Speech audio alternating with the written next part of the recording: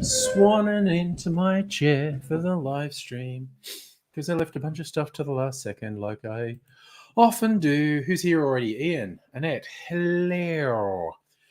Oh, I was ready, and then at the last minute I realized a couple of things I hadn't done, and so I quickly had to do things. First time at the start of a stream, Ian. Nice. One of the things I haven't done is adjust the bloody camera. This webcam's auto controls are for shit. So I need to adjust them. Okay, first thing I've got to do the white balance. Get something slightly more approaching a flesh tone. Maybe a bit more color in my cheeks. Not even sure if that's too much. And finally, the focus, because the autofocus is shit. I go out of focus. And then I go in focus. That looks in focus. That looks in focus. Yes, okay. That's what these glasses are not for.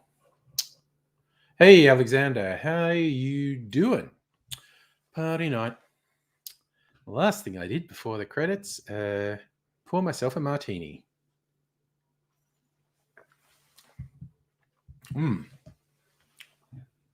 Ooh.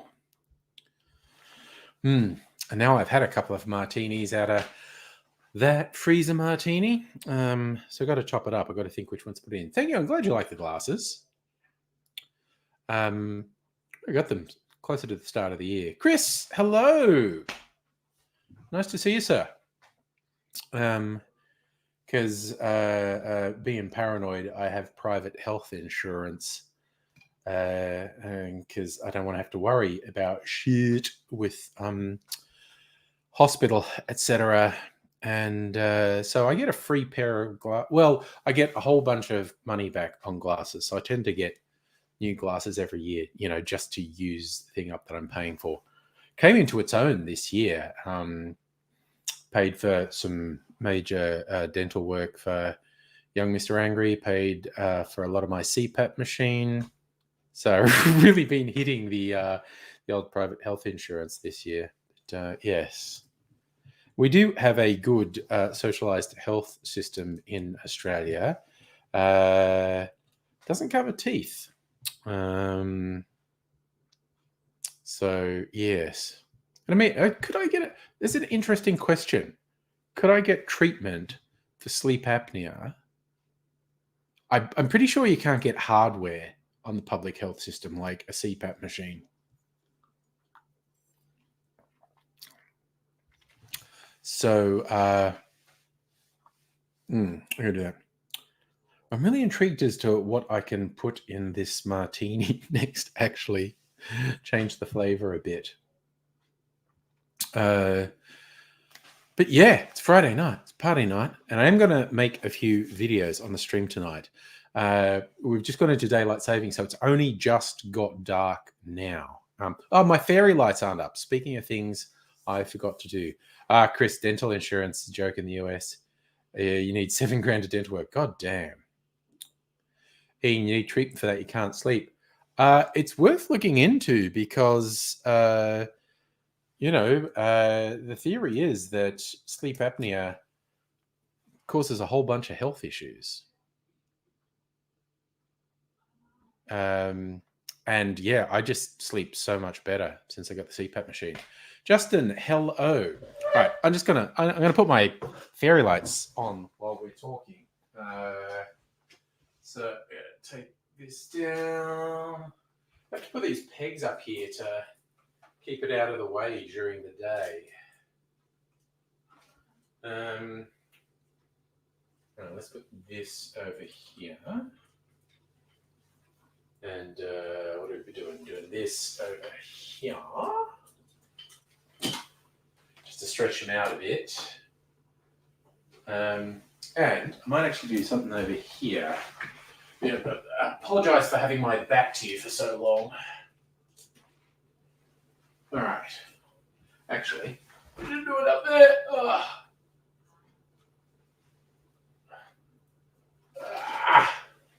Okay. All right. So it's very rude to have my back to you. This one. Look, there's some lights. Plug these in and get them on a rotation that I like. That's too fast. I'm worried they'll give someone an epileptic seizure. I'll put it on that for now and see if I like that. I might change it. Chris, I hope you get a decent tax return. Yes. I did okay this year. I'm actually probably in the best financial situation I've ever been, which at my stage in life you should be, really.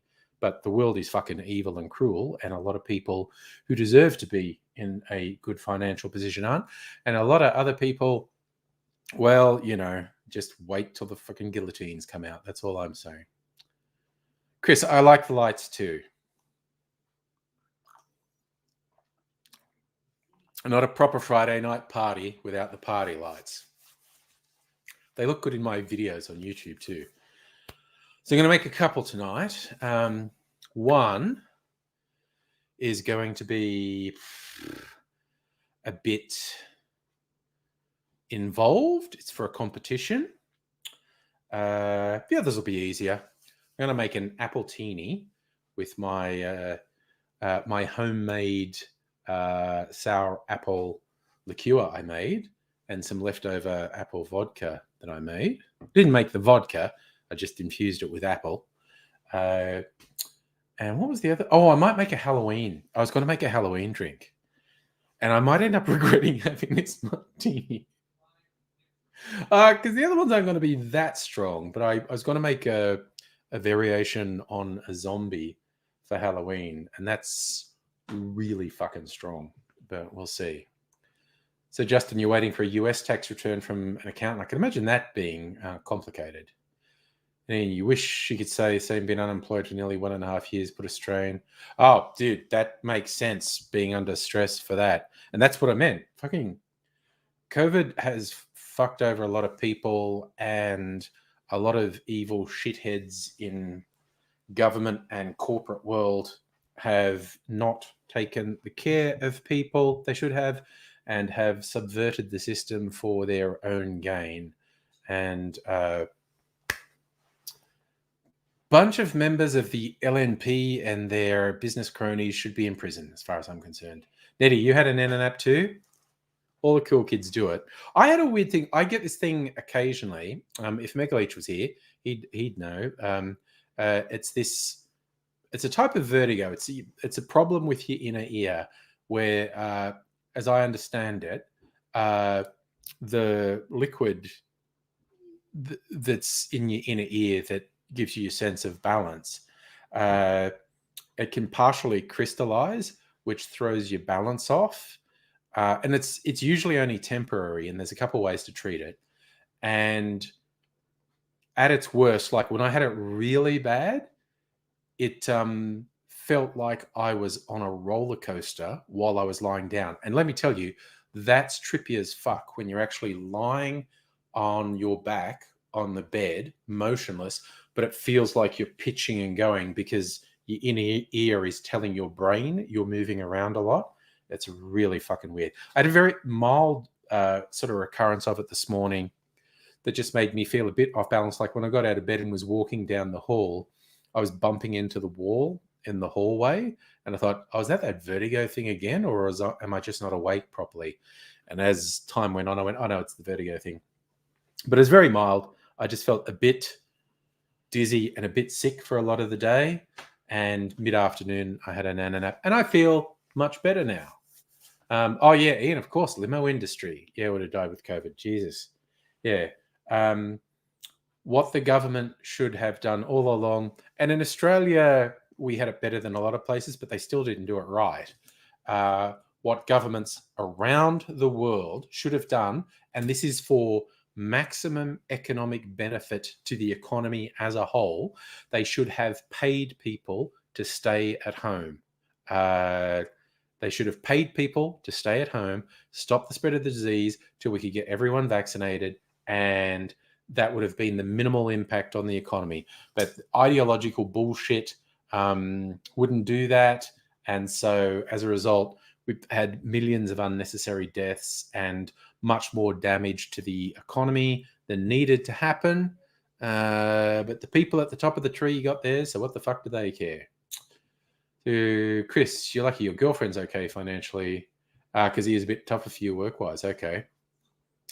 Hope you find something soon. The labor shortage might ask. Oh, no. Yeah, people, the ideology in the US is way worse than here, and it's bad enough here.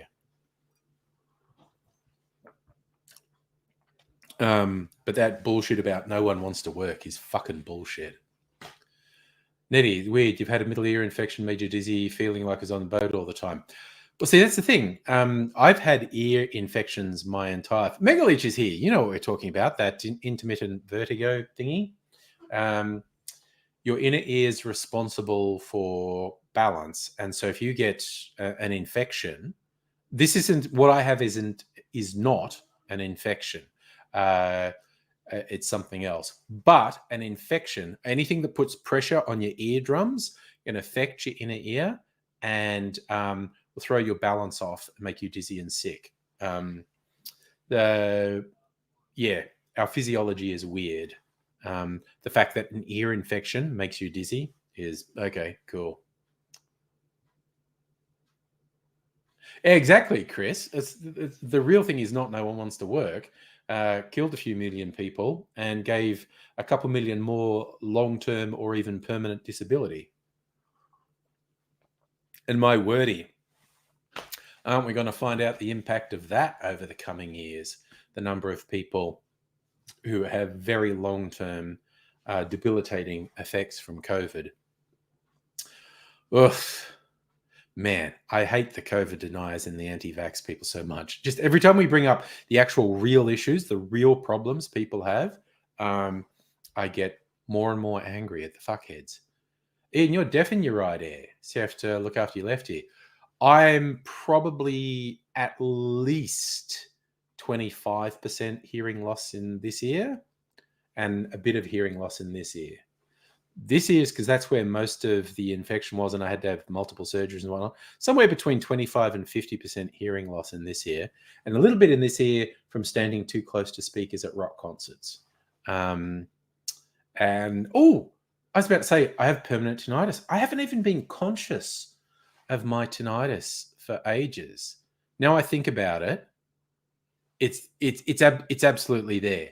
For those who don't know what tinnitus is, it's the ringing in your ears. Kind of sounds like microphone feedback. That's permanent background noise in my life.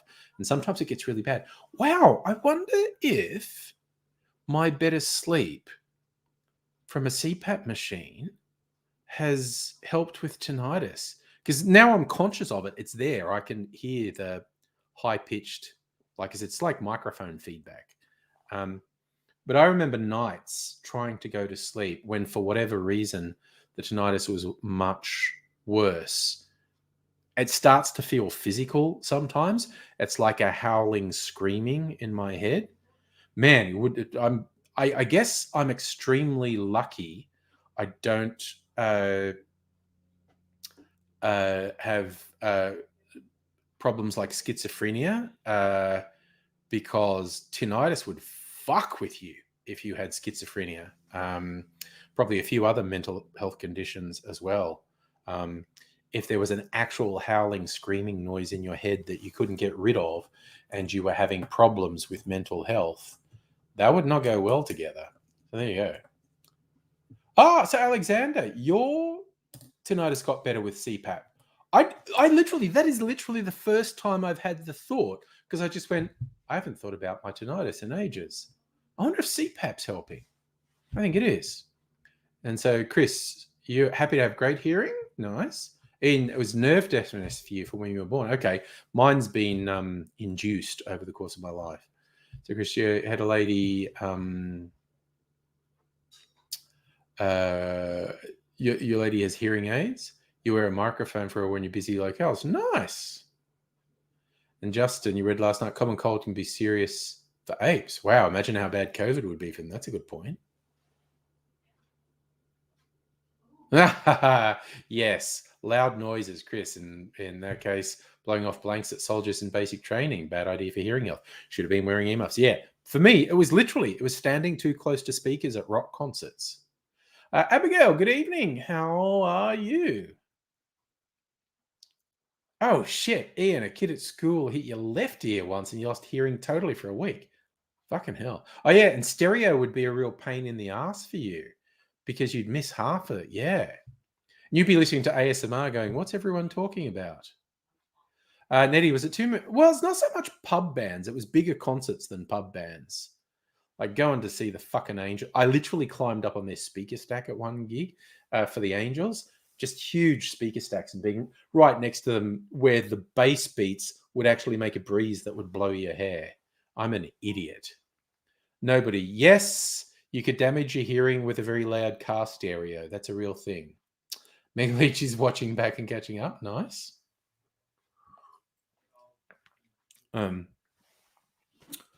Oh, man, I fucking like this freezer martini.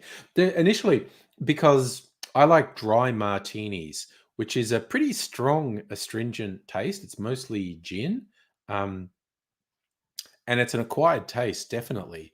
But just as I worked my way through that martini, it just got better and better. But yeah, I got to top it up. I'm not necessarily doing it tonight. I might do it tomorrow. Decide which gins and what vermouth to put in it. Good call, Ian. People have to walk on one side of you to be able to talk while walking. That makes sense. Justin, yeah, that would make sense. COVID's a serious concern for conservation effort with apes.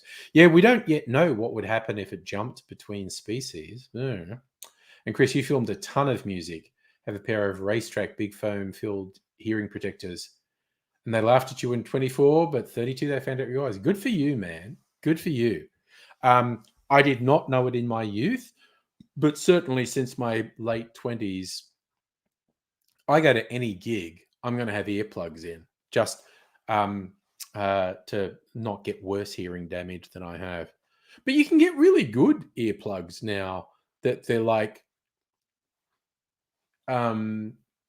it stops the fierceness buffeting your eardrums, but you don't lose as much subtlety.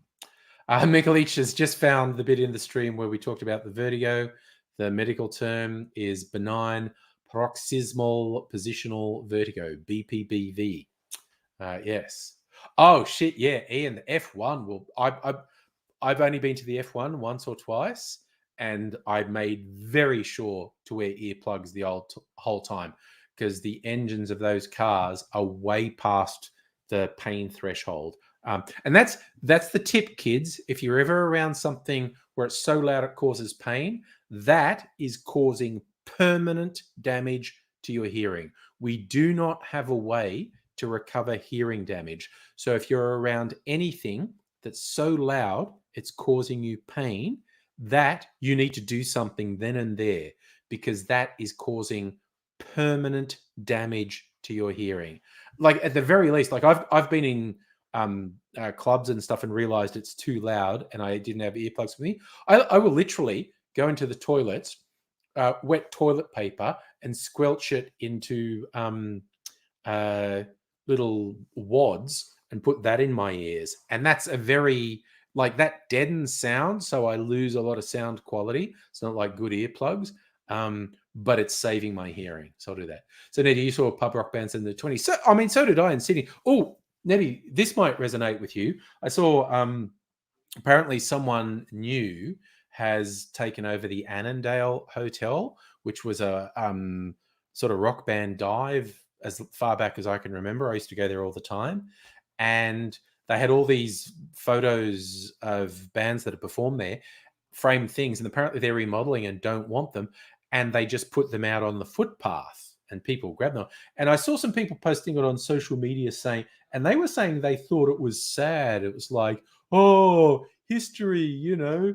They didn't want any of these framed photos and posters of bands and whatnot. But I thought, what the fuck is wrong with you? They put them out on the footpath. They didn't put them in rubbish. They went, you know what? People will like this. The people who grabbed, and apparently the frames were all gone in a couple of hours. The people who grab them will fucking love them and cherish them. And the new people who are remodeling go, we don't want this in our decor. We're remodeling. But if we put them out, people who really want them will take them and they will be loved. I thought it was great. I had all these people going, this is terrible. And I was going, fuck no, it's great. They were conscious enough to go, people will want these and will love them.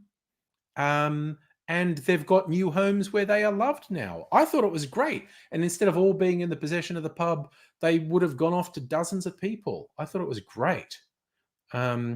Abigail, you've done the toilet paper earplugs. Yes. Nobody. Cotton wool balls loosely in the ears. That's actually good, but you kind of need to put who has cotton wool balls on themselves normally. The toilet paper earplugs. That was when I didn't have anything. I didn't plan ahead, and I didn't have anything with me, and it was like, okay, time to improvise. In fact, cotton wool balls put in the ear better than the toilet paper earplugs.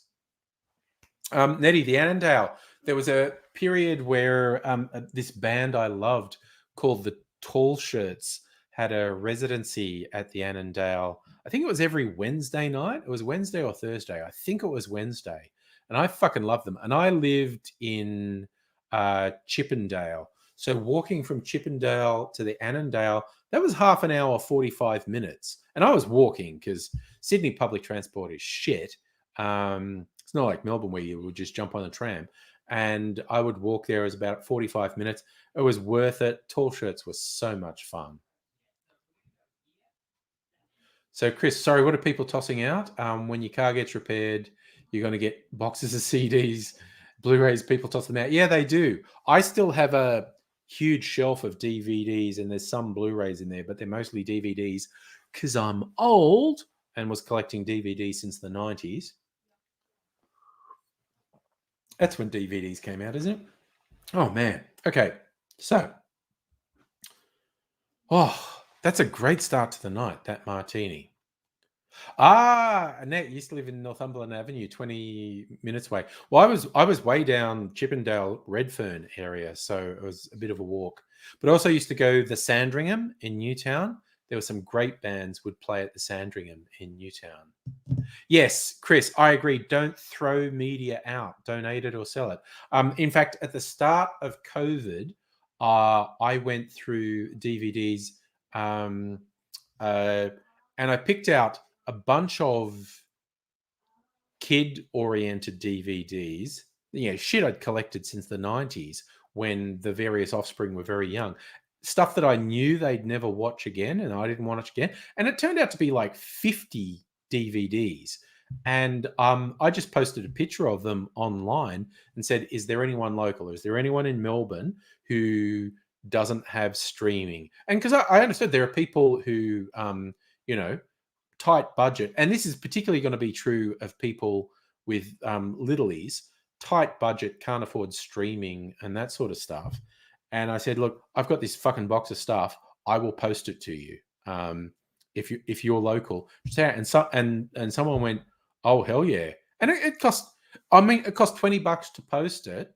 And they PayPal'd me $20 for the postage, which was nice. And it was just like, and she just said, I think she had like 3 kids under 5. And I know they were under 10. She had 3 kids. They were definitely under 10. They might have been under 5 or 6. And she was like, oh my God, this is a lifesaver. And I was like, that's cool. That was literally just taking up space in my house. So I'm very happy that it's gone to a good home. Oh yeah, Megaly, she got my old webcam. Yes. And it was a decent webcam. But I didn't want it. Yeah. Megaly sent me postage costs and I posted him a webcam. Yeah. Nice. That's Mrs. Megaly. She uses it for Twitch streaming. Nice. Yeah, Nettie, you've been there. I was thinking of doing the same, actually, but no one really took me up on it because I've got a fuck ton of DVDs and whatnot. I was going to post like, hey, do I have any pals in Melbourne or stuff who are in lockdown who don't have the streaming services who'd like me to send them any of these movies? Oofed. So we're at 8:30. Okay, half an hour in. So, Chris, you're collecting cool electronics and media. Nice. So you had people helped your sick dad move, tossed a massive DVD and CD collection. Oh no, finally getting it back. Okay, I still have a lot of CDs as well, but I have a lot of physical media. Megali should just start watching Foundation. That's on Apple TV. I'm not paying for another streaming service. Abigail, if I remember rightly, likes Foundation. It had at best mixed reviews, I think, but that's not always a guideline. And you've got the first 3 eps, Megalech. Yeah. And people often say like, oh, you could just go like Pirate Bay and go, no, there's too much good stuff to watch. I'm not going to watch it illegally. There's too much good stuff I can watch legally. Robot Man Greg, good evening to you, sir. Oh, damn. You had vinyl tossed, Chris. I've still got like 4 crates of 12-inch vinyl and a box of 7-inch vinyl. And I specifically bought a record player that has a USB thing so I can record directly to USB. But I've been too lazy to do the conversion, but I've got a shit ton of stuff I'd love to convert to digital for ease of listening. I need to hire an intern. I basically need to hire an intern, and I would pay someone to be my lackey. But this is the thing. Abigail, yeah, okay. So you like Foundation? A lot of fangirling about the series from you. Better stay good. Be punching on with Apple. Nice. Nobody. You like physical media? Yes, that's the thing. You buy it, you've always got it, you own it. Digital media is inherently flawed in that the people you buy it from can take it away from you at any moment. And they do this bullshit like, oh no, you just had a license to do, like, get fucked. Get fucked. Right. So I want to shoot my first video for my cocktail channel. Which will give me a cocktail to drink. So, question is, do people think it's a better idea if I open it to Angry Bunch already, and then the Angry Bunch can take over while I shoot it? Or are you happy to watch me make a video and we'll do Angry Bunch a bit later? So nobody, you reckon if the micro player with USB probably doesn't have a good encoder, far better to record directly into the analog input. I don't know what that means. Yeah.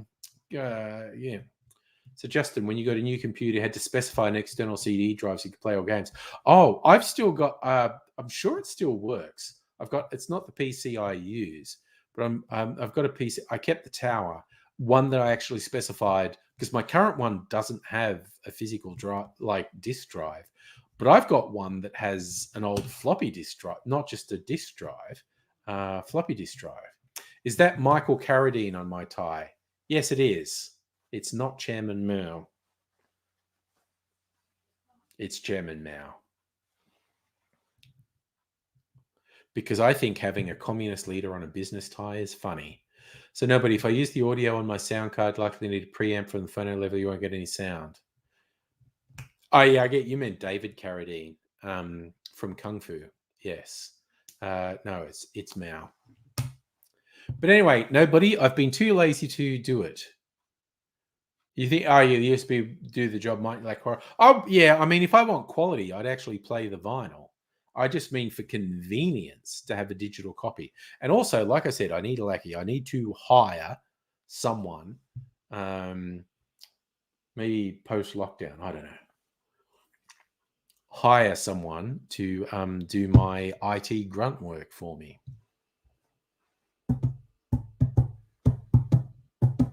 Sorry, I G'd myself up before the stream, watching, I was doing some YouTube videos and watching stuff like Run the Jewels and Denzel Curry doing Bulls on Parade for Triple J like a version. That was the last thing I was into programming, just to get really G'd up for the stream.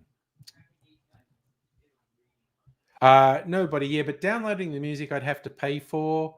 Yes, I suppose I wouldn't morally feel bad about downloading pirate copies of stuff that I paid for once. But when I say my vinyl, most of my vinyl collection I can get because I got YouTube Premium, so I've got YouTube Music. Most of my vinyl collection I can listen to on YouTube Music, but I have some super fucking rare stuff because I am a fucking nerd for music back in the day, and I have some super rare stuff that, in fact, probably wouldn't even be on the pirate sites. So there is some stuff I would like to convert to digital, but a lot of my stuff I can actually get on YouTube Music.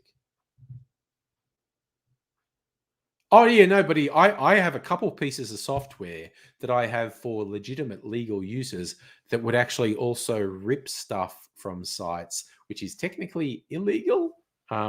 But I don't need to, so I don't do it. And again, it's also and this is just me, and this is absolutely no judgment on anyone else.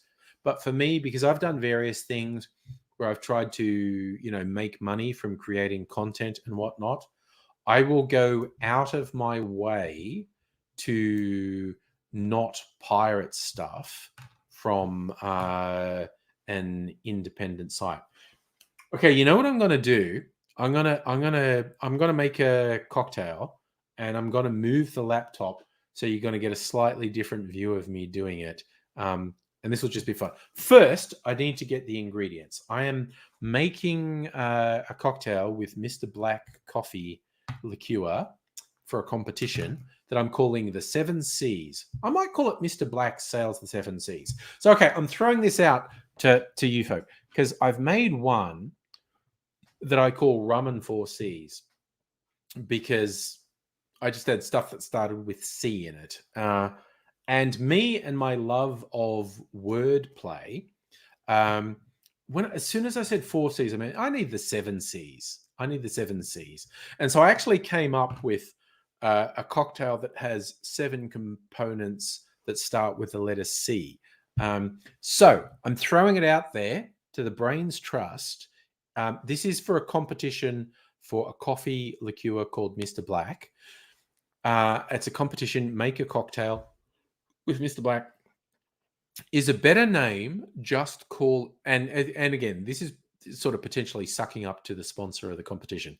Is a better name for this cocktail just the Seven Seas or Mr. Black Sails the Seven Seas? I'm putting that thought out. Now I need to get the different components ready so I can make this. So we need, what do we need? We need cachaça. We need cherry.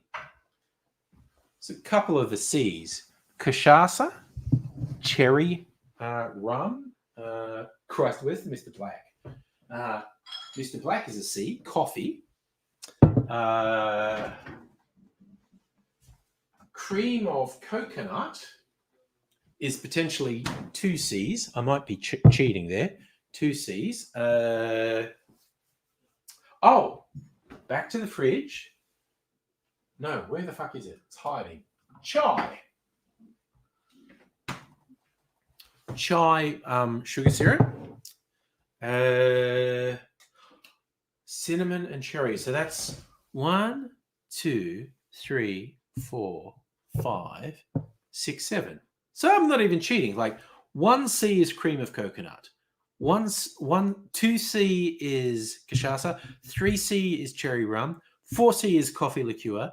5C is chai syrup. 6C is a cherry garnish. 7C is a cinnamon garnish. Captain Black sails the 7 Seas. I like that. Robot Man from Megalich, from Robot Man Greg. 7 Black Seas. Yeah. Hey, Celtic King. Okay, nobody's going to have a shower and come back. That's nice. You are right, Megaleech. Crushed ice could be a C, and this is going to have crushed ice in it. But I've got 7 Cs without even cheating very much. So I've got to get a cinnamon stick, which is over here. Ugh, so many spices. Where's my cinnamon stick?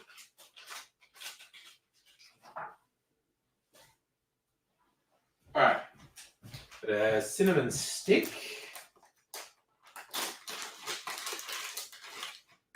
Ooh, that's a chunky cinnamon stick.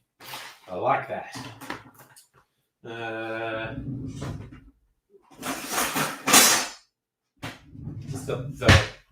This isn't a microplate. Is that a microplate? Oh no, it's the thing that I'm going to grate the cinnamon over the top with. Cherries are there. Sorry, now I'm standing up. So, Captain Black. So, okay, I'm liking that. Captain Black sails the 7 Seas. See, this is why I ask you people things. A dirty hippie and chai coffee. Now I've got, I made a chai sugar syrup, which is actually really nice. So it's chai, coffee, cherry rum, cachaça, cream of coconut, cherry, and cinnamon. And honestly, it's also crushed ice, and it's going to have lime juice in it. So you could say that's citrus as well. Celtic Clean, I'm glad you like the Thai. I always like to mix it up with the Thais. I'm going to do a lot of crushed ice. And put it in my tiki goblet. And I'm going to do it in a blender. I need to get my blender. My mini blender is over here. Just need to grab that.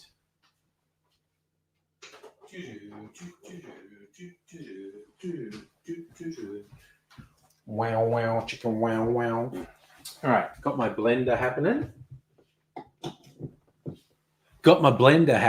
So that's all good. A dirty Captain Black. It is a bit of a dirty Captain Black.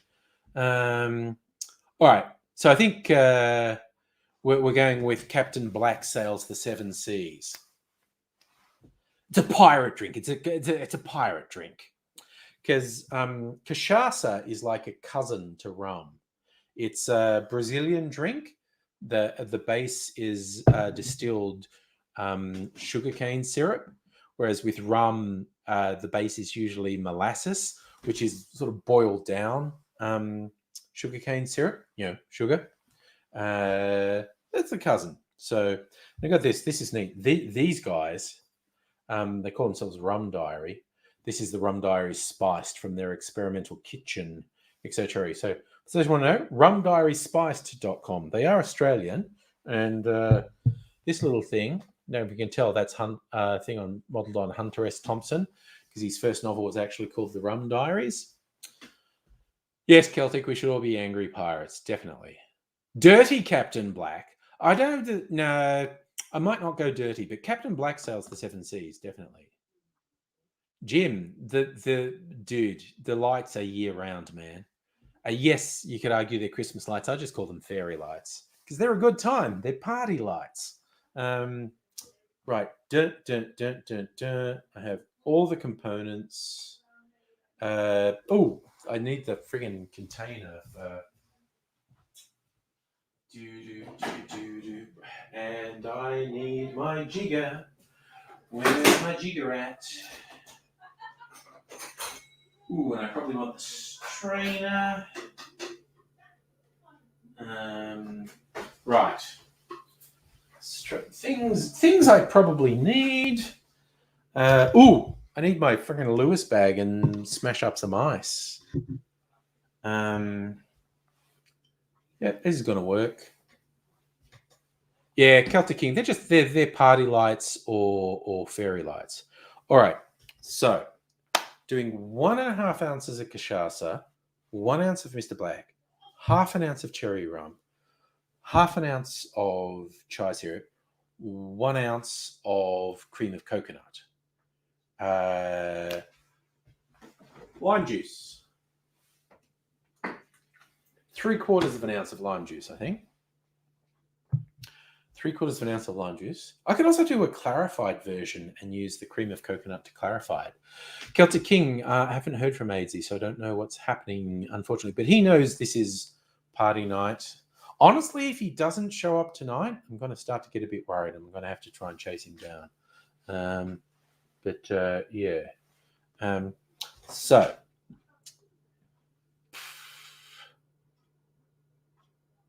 I should smash up some ice now, I think. Okay, I just need to make sure the camera is set up right, the video camera. And then you're going to get a slightly different view. I'm going to move the laptop over there because I want to take a picture for the competition as well. So let's see. I'm just going to check my camera. Got to put the lights on. Ooh, brighter lights. All right, just checking the camera. Ooh, actually, that might be right. Let me turn that around and double check what I look like on that camera. Oh, good. Now the light's gotten weird because I turned on those other lights. Yeah, no, that's good. That's good. That's good. Sexy camera stuff happening. Okay. Turn my sound recorder on. Well, I'm just going to make sure the camera's on the right resolution. Menu. What are we doing? Image size. Let's do this fucker in 4K. Because everyone should see every fucking skin blemish I have, basically. Okay, now I've got to move this without breaking anything. So that's a slight challenge, actually. What the fuck is that? Okay. Menu.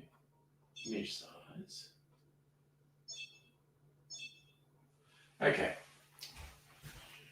Right. I just got to do this. Now I'm going to move the laptop.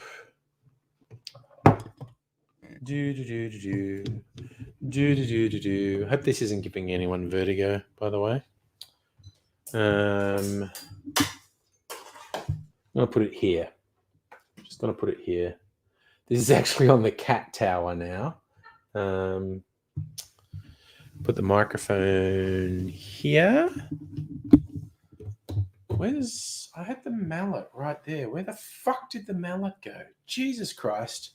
I find one thing that was missing and I lose something else. Where the fuck did the mallet go? Man, it's not one thing, it's a fuck another. Honestly. Give me a second. It should be over here somewhere. No, I found it. See, this is the way I behave. I fucking one thing goes slightly wrong, and I go, Henry, hello, from Emerald, Queensland. Hello, hello. Just making a video. You get to see me from the side. So if I'm doing it here, probably want to angle the camera just a bit. It's the other fridge. It's not as sexy as the silver fridge, which is here now. Lewis bag and mallet for making ice, and I think I'll smash my ice before I make the drink, actually. All right, I'll just save some camera battery. Okay, martini glass, Chico out of the way. Put some ice in my Lewis bag because I'm a fucking professional. It's my most recent purchase for making cocktails, a Lewis bag and a mallet. So I can just put big chunks of ice in and then smash the fuck out of it. It's good therapy, actually. Smashing the fuck out of some ice with a mallet feels good. Right. So maybe a bit of smaller ice as well. Put that in there. Henry, got to work tomorrow. Well, I hope it goes over well for you, man. 6 super crisps deep. I assume that's a beer. That sounds like a beer. All right, bit of noise now. Doesn't really count as ASMR because it's smashy, smashy. I'm just going to go over here and smash the ice. Now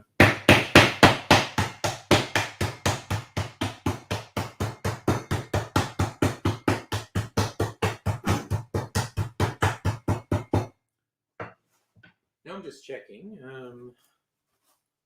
It's fairly smashed. I'm just going to smash it a little bit more because it kind of feels good to do, honestly. All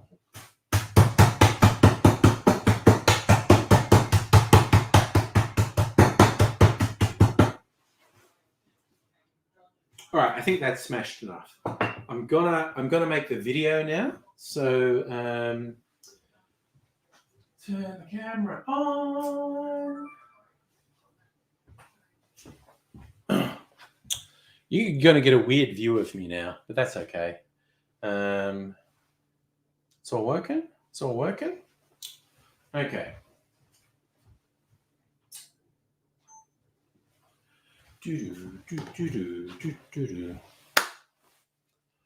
Okay. G'day, cocktail lovers. I hope you've been keeping well. I am about to do another original cocktail as an entry to the Mr. Black Coffee Cocktail Competition. Let's go. Now, the inspiration for this cocktail is actually the last cocktail I made for the Mr. Black competition. And it's tied in with my obsession with wordplay. I called that Rum and Four C's because there were 4 elements that had a C in their name. And I just like that as a catchy name. But my brain, the way my brain works, as soon as I said 4 C's, part of my brain was going, should have been 7 C's. The saying is the 7 C's. It should have been 7 C's. And I thought about it for a couple of days and I went, I know what to do. And lo and behold, this is going to be a cocktail with 7 C's in the components. And I did a bit of back and forth on my Angry Aussie channel live streams. I said, what should I call this? This is going to be called, because this is going to be a very piratical drink. It's a pirate. Pirates sailing the 7 Seas. This particular cocktail is going to be called Cap'n Black Sails the 7 Seas. Was that good? Did you like that? Oh, yeah. Okay.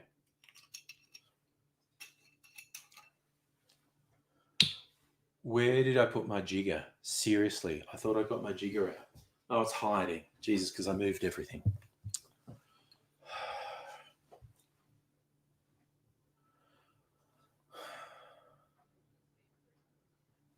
Seeing this is a drink for pirates, it's going to feature rum and rum-adjacent drinks quite prominently. And first up, for a C, cachaça. If you're unfamiliar with cachaça, cachaça is essentially a Brazilian cousin to rum. The base is sugarcane syrup. Basically, the juice squeezed out of sugarcane. Whereas with most rum, the base is molasses, which is boiled down sugarcane juice. So they're kind of cousins. And cachaça has this nice grassy characteristic that I thought would go really well with the coffee in Mr. Black. I thought that's going to have this very nice sort of vegetal combination, the grassy cane flavors and the coffee. And this is going in first. The cachaça is going in 1.5 ounces or 45 mils of cachaça.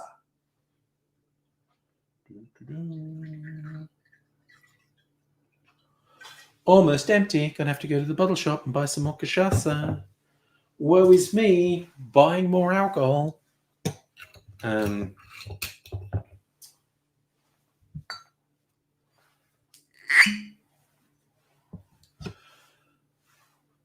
There is another rum component, and it's another C. This is cherry rum. Now, there are a range of cherry rums around the world. I feel like you might be able to find something suitable wherever you are. This one is done by an Australian outfit. It's really good. Their website is rumdiaryspice.com.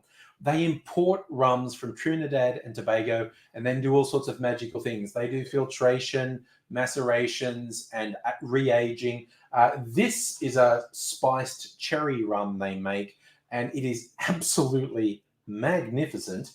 But to give it that rummy cherry flavor, I'm just going to add 1/2 ounce or 15 mils of cherry rum.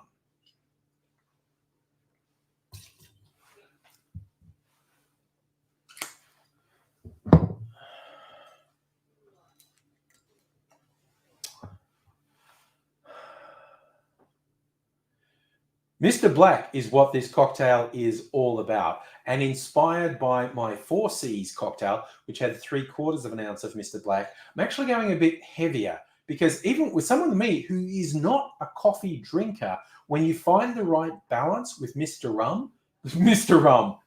Black, this stuff is absolutely amazing. So I'm going a bit heavier in this case, and this is based on my taste tests with various things. I'm going to go 1 ounce or 30 mils of Mr. Black coffee liqueur.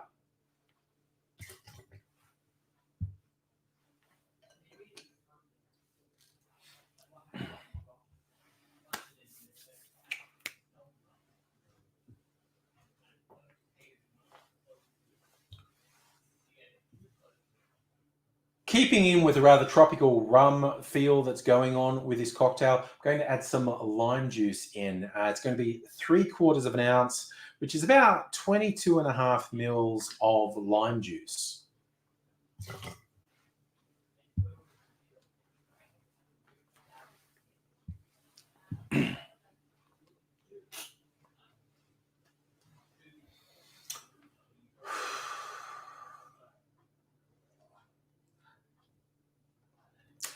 Another C element now, cream of coconut, because I'm going that very tropical vibe. Cream of coconut goes so well with rum and rum-related drinks. This is basically a homemade cream of coconut. I had condensed coconut, sweetened coconut cream. I actually diluted it with water. But if you want to make your own at home and you get ordinary coconut milk, which you can get in almost any supermarket, you go 50% coconut milk, 50% sugar, warm it up on the stove and mix it together so the sugar dissolves. You've got something that's very similar to the commercial cream of coconut makes, and there's a few commercial ones you can buy as well, but you make it yourself, less preservatives and that sort of thing. So, but whichever way you get it, I'm going to say 1 ounce or 30 mils of cream of coconut.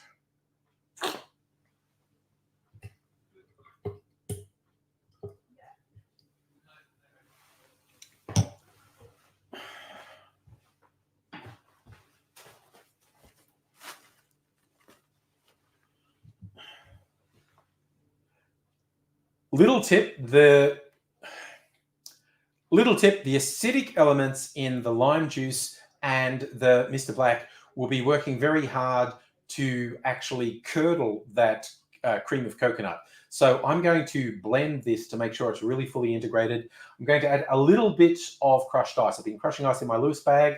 I'm going to add just a bit of ice.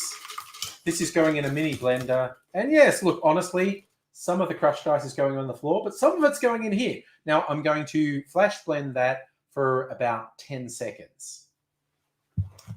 Apologies for, actually, I'm going to turn off the microphone while, I know it's a weird angle, isn't it? It's a weird fucking angle. Oh, I need the bass. Where's the freaking bass?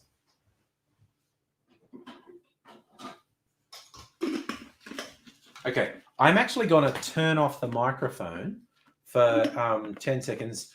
Stella, yeah, I'm making a cocktail and it's all weird. It's just all weird. Right, I'm going to turn off the microphone for 10 seconds while I blend that because I think the noise would be terrible. So, right, blender in place. Okay, microphone off for 10 seconds.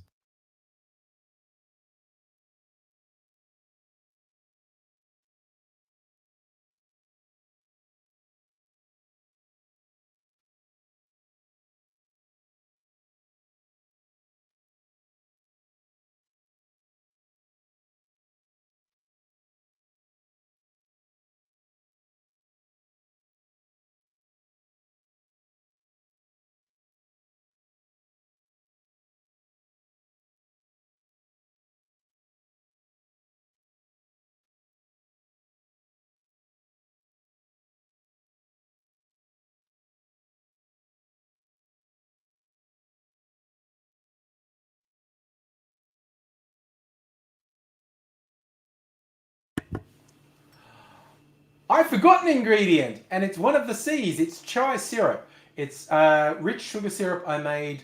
It's, say, 1 part of chai I just made from a tea bag and 1.5 parts raw sugar.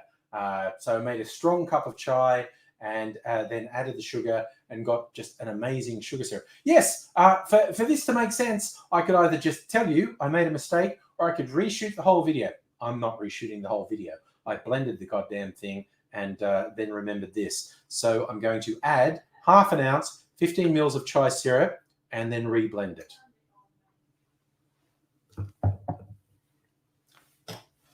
I'm an Egypt, I'm an Egypt, I'm an Egypt, I'm an Egypt, I'm an Egypt. Abigail's drilling holes in large plastic tubs, putting coconut coir in the oven. Okay. All right, microphone off again a sec because I am blending for a sec.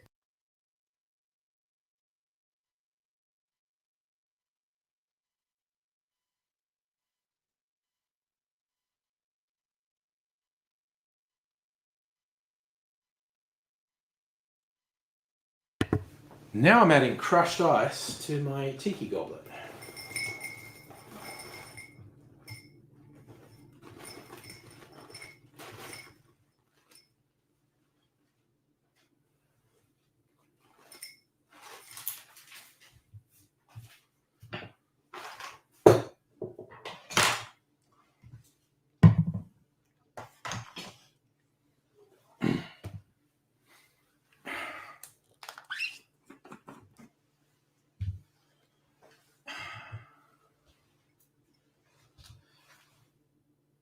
Now to serve this up, I've got my tiki goblet. You can use the serving glass of your choice. I recommend a bunch of crushed ice, and I'm going to do the dirty dump straight over the top of that.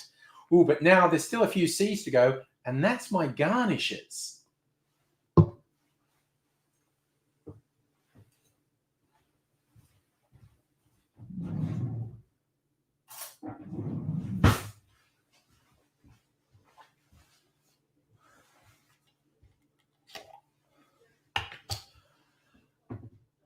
The first of the garnish is going to be a cherry of the maraschino variety. I love these Luxardo cherries, and I'm going to be a little bit cheeky and include a bit of the cherry juice as well and just drop this on top.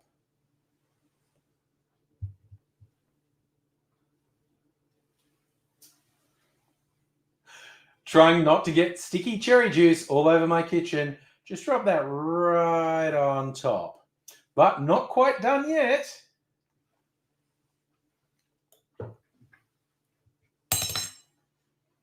Where did I put that friggin' cinnamon stick?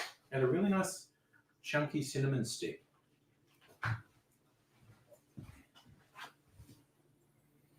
Ugh, need another one. Don't know what I did with it.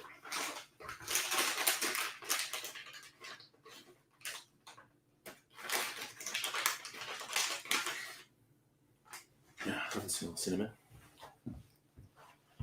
Ah, it's under the fucking microplane. Okay, we're getting there.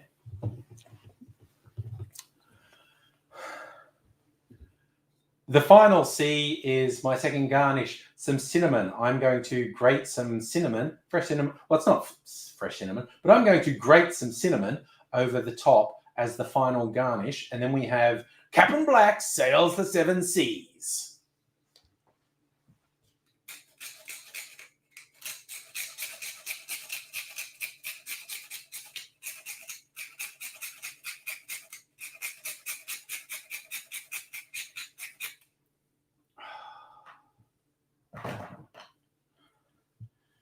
Yes, and I've got to take a picture of it.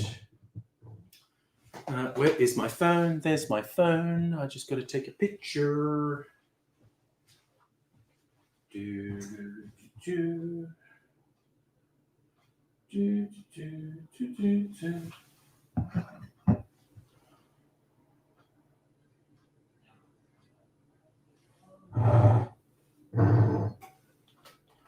I'm just taking a portrait picture.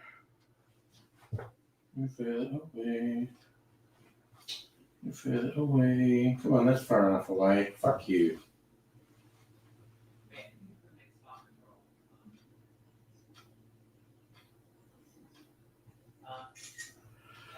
All right. Got my thumbnail picture. Where's some scissors? Because I'm going to cut this friggin' straw.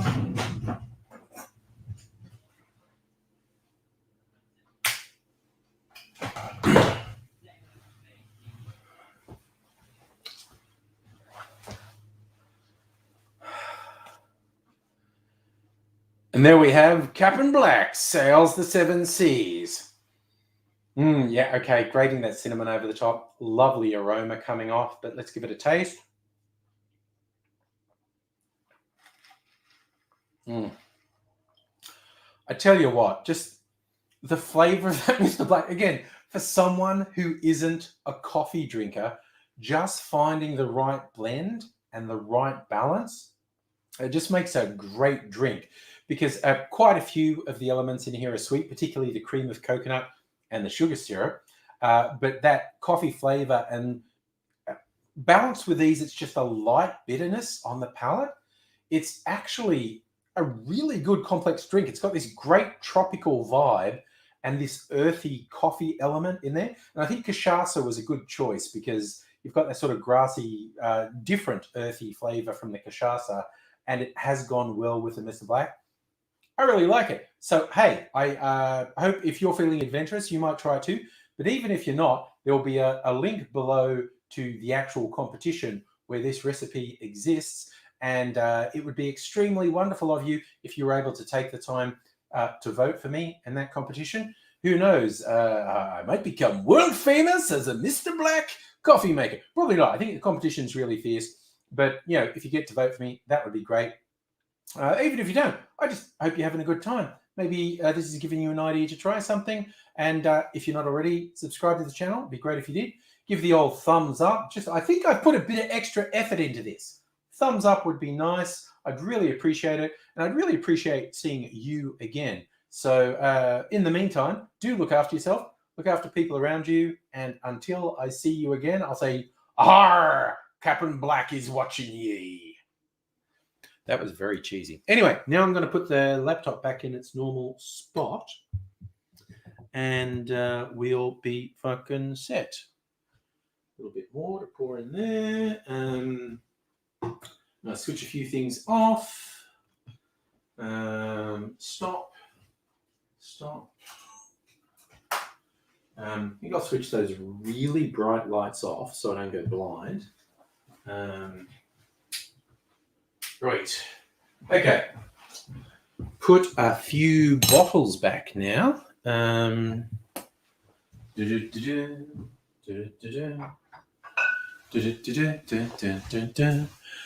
the lime and the cream of coconut back in the fridge. And the chai syrup. Okay, put that out of the way. That on there. Putting all these things out of the way. I'm just going to rinse my jigger, actually. Cream of coconut's really clogged it up.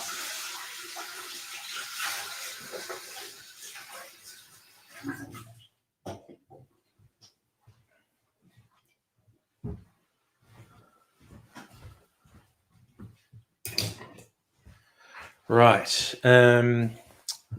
Move. Actually, that can stay there. What am I thinking? All right. I'm going to move the laptop back to its normal position.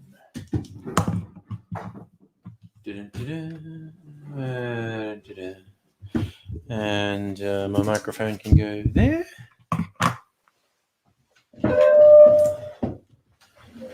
And we're all good. We're all good. Okay. Oh, I'm sitting down. Put the camera back on the right angle. Oh, hello, Queen Kirsten and Invisible Chicken. Lovely to see you both. Invisible Chicken going to bed before 9:30 for me. That's understandable.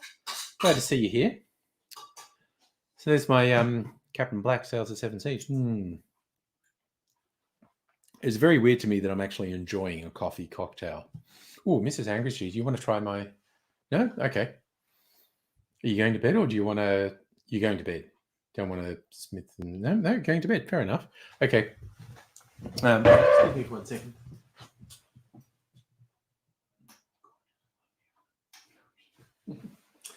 All right. So, there we go. Oh, Abigail's 3D printing a self-watering plant pot, taking about 16 hours. God damn. Okay. Our new meds, thanks to extreme fatigue. And you're awake. So nice. Invisible Chicken, you like not living in daylight saving. Fair enough. Totally selfishly, I like daylight saving. I like having more light in the afternoon, evening. And I know that doesn't work for everyone, and that's really selfish, but, I don't know. I'm fairly selfish.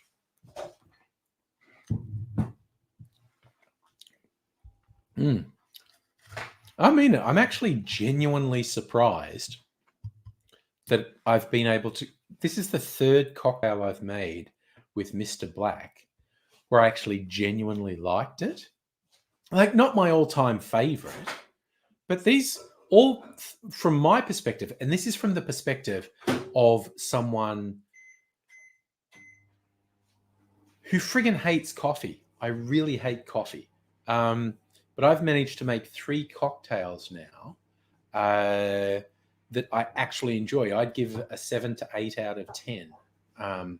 And that's just for my palate. I honestly think someone who likes coffee would rate the cocktails I came up with as an 8 or 9 out of 10. So, yeah. So, Heine, photos of the new moon couldn't capture Earth glow very well. Oh, well. Seems to be a very difficult thing to take a photo of, a new moon. But oh, yeah, Kirsten, that's the thing. If you send me some blasphemy, there's an at least 50% chance I'm actually going to like it and go, oh, my God, I have to buy this before it runs out. Oh, no, this is actually really good, like the cream of coconut. The two dominant flavors in this, even though there's a whole bunch of stuff in it, the 2 dominant flavors are the cream of coconut and the Mr. Black. So, and Nettie, you raised a fair point. I can't be regarded as a true Melbourneite because I'm not a coffee drinker. It's a very big part of Melbourne culture. And I just do not drink coffee. And Invisible Chicken, yeah, you and me both. Never be a true Melbourneite. So he's saying, yeah, it's tricky to find the new moon in the viewfinder. Not surprised. Have to go full manual and choose the settings. Yep.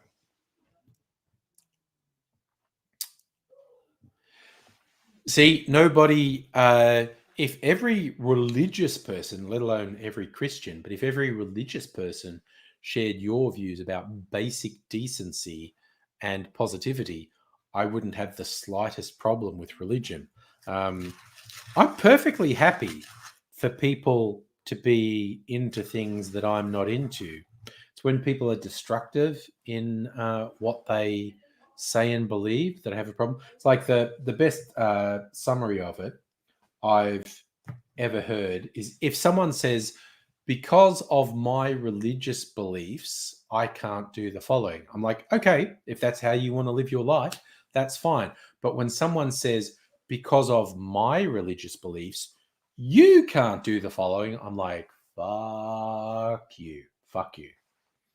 And I think there isn't... no,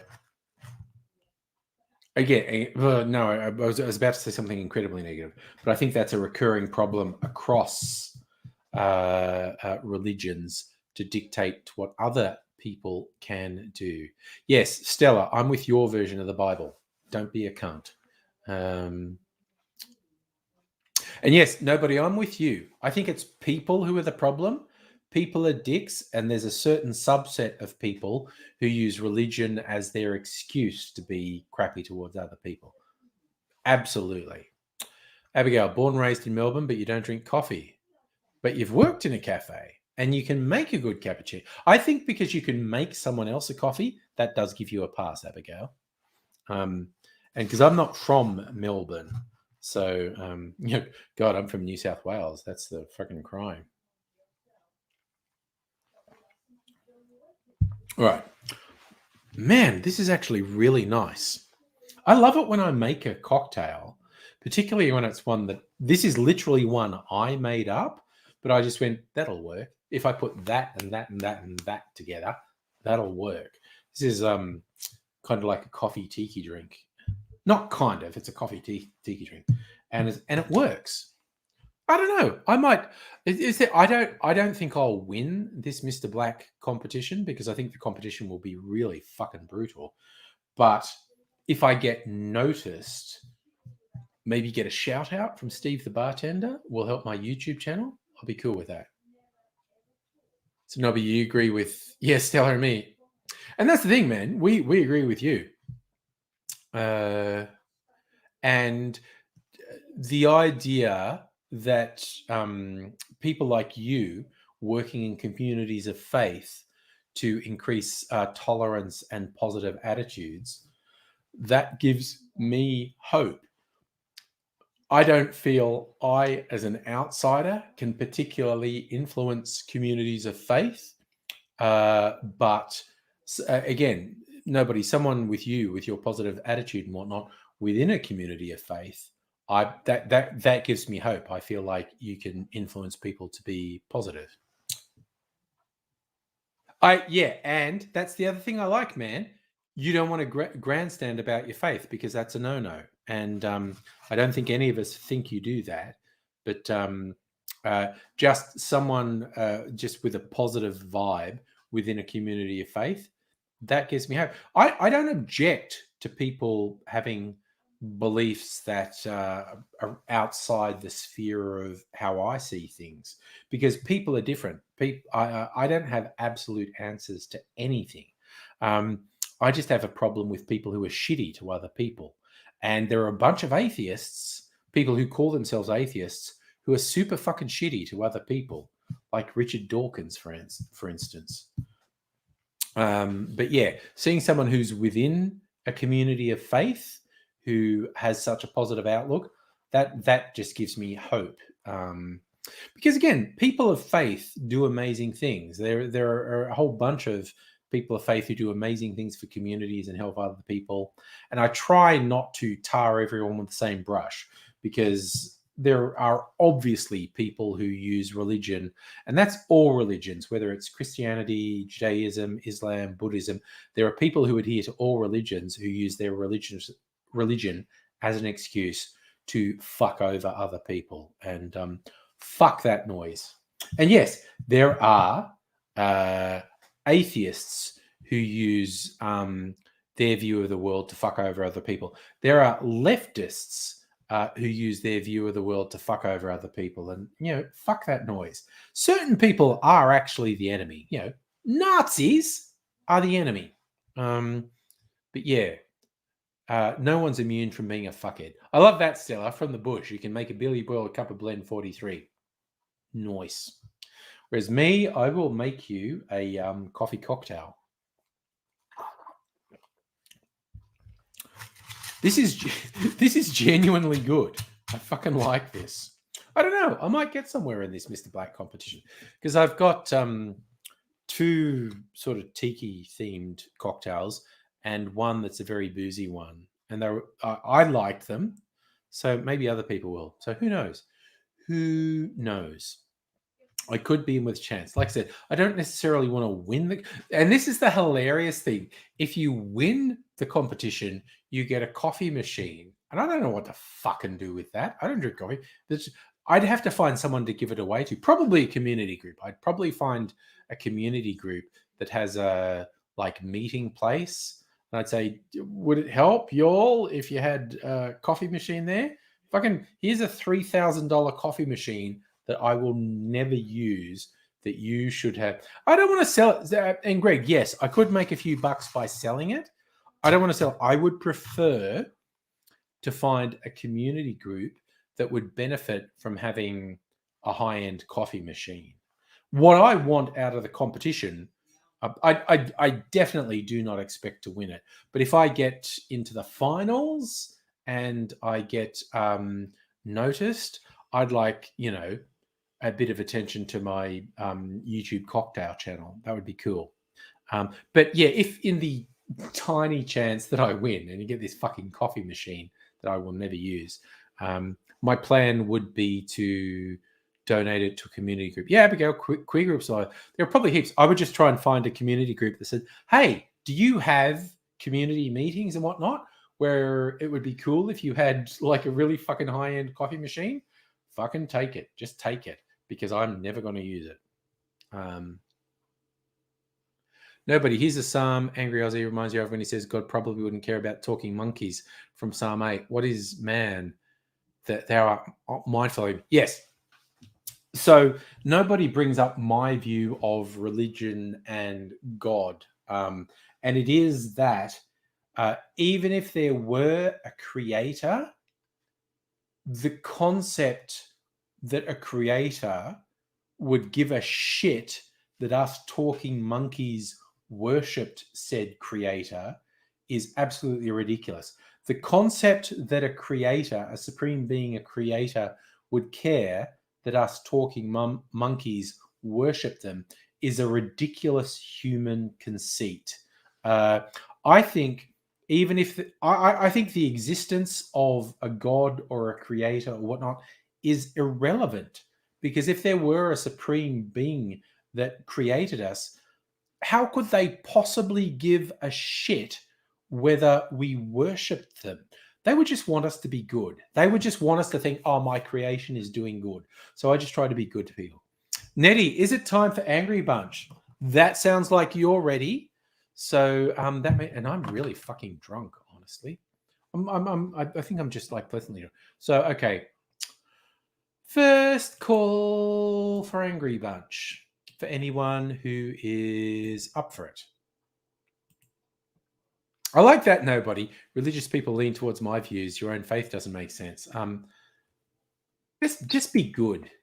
Like with the Bill and Ted thing, be excellent to each other.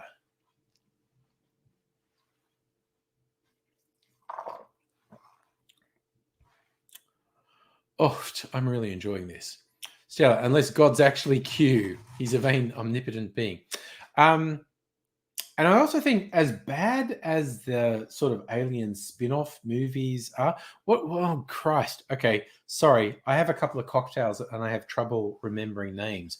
What are those terrible Ridley Scott movies that are sort of the same universe as the alien movies? It's these aliens that actually created life on sapient life on Earth. Christ, I've forgotten. Someone will know what I'm talking about. But yes, as we're in the process of creating robots and maybe artificial intelligence, I could think a slightly more advanced alien race could have created us. Nettie! Hi! How you doing? I'm good. I put Good. sparkles on my eyes. Ooh, sparkly and fabulous. I am loving it. Party eyes. And a double cocktail. Ooh, that's a big one. I like it. That is a big drink you have there. I think this one is now. Pace. This one's now mostly ice, so it's an alcoholic slushy at this point. Oh, yum! Yum. This is actually really good. Again, if we get to have by New Year's, if nothing goes horribly wrong, we should be able to visit.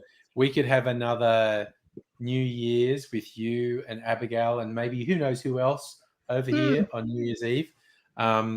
Make something like this. Just get fucking rotten on New Year's Eve. Oh, Stella, you remembered. It's Prometheus. Thank you.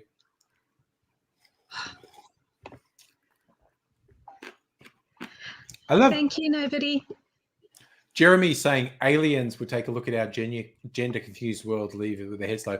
I think they summed that up in Doctor Who when one of his companions, this is when Peter Capaldi was the Doctor, one of the companions said something about gender, and the Doctor said, like, the Time Lords have existed for millions of years.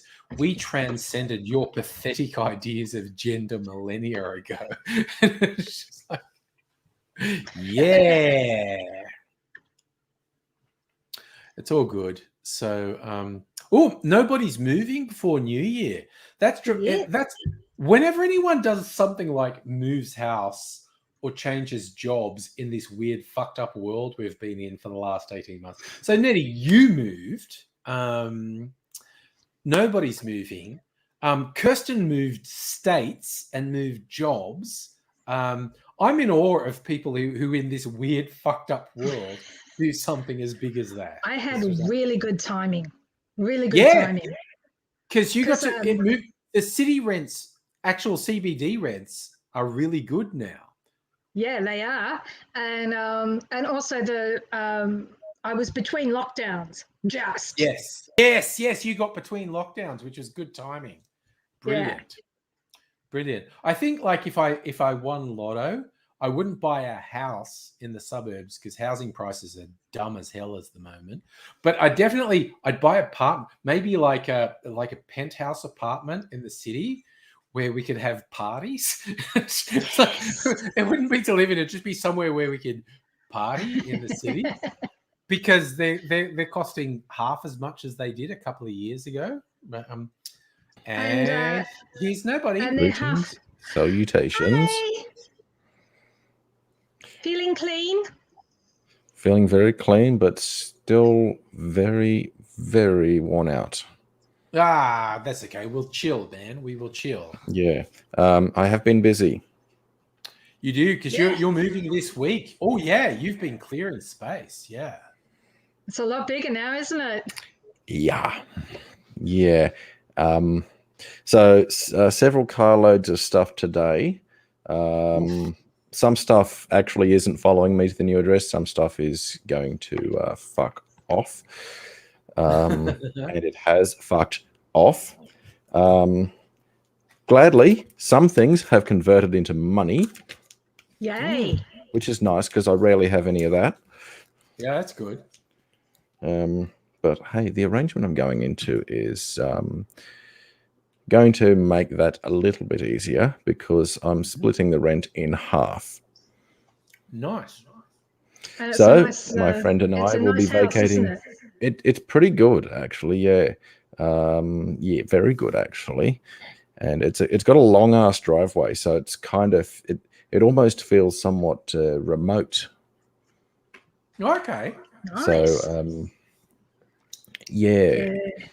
it has a slightly isolated feel, which I must say I like. So looking forward to being finished with moving. Not looking forward to tomorrow, however, because there's a churchy thing. They call it Diocen Ultrea. Now, we've had one at my church before, and I did the sound for that. One of the organizers, when we were setting up, basically offended me. And for a Christian, I'm very unforgiving. So I don't like working with this woman, and I shall have to be working with this woman. Yeah. And I shall have to work with her without strangling her. Abigail. Hey, Abigail. Good. Now Hello. Now we have two lovely ladies with us. We do. And it's a nice sort of... It balances it out. It balances it out. So where's the other one? Because I can see Nettie there, but... Oh. Abigail, you know full well I'm talking about you as well. Careful, Abigail. Whose echo can I hear? I'll mute me and see if it goes was an away. echo for a second, but I think it's gone away. Yeah? How about now? I can't hear an echo. How about now? I can't hear anything. Okay, how about now? Yeah, echo? We're good. No, I'm not hearing We're it. good. It wasn't echo Okay. momentarily, Sorry, but I think it's gone away. That's okay. It's best to deal with it if we find it. I should drink some water. I think I've got all this crushed ice. I should just put some water on it at this point. I found something amazing on special. Ooh, some Johnny Walker. Nice. I don't know what it means, what double black means, but it's not single malt, and it was only 50 bucks. Wow, that is extra And the blackness. bottle- Look at that bottle. Like the bottle is tinted so that it looks black. Yeah, that is a sexy bottle. But Johnny Walker do good blends. I mean, you don't dominate the world market like Johnny Walker does if you make stuff that people don't want to Tiny, drink. is Angry too quiet or am I too loud? Angry's gone quiet. I could get louder. Poor Abigail. I just messed up Abigail's head. Oh my god. Oh, Oh. that was harsh. That was harsh. I'm a bad person. I apologize now. I'm a bad person. Angry. You Anyway, might... so this is Yes. half of my self-watering Oh, cool. plant, That is pot. sweet. and the other half is printing right now, and it's going to be Nice. this color because this is a failed version. It just Okay. stopped for some reason, and it'll go on there. Well, this will come up to there with the Very spout nice. sticking out. So that's the reservoir. Tiny, thank you for that waters feedback. itself. I will turn my mic down at the sound card. Yeah. I mean, technically, if I was completely professional, I'd be listening with Oh headphones. shit! No wonder it's loud. And I can control everyone else's volume. Okay, And I is can that go a to bit all better the now? trouble of adjusting. I don't know. That should be a little better. I think Kirsten might have been wearing headphones too, because her response Okay. to me doing that to the microphone was, So I went into my Ow. Windows setting and my mic was turned up to 100%, so I probably was a Okay. bit loud. "That's okay, we're all good." I love Stella saying angry seems normal to me. That's like Angry does not seem normal to me. That's the nicest thing anyone's said to me in ages. I appreciate the Normal cuddles, is Stella. so overrated. I'm always up for cuddles, especially from Stella. Oh, yeah, but Oh, sorry. Now my water is slightly flavored with the cocktail that was in here before, and it's actually quite pleasant. It's like coconut water now, so it's pretty good. But I need to just hydrate with water for a while because the next cocktail I make is going to be a zombie, which is far too much rum, including overproof rum. So yeah, Zombie nights are always good nights. yeah. So I'm trying to do, because there's a bunch of the YouTubers who make cocktails. And there's a couple guys who occasionally will do these challenge things. They say, hey, this month everyone should make a cocktail on this theme. And of course, because it's October, it's a Halloween theme, and they're calling it the Monster Smash. You have to make a cocktail that has some sort of fruit in it that you sort of pulverize and shake, and that's called. Oh, I've got to have a fucking. Oh, maybe I can't do it tonight. I need a Halloween garnish. Ugh. I need a spooky. What I was thinking of doing, because a zombie doesn't normally have fruit in it. Oh, what's that? Ooh, yeah. That's my workstation. I'll see if I can get that a bit clearer. Yeah, no, that looks cool. Okay. A bit blurry. My camera sucks. Yeah. I think the Is that phone's where you're reflecting. sitting right now? No. That's that's at the church. That's a. Ah, I see. That's That's where you do the surfaces. Nice. yeah. That's Uh-huh. it's still not what my fucking phone screen is reflecting the. Yeah. I can see it. I can see it. That's your sound deck. Did you just don't turn my brightness down? It still looks Yeah. like You can see it a little bit better. There we go. Yeah, Yeah, I can see it. feel the Okay. levels I can on see that. Yeah. So I've got my phone set to automatic brightness, so the camera perceives the light in the room and goes, "Oh, okay." I'll be that bright. So when I held the phone up to the screen, it sees the camera picked up the white and goes, "Oh," probably picked up the back of my monitor actually. Anyway, he goes, "We've not got much light here. I'll turn me down." Would have turned it up if I'd pointed it straight at a pure white part of the screen. Actually, never fucking mind. Waffle. I'm looking at some fun stuff in the chat. Invisible Chicken did a mocktail version of a corpse reviver, and I'd love to know what the components of that were. Kirsten's that'd be interesting. suggesting the blueberry and lychee eyeball garnish, which is a great Halloween garnish. If you get a lychee and stick a blueberry in it and sit it on the top of your drink, and it's like an eyeball sitting in your drink. I don't have either lychees or blueberries. What I was going to do, I have some raspberries, fascinating, and I was going to muddle them a bit and shake it with the ingredients. But instead of just pouring it in, I was going to filter them out and then dump it on top, and it's going to be like a zombie smash. And so the pulpy red raspberries are going to kind of look like zombie guts on the top of the drink. And sorry, it's just almost named Nettie choke on a drink. So that's going to be my garnish. The pulped raspberries are going to be like zombie guts on the top of a drink. Be sure to share photos of that, Angry. I will. No, I'll be making it on here. And I love, Lemonheads has spotted you and thinks he's seeing Chris Cornell, nobody. So with that's pretty good. Kick ass. Yeah. Yeah. Oh, and That's Kirsten, very if you cool. splash bitters on the eyeball, then they're bloodshot. Nice.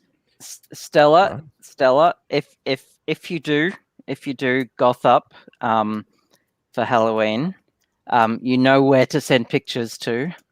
Just saying. He's going to really appreciate them. Yeah. I will absolutely offer pictures in return, since it's we're an entire continent away. So you know, what else have we got? Exactly. The angry stream where people try and pimp each other out. It's like I'm not trying to pimp anyone out except for myself. No, maybe. I guess it's just hookups. We're just trying to do virtual hookups. It's not pimping anyone out. I believe I Should had I a put on radio my commercial. corset? Yes. Sorry. From my My corset answer for my answer to literally anyone talking about corsets is yes. And that goes for male, female, mask, femme, non-binary. If you've got a vibe with a corset, my answer is yes, do it. You're talking about hookups, Angry. I believe I had a commercial for a hookup site, didn't I? I made a radio commercial for that. Yes, that was a good video. I like that one. Like many, I'm sure you're tired of being single. Why not visit tiredofwankingalone.com? We'll get you a hookup. Often in the first week, provided you're not a total dickhole. Tiredofwankingalone.com, your #1 dating and hookup service. Occasionally, porn sites will have really weird ads, like it's like Tinder but for sex, and I'm pretty sure that's what Tinder's for. I'm pretty sure Tinder's just about sex. The first thing that comes to my mind with Tinder, I'll be back in a sec. Is I can't help but get the impression that Tinder users have the depth of a teaspoon. Well, I don't know. Like, hey, if you're all about superficial and just go, that looks nice, I'll fuck that. Hey, power to you. Far be it from me to judge. But it certainly has no appeal to me because I'm a big picture kind of person. If the person looks like a supermodel but is basically shit wrapped in skin, they can keep their fucking looks and they can fuck off. Yeah. And it's the same. Like, I often hear my female friends complaining about guys who pose in front of expensive things, whether it be a car or a boat or something. And they're like, no, dude, fuck off. I go, yeah, look, there are a certain number of people for whom that is enticing. And it's like, look, if that's your thing, go for it. But when you're being that shallow, the outcome's only ever going to be shallow. And hey, every now and then, shallow is great. You know, whatever. Look, not for me to judge, but it's definitely not my thing. A friend of mine who's poly has gone back to OkCupid. Bad idea, if you ask me. That's like... Yeah, seems like a bad idea. Dating sites a while ago. Yeah. I gave up on that. Apparently, it's full of polyamore for those who wish to know. Okay. Yeah. Okay, well, I have a few online friends who are. Apparently Stella agrees with me. Thank you, Stella. Yeah. I haven't had to go on dating sites. I actually met Mrs. Angry on RSVP about 16, 17 years. I don't know if RSVP still exists. My cousin met her long-term man on RSVP back about that time as well. Yeah. Oh, man, I am so friggin' glad I was out of the dating pool before Tinder was a thing. That just freaks me out. I gave up on dating altogether as well. You know, the first thing that happens when someone starts trying to hook up with me, I pretty much go, right, what are the worst things I can tell them about myself? Right. So let's be a bit narcissistic. That didn't work. Now I see why people... Okay, I'm not going to finish that sentence because that's going to sound really insulting. Right. Can I hint at being shit in the sack? No, because then they just think I hate them. Fuck. What can I say that's going to put them right fucking off? Right off. Nothing has worked so far. When it doesn't happen, it's not like I'm flicking them off left, right, and center, but but every now and then. But yeah, when someone locks onto me, it's basically going, gotcha, bitch, you're mine. I'm going, no, I'm not. Fuck off. And they take a long time to take their hint, and then they get the shits when they finally get the picture. Yeah. Lemonhead saying, remember ICQ. Yes, I think I probably did some flirting. I remember ICQ. I never used it. I probably did some flirting on ICQ. I definitely did on MSN. I did more than flirting on ICQ. Oh, yeah.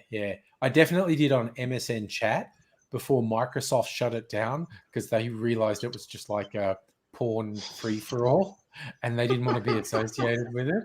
It was like, oh my God, people are doing what on our chat network? Oh my God. And they didn't want to be associated with it, so they shut it down. But yeah, no, there was some definite funny that they shut it down. Mad hookups on MSN chat before they shut it. They'd be begging for that now. They'd be wanting people to do that now. Yeah, but Microsoft doesn't want people to do that. Other ones. Yes, Stella, the old thing, ASL on ICQ and chat rooms. IRC chat rooms. IRC. ASL was you had to tell people your age, sex, and location so they could work out. Yeah, I remember that. On them. Yeah. The other one, this used to happen on MSN chat. It'd be in a chat room and people would just flick in and out and it'd be guys going like, who wants to fuck tonight? You know, I'll fuck anyone. And we'd like, go away, you weirdo. And I made a joke like, that couldn't possibly work more than one time in 100. And then I realized these guys were actually doing it 100 times a night. It's like, why would they do anything so fucked up? Because they could eventually find someone. Yeah, they were doing it hundreds of times a night. And again, this was another thing I learned from MSN chat. There were a lot of married, bored women who would go for an incredibly meaningless fling because they were very bored with how things were. And that's who would pick up on because it was always guys in their young 20s. And it's like women in their 40s, like, yeah, I'll use you as a sex toy for a night. What the fuck? It's just, it was so weird. So very, very, very weird. But that's the world. And there's a bit of something for everyone out there, essentially. I have a real problem with the dating sites that specifically target married people. Oh, no, I do too, Pete. Yeah, there was one site I looked at, and one of the things it had in the compatibility thing is, are you okay with getting into a relationship with somebody who's already in a monogamous relationship? And are you okay with basically being their secret bit on the side? And I'm going, who the fuck clicks yes to that? Direct them to me. I've got a special fucking present for them. Yeah. Well, I want to fucking bash the crap out of them. Fuck those cunts. There was the site called Ashley Madison that its whole tagline was come here to have an affair. And then there was the hilarious sugardaddy.com or sugardaddy. Yeah. Sugardaddy.com. Yeah. Probably sugar baby, whatever. But Ashley Madison was high profile for a while and they got hacked and all the user data got made public. I remember that. Which was two hilarious things. All these married men having their details made public because they'd signed up. But the second funny thing is there were basically no single women on the site. the women on the site could be split into two groups. It was people actually employed by Ashley Madison to have multiple fake profiles to string the guys who were paying for membership along, and sex workers. And I'm completely on board with the sex workers going like, yeah, married dude, I'll have sex with you. Just flick this money across to my account, and we're going to do it. But that was the most funny thing about Ashley Madison, that there were no single women on the site. I'm actually, like, for the record, I am personally not. I'm a one at a time kind of person. Yeah. But if people are having, polygamous relationships on a consensual basis, yes, totally fine with that. No problem there. It's none of my fucking business. It doesn't affect literally none of my fucking business. Literally. It doesn't affect me. Yeah. It's But when people are being treacherous and sneaking about and betraying people they're supposed to care about, that grates me. Yeah, it should be open and consensual. I remember there was this guy, and I knew he was in a poly relationship, and where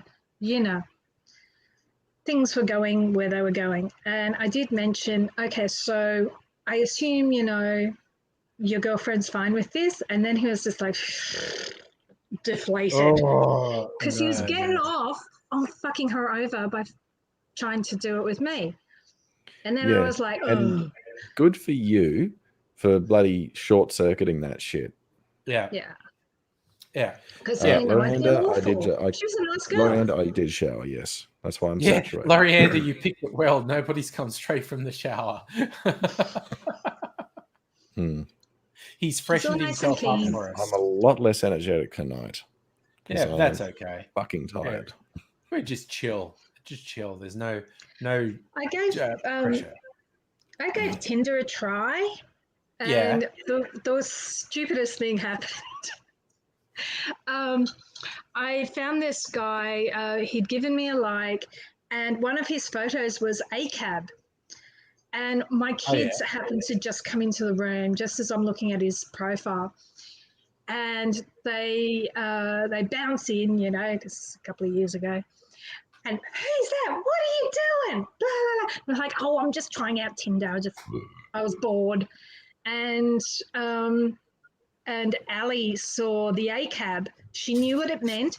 The little one didn't. She knew what it meant, and she goes, "Is he an anarchist?" Oh my God! And I said, well, he's from England. And then actually, she's all about, I want an English anarchist punk stepdad. Go for it. So she sends me. Excellent. So I get peer group pressured by my own children into like having a conversation and deciding to meet the guy. Yeah, that's fair. So Lorianda, it is a guy. Sorry, Nettie, keep going. Sorry. Turns out that he had taken a photo of the ACAB because it was spray painted somewhere, and he thought it was the name of a particular band. And it is. And the band is All Cunts Are Beautiful. It's a girl band, girl garage band, right? Nice. Yeah. That's pretty cool. Like, because we were like, music, cool. So, but that was all we had in common. Yeah. It was all we had in common. I told him I went to the to that protest, the Fridays for, Greta Thunberg and her whole... Yes, the environmental that big protest that happened in the city. Yeah, I told him that I went to that. He goes, "You went to that?" I was like, oh. So, but it was hilarious actually, because he was like, "I don't even know why that photo's up there. I got all confused with my phone and the..." A few friends of mine have taken the piss a bit with the ACAB to try and fly under the radar. They'll have a picture of a cat and with the ACAB, and all cats are beautiful. and then they post a whole bunch of anti-cop stuff, and someone says, "Oh, yeah." So Lorianda, that's actually Chairman Mao coming out of my chest. So yeah. Oh, it's Chairman Mao. It is. I thought it was David Carradine. No, it's Chairman Mao. I was wondering. I just need to pop downstairs for a moment. That's okay. I bought a couple of, and this is way back. I haven't had to wear a tie at work for a long time. I don't even remember how long, definitely more than 10 years. But certainly during the 90s, I had to wear ties at work. And so I was one of those wacky guys who went, "Oh, I have to wear a tie? It's going to be wacky." So I've got a very large tie collection that comes mostly from the 90s. But in one menswear shop, they had a whole bunch of shirts, ties in this style. It was political figures, and it's these diagonal. There's not high enough resolution to tell, but it's these diagonal silver lines of different thicknesses that do it out. I bought Chairman Mao and Che Guevara, but they did also they had JFK, which an American friend of mine got, and they had Winston Churchill as well, and he was very ugly, and I didn't get that. But I got the communist ones, well, essentially for 3 reasons. One, because they were really cheap, and it's like, that's a bonus if I don't have to spend a lot on a tie. 2, because I love it from a design perspective. Those diagonal silver lines of different thicknesses that make up the picture is very nice from a design point of view. 3, communist revolutionaries on a business tie, I just found hilarious. I remember I worked for a telecommunications company, and it was called Australian Communications Consortium. And so they used the acronym ACC. Yeah. And in my office, which used to be one of the director's offices, they had a corporate logo on the wall, and it was ACC, and then like they spelled out action, but with the ACC logo. Okay. And then, so when I moved in, I printed up a picture of Che Guevara and put it next to that. And no one ever asked me to take it down, which was nice of them. But, nice. You know, yeah, I think some people got the point, though. Yeah, no, that's fair. Direct action in that case. Not that he was a saint or anything. I have no illusions as to to that. He's a symbol more. Yeah. No one's a saint. So we've had this discussion. Don't have heroes, because it's not fair to them, and it's not fair to you to elevate someone. Speaking of, and this is, I'm just going to go side. I'm not going to go into a lot of depth. I was a huge Dave Chappelle fan back in the Chappelle Show day. Oh, and he has more recently been weird because he doesn't think he's transphobic. He's lazy is what he is. And what I find really stunning is, because things that I think are true about Dave Chappelle, he is funny. It's undeniable. He has the capacity to be very funny. He's definitely intelligent, and he's also a compassionate person. So then it's like, why the fuck do you have this massive blind spot? And it's just because, I don't know, no one's perfect. But it's like when he does stuff that he thinks is funny about trans and to a lesser extent gay people, it's like, dude, you're telling black guy in a suit jokes and you don't seem to get it. Where I grew up, real racist country, New South Wales, and the joke was, what do you call a black guy in a suit? The defendant. And the joke is, I know. Yeah, no. The joke is, they might try and fit in with us decent white people. They might try and be a decent person and part of proper society, but we know deep down they're still black and they don't fit in.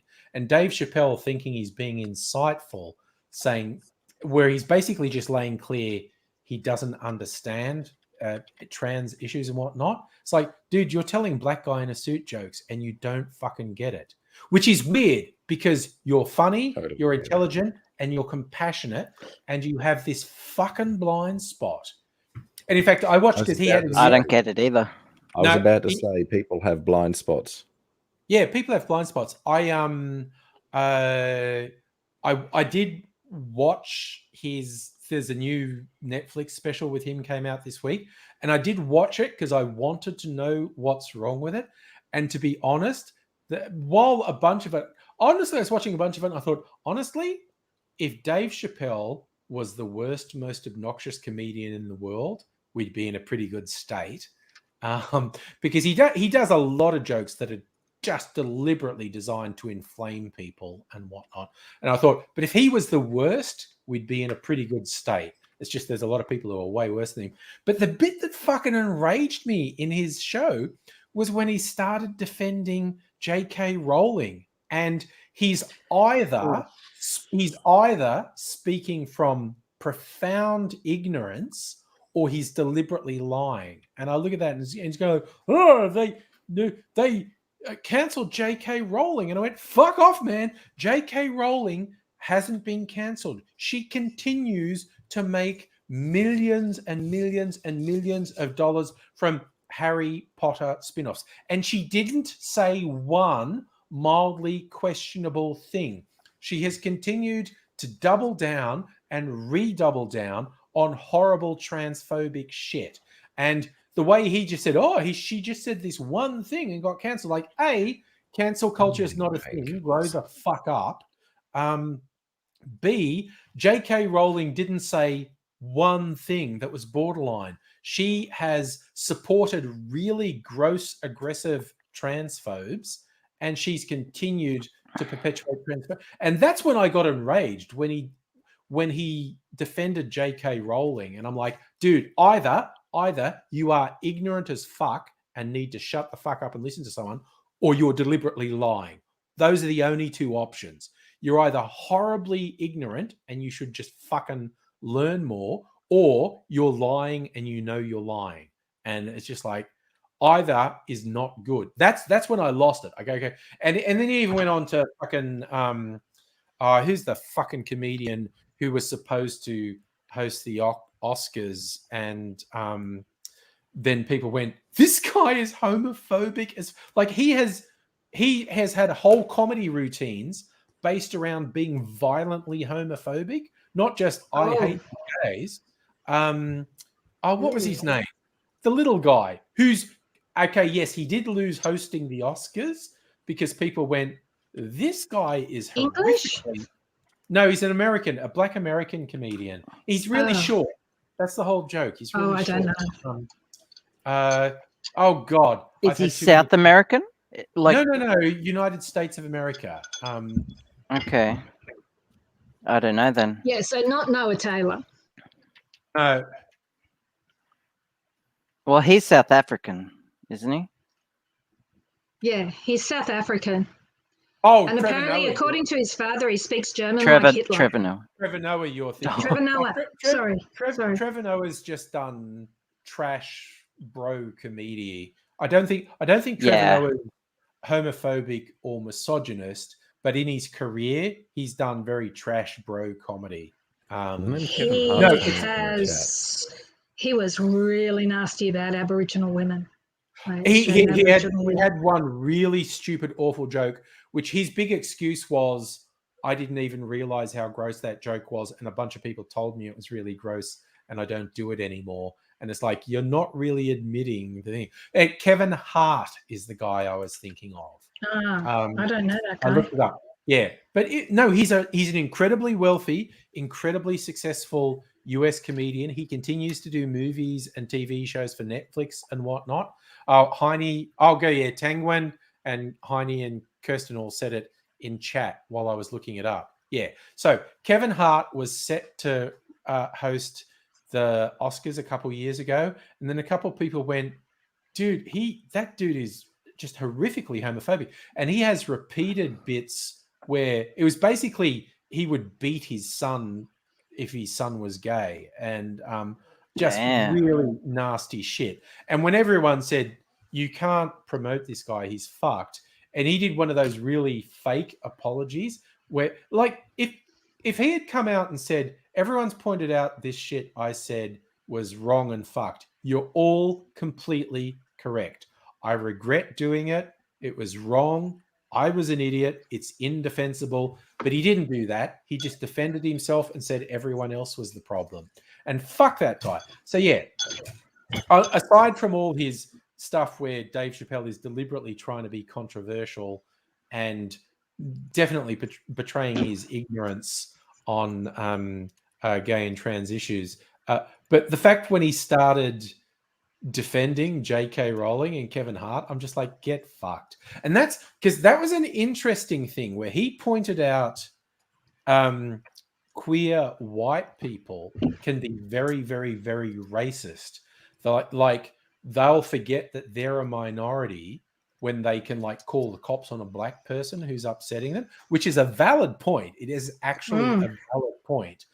But at the point when he started defending J.K. Rowling and Kevin Hart, I was going, fuck you, dude. You're just being a rich guy defending other rich people at this point.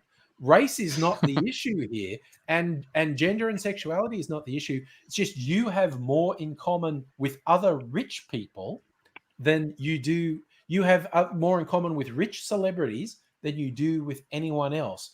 And you can't see what damage these rich celebrities are doing to marginalized groups because you're a rich celebrity.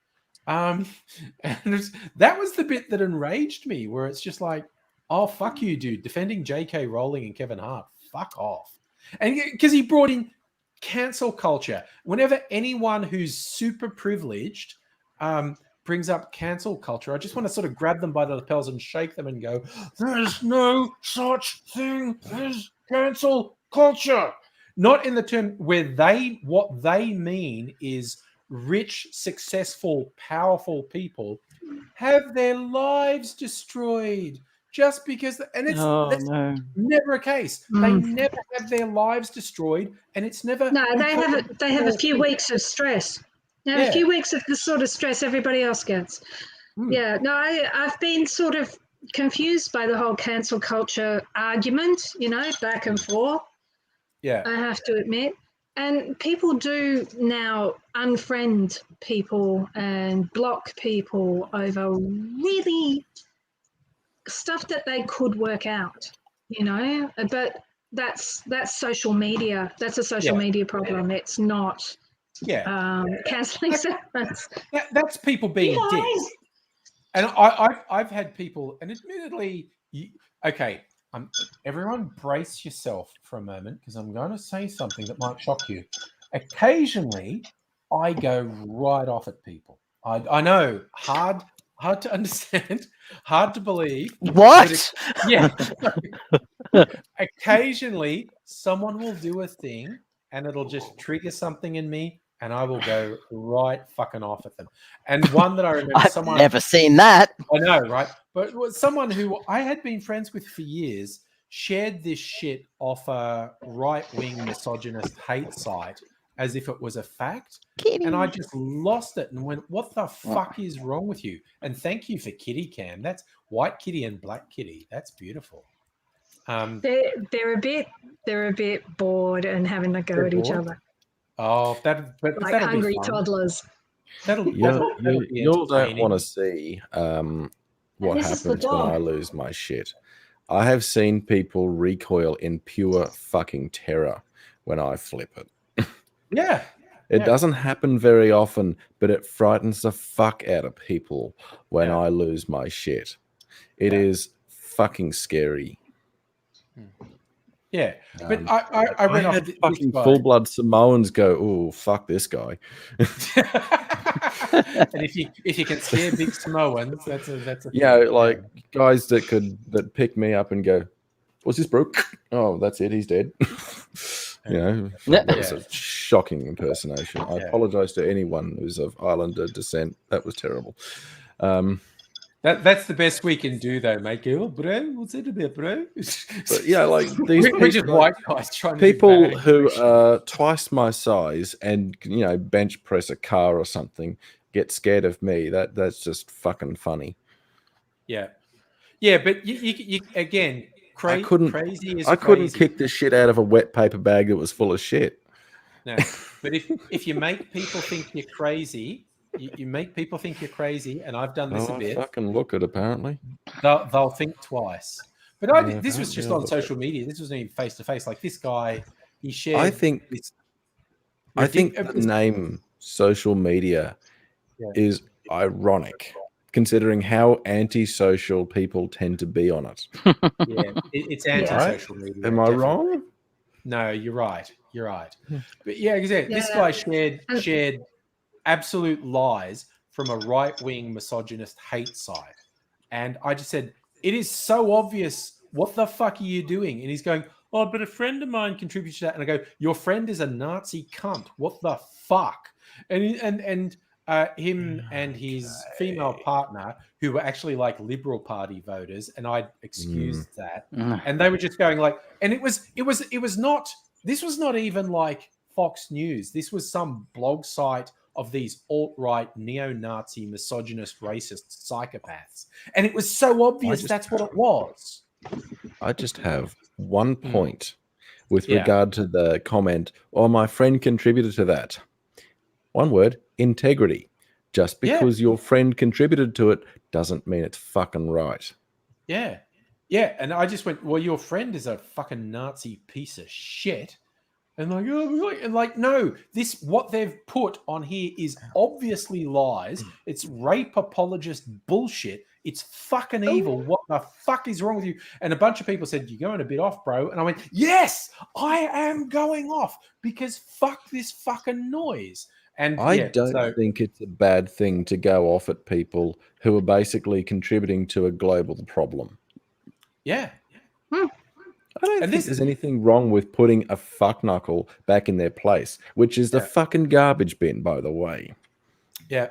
And I lost misogyny is toxic and it has no fucking place in modern society. Yeah. I lost some long-term quote unquote friends, internet friends. Well, they weren't friends. These are people who I physically knew. And these people weren't all right things, but they just said, oh, what you did was too extreme. And I went, oh, excuse the fuck out of me. Okay. My reaction might have been extreme, but I was fucking right. The guy who I was losing my shit at might have been calm, but he was fucking wrong. He was siding with neo-Nazi, misogynist, rape apologist pieces of shit. So fuck you if you've got a bigger problem with me being angry than you have with him siding from misogynist, rape apologists. Fuck you. It made me angry. You know who else used to get really fucking angry at people? You know who I'm going to name? The bracelets. What would Jesus do? Well, that includes he got fucking angry and chasing people with a whip. Honestly, so he got very, very angry with people. That's my favorite one because the money lenders in the temple story. People say, yes, when people say to me, stop turning my father's house into a market. Yeah, something to that effect. When people say, what would Jesus do? Well, the spectrum of what would Jesus do includes flipping tables and chasing people away with a whip. So, Safa, greetings to you, friend. Good evening, Safa. Yes. And Lemonheads, you raised a good point. When people can't genuinely say, I fucked up, I'm sorry, there's a problem. When people get called to account and they try and make it someone else's problem, no, you need to cop it and say, well, that was wrong. That was wrong, wasn't it? All right, I'll be back in a sec. That comes down to integrity as well. Yeah. There's not a lot of things I have in this world. Integrity. You mean apart from the awesome hair? I do have the hair. Well, that's superficial, though. That's superficial. And when I get older, my looks will fade, and I won't have that anymore. For those who like my looks, and for those who don't, you'll well, you don't give a fuck, literally. But I see what you did there. yeah. Now I've derailed What are my you train of doing, thought. Abigail? Integrity. I'm I do have deburring integrity, I the believe holes in I made in this tub. the voice. Yeah, I'll probably still Okay. have the voice in years to come, Stella. For those who like the nobody voice, I'm too tired to. I to try and certainly put a do. voice on. I know many a lady would love that voice. Thank you.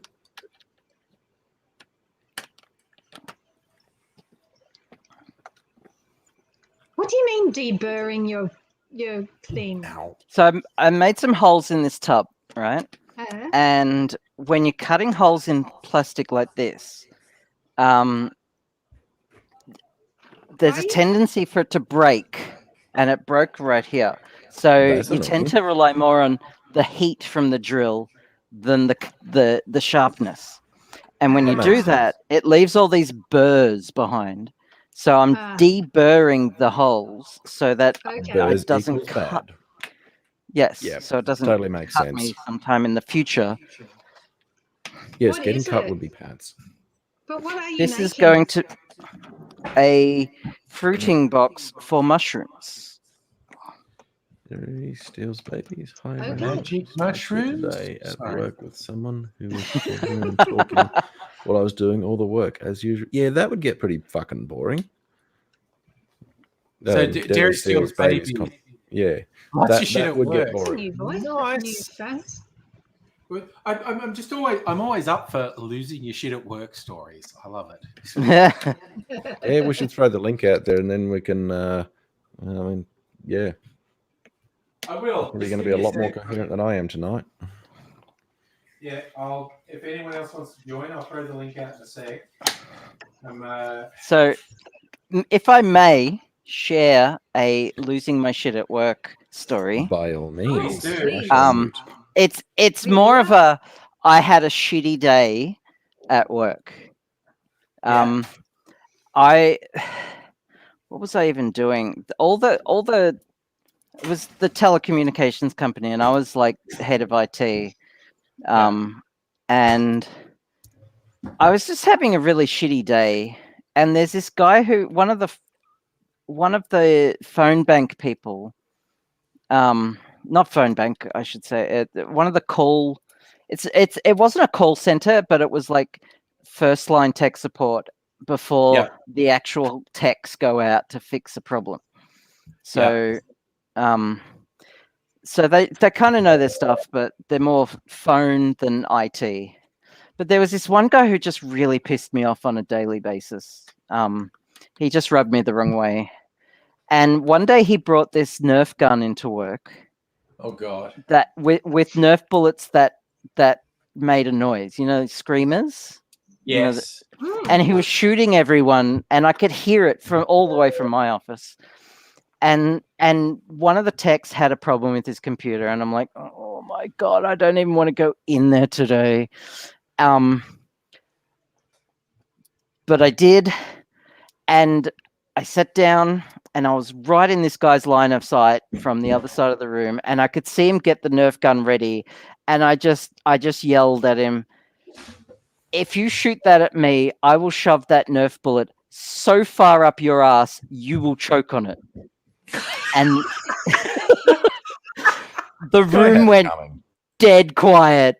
And he was just like, okay. And okay, I won't do that then. Oh. Yeah, like he didn't do anything wrong. I was just having a shitty day. And I think I was the asshole, but only like one butthole out of 5, Yeah. But yeah. Fun and games are all well and good when everyone's on board with it. Yes. Yes. Yeah. Your rights to not be on board with it, legit. Yeah. Yeah, but it could have been nicer. Well, we all have those moments where we're a little less. We all have those fucking days. friendly. You're self-aware. You know. You're self-aware enough. Yeah. Look, Yeah. At work. I haven't worked for a long time, but I have never lost it at work. Oh no, hang on, I did. You know, I swear at parishioners. I swear at parishioners. I swear in front of parishioners. Yes. I hate all the commercialism. I hate the rehashed shitty Christmas songs that shopping centers play constantly. I hate the expectation that everyone's got to pretend they're happy. Everyone's got to buy gifts for one another. Fuck that shit. That's all legit. Yep. So I fucking hate it. And so I'm right there with you. That's for sure. So, you know, we're doing a Christmas carol sing, and I'm going, I've got a real problem with Christmas. I was talking to this poor lady, and she's actually a nice enough lady, a little different, but nice enough lady. And I said, I don't like Christmas carols, and I don't really get the point of Christmas, because Christian people are supposed to be mindful and celebrate the birth of Christ, you know, every fucking day. You know, so really, what the fuck is with this one day of the year fucking bullshit? She wandered off. Yeah. Imagine why. Yeah. No, well, Christmas is. Christmas was appropriated by the one church, as it was at the time. From the pagan celebration of that time of the year. A lot of the pagan solstice. celebrations that Christianity adopted were to try and make Christianity more accessible and acceptable to non-Christians, to try and spread it around. And so consequently, we have adopted all these traditions that have basically fuck all to do with us, which is not necessarily bad. You know, I mean, if I were to say that that's really bad, I'd become as bad as the people I criticize for being too fundamentalist. It's certainly not a thing unique to Christianity. No, that's Buddhism does exactly the same right. thing. That's exactly right. It's not unique to us. And when people cling to it and act like if you're not a part of it, you're not a Christian, I basically have to walk away, because it's either that or I grab them by the throat and punch their face in. Okay. I'm in that kind of frame of mind at the I moment. think. I'm not looking forward to Altrea tomorrow. I fucking hate Altrea. What's Altrea? What is it? I still don't fucking know. I sat through Never one heard of of these it. things. Do it. It's something that came back. It came in the bloody 1970s in the Anglican Church, and should have disappeared into the trying to be fucking hippies. irrelevance that it is. It's How do you supposed to spell be. Oh, I can't remember. I'm fucking tired. It's supposed to be this thing that's not run by clergy, and it's run by the people, and they do all their songs and bullshit, and except that It's a hippie thing. Except it fucking is run by clergy, and it's just a big load of fucking crap. Okay. And it's, as I mentioned before, Did you know? And this might appeal to you. The only place that ever banned Christmas was Scotland, and they banned it for 400 years. Oh wow! Well, did the English ban it from Scotland though, or did Scotland ban it from Scotland? Scotland banned it because the Presbyterians had pretty much the same point of view that what the fuck is this papist bullshit? You know, fair enough. It's too pagan. Get rid of it. I will say, I wouldn't go so far as to ban. They also tended to burn witches. A lot I'm not real fond of that shit. I will say, you know, in the spirit of you know, what I said earlier about not being a dick to other people. If you want to do Christmas, fucking do Christmas. If you like Christmas carols, enjoy your fucking Christmas carols. Just don't expect me to like it. It's not gonna fucking happen. Yeah. No, I get what you're saying. Like Christmas becomes such a stress. especially if you don't have money. And if if like the rest of your family does have money, all it does is highlight how poor you are in comparison to your family or in comparison to whoever you're spending Christmas with. I really like. I hate Christmases. December because of fucking Christmas. And I have my oldest son. His birthday is on the 19th of December. Oh, sorry, the 29th of December. Solstice. Yeah. It's on. It's very close to solstice. Stella's NBN carrier pigeon is having conniptions. Maybe open up the NBN router and maybe change the rubber band. Yeah, Rubber Stella, band might be broken. maybe your carrier pigeon ate a bum sandwich. Yeah. I actually, at the same anyway, time, so Stella said that, I had a message that the stream to Facebook had cut out. So I don't know. Oh, okay. So Abigail. So December. So December is 2 lots of Christmas presents and a birthday present for kids, which I have to do. Yeah. Yeah. And I feel sorry. I get so stressed. I get so stressed. And usually what I do is I dedicate November to saving up. Fucking Christmas present. A lump of fucking coal. Lump of coal. Look out! The Liberal Party might smell it and appear at your house wanting your coal. They worship coal after all. Oh, they do. So usually I dedicate November to saving up for December, and it's far less stress that way. I feel bad for you. That sucks. I just flat out tell people I'm not buying anything. Yeah. Yeah, that's why people do Christmas clubs, so that they can all save up together, and then somebody pilfers it and goes to Philippines. Vegas. I actually very assertively tell people not Like to my brother-in-law did. buy presents as well, because I'm like that too. I've got enough stuff. I don't need more. Well, the thing about presents is, I don't understand gift giving at all. It just doesn't. I'm okay with gift giving. I'm okay, but gifts any time of the year for whatever reason. Exactly. That I get. Exactly. But being nice just for because the sake of being nice. Just because it's like the anniversary of my birth. Who cares? And yet my parents still insist on putting a bunch of money in my account.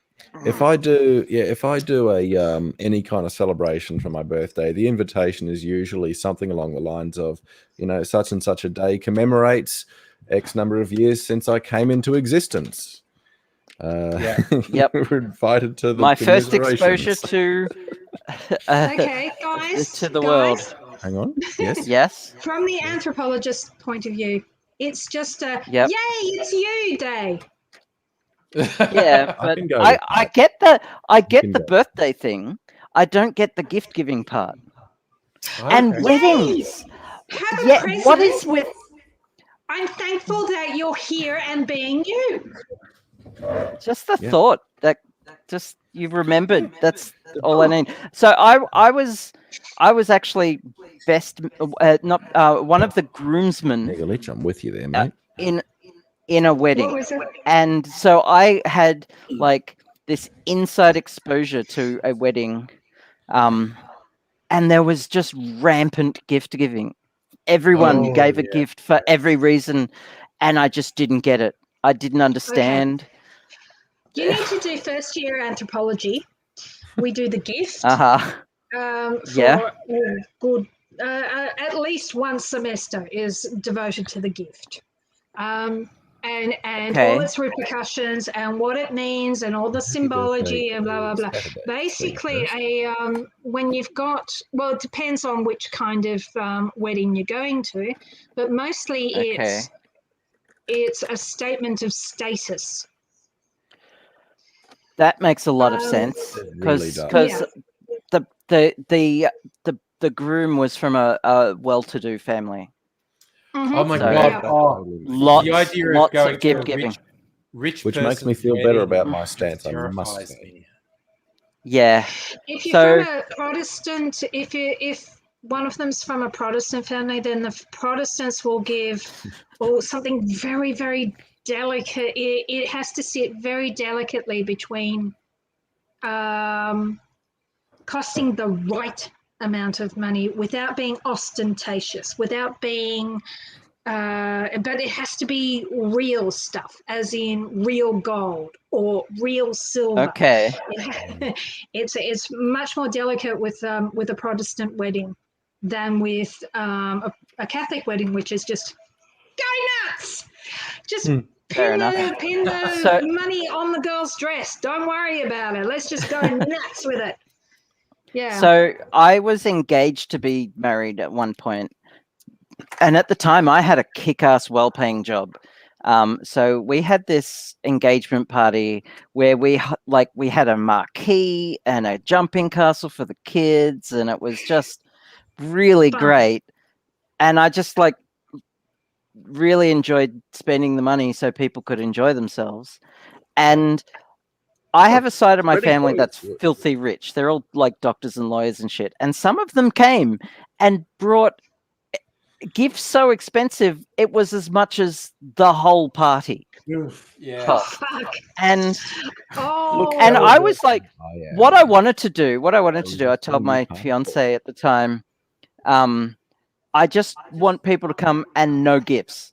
And she looked at me like with like blood in her eyes, like murder, and said, "No, not this time. I want gifts." And I'm like, fine. I But kid you for my not. when I turned 30, I invited everyone to the Comics Lounge, booked a table. There were like 10 of us, and paid for the whole thing. Paid for meals, paid for everything, and people were like, why? Why aren't you Okay. letting me pay for my? And I'm like, no, I want to share this with friends. And Okay, so I there's don't. a problem there. There's a problem there. In that, when you are the great generous person who gives all this to all these people, Yeah. what you're saying is, I have more money than you. You should look up to me. Okay. You should suck up to me. Look at the great party Okay. I put on for you guys. Yeah, It but doesn't That's what necessarily it have to be. often means. So that's why Okay. people might get a bit like they Oh, might get a bit okay. pissed off that they can't Yeah. give you a gift or they can't pay for themselves because they're All right. losing control. Yeah. I'm this You're is losing a good control of their conversation. status. I'm going to let you keep going with. I'm just going to turn my Okay. microphone off and make an apple tea and come back. Sure. I'm Actually, legitimately, confused about. I'm just I like, was seeing have to somebody think for a little while. It didn't go It's well, complex. and I'm glad it ended. But leading up to Christmas, now keep in mind, I'd actually made abundantly clear my position on Christmas and the gifting bullshit, what I think of it. I mean, I'm okay with gifting per se, but just not for the sake of, oh, this is the season for giving. Yeah, make it fucking mean something, you know. Don't just give because there's some stupid fucking obligation. Anyway, I said, look, I don't want to be doing gifting. I can't afford to be buying fucking gifts. 60% of my income is fucking rent. Actually, more than 60%. She Okay. actually fucking burst into tears because oh, I wouldn't allow her to buy gifts and shit. I understand why. And I and I was understand why going- she burst into tears. yeah, but at the See, same time, yeah. she's acting all surprised and like I'm being harsh when I made it clear before she and I started seeing each other. So I'm sorry, fucking zero sympathy. What about what about Mm. a dollar limit take it up with if Mr. money's Bum. an issue? A dollar limit helps. A dollar limit is Dollar- really good. Like say $20 tops or $10 tops. Yeah, know, it's all relative to to your economic context. what will make the whole thing just feel better. Like, to give someone something means that they also have to be generous enough to let you give to them as well. Oh, I suck at suck at receiving gifts. That is true. Hard to do. It's so awkward. Graciously accepting gifts, compliments, letting people do something for you. There is an aspect of that is gracious. That is true. But I still, at the same time, consideration goes both directions. If you look at my house and you look how much stuff I've got to deal with, I generally don't. I'd never feel good about giving away or getting or regifting. I'm a bit of a sentimental fucking fool. So when somebody insists that they have to give some material object to me, what they are doing is saying, "Let me imprison you by this object." Oh. I don't like the obligation. Okay. Yes, I don't like the obligation that goes with it. There is an obligation to reciprocate, and if you cannot reciprocate, then what they have given you is, in a Freudian sense, shit, like a big poo. Yeah. Here, have a poo. Yeah. Yep. Yeah. So. And I get you. That's why, like, I told you guys about a particular person from a couple of years ago who upset me a great deal. Yes. That person gave too much. And I started by being too generous, you start being in too much obligation and you start feeling bad about yourself because you can't repay it. So I started repaying as quickly as possible because I know this from anthropology. I was like, oh, I know this trick. And so I started paying, like I said, like I gave him money for a taxi when he came over to my place and he needed to get back. And I look, here, have money for a taxi. And he tried not to take it. And I said, no, I want you to take it. And he's like, okay. But he was very awkward with it. And the thing is that with certain people, with some types of people, giving puts them in power over others. Okay. And there are definitely situations and like that. you're being sensitive to that, and that makes sense. Sorry, what would you say, Nobody? Yeah, that is true. Like there was actually a point that you talked about how he didn't want to accept it. He was not being gracious to accept that you wanted to contribute something. That was not very gracious on his part. But you kind of summed up why that was in the end there. That is because in his case, the giving wasn't out of genuine generosity. It was a power play. Yeah, it was look how good I am, look how wealthy I am, look how powerful I am. I'm going to give you these things because I can, and you can't do anything about it. And that's disempowering for you. And I was very grateful. And but once I got I had some cash flow. I sent a lovely hamper of cooking stuff because he loves to cook. He's really into his hospitality culture, and so it was really, really appropriate without being romantic.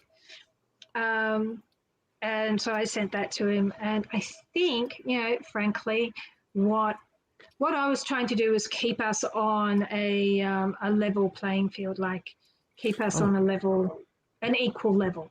Good night, so we could invisible look each chicken. other in the eye. Oh, good night, Not me invisible down chicken. here. Oh, bye. Not me down here worshipping him up there, And I mean, because the thing was, I was in need, and he did come to the rescue. And so I thought, well, if this is going to evolve past this point, then we need to be on an equal level, and that's what I really want. And I think it just kind of made him go soft on the idea, if you know what I mean. I get it. Yeah. Rescuers. Now, there's a whole fucking topic there. Yeah. Because rescuers seem quite nice there initially. The person comes They in do. and goes, "You're in a bit of a bind. I'll help you out. I'll be a good friend to you." But of course, they quickly go from rescuing to enabling, and they then keep you down so they can continue to rescue you and, of course, remain important and significant. Because if you're on an equal playing field, they no longer have power and no longer feel important or necessary. Quite toxic and probably a sign of a really bad self-esteem. Yeah. Not that I'm actually Well, qualified to make that statement, but that's my guess. I think possibly he did have pretty big issues. But and then he triangulated me with his ex-girlfriend. So. Well, that's just toxic. That's not cool. I've probably going to be a bit of a hypocrite saying this because I'm sure I've done what I'm about to say you shouldn't do, but like bringing in the ex with a relationship, it's not a good thing to do, really.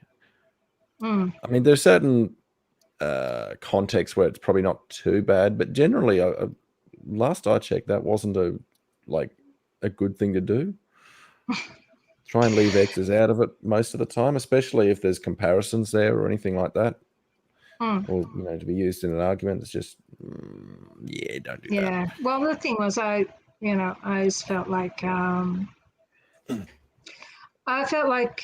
there was a case of, he was always looking at her and I was always looking at him and he was enjoying it. That's really toxic. I mean, he was smart enough not to, make it obvious, but I had a feeling. And her, she was enjoying triangulating him with her new girlfriend. So Safra asks, what's the profession that helps people by listening? I think any good counselor would. I was thinking any good counselor or psychologist would start by listening. There's very few things my grandmother on my dad's side says that I really agree with. However, this is one of them. We have one mouth and two ears. Therefore, we should listen twice as much as we speak. Nice. And also, speaking of listening, Laura's joining us. Laura. Hi, Laura. Hello. How are you doing? Hello. Good. Hello. So cheers. What are you up to today, Laura? Sorry, what was that again? What are you up to? Oh, just waking up. That's fair. I didn't go to bed until about 7:30 in the morning, and it's now good lord. Okay. 12:34. So I've only had a few hours sleep. That's fair. My hair is frightful. We can forgive you if you don't want to switch the camera on. That's fine. I made an appletini, and this is made with. Safra, I'm flattered, but no. He thinks you should be a psychologist. So I take people's problems home with me. You can't do that as a psychologist. No, you have to learn how to not do that. Definitely. I'm not good enough at being objective. So I started off. So what did you got, Angry? I chopped up some Granny Smith apples and steeped Granny Smith apples in vodka for about 5 or 6 days. There's a little bit of that left, but then I put this like a 500 ml bottle. I did 300 mils of the vodka, 100 mils of apple syrup, which I made by again covering more Granny Smith apples with sugar. But after a day or so, the sugar absorbed all the juice out of the apples and turned into a syrup. And another 100 mils of a lemon lime syrup, which I made by peeling lemons and limes, covering them with sugar, and that sucks all the citrus oil out of the peel and turn that into a syrup. So, and then I put a bit more citric acid to make it a bit more sour. So homemade sweet and sour apple liqueur, homemade apple vodka, and Appletini. And so I'm JD from Scrubs, having my Appletini, easy on the teeny. Except mine's a little heavy on the teeny because this is actually mostly vodka. So Apologise for that noise. I just had a cold caller. You know, Oh, hello, nice. I hate that. your property has been flagged as some electric thing, you know, and so basically some electric company trying to sell me their products. Okay. You know, move me to them, and I just asked, "What's my name?" And he said, "Oh, my manager will talk to you about that in a few minutes." You know, and then he said, "Your property," and I said, "Okay, what's my address?" And then suddenly he didn't want to talk to me anymore. I was like, "Oh, okay." Yeah. Well, Well, if you want to be really mean to them, Laura, I got a great one to pull on them. Yes, the Christian nobody demonstrating another lack of Christianity by being cruel to phone scammers. Yeah. probably not necessarily a scammer. More well, a time waster. Anyway, somebody who can get fucked with the infamous cactus that I've showed you the photo of a number of times. Because why not? So what you do is, in a very serious tone, you ask, caller, how did you obtain this number? And, you know, they'll give you some bullshit answer about we got it from this detail. And you say, that simply isn't possible, caller. This is a private extension to a major international security firm. And this invasion is now an international incident to which you are now an involved person. Our people will be needing to speak with you. May I start first with your full name, your date of birth, and your home address? And you just continue to badger them for those details. And you can just about hear the sweat forming on them. I have done that one, and I've heard them go shit and hang up. I can be a proper bastard sometimes. I've had a couple of these guys calling me up in the last week or so, saying that they're from Amazon and that a purchase for an iPhone for $799 has been made in my name. I just need to confirm it. And and I sort of went along with one of them for a bit. And what they want to do is get into your Amazon account on your phone. Yeah, they want your username and password. Yeah. And then I just went, you should be ashamed of yourself, and hung up. Yeah. Nobody, that one you said, I've heard a story told by someone who, you know, worked in phone sales. I've seen people do really well. Yeah, no, but I've had someone who worked in phone sales said it happened to them. Their system did random number generation and dialed and just assumed it.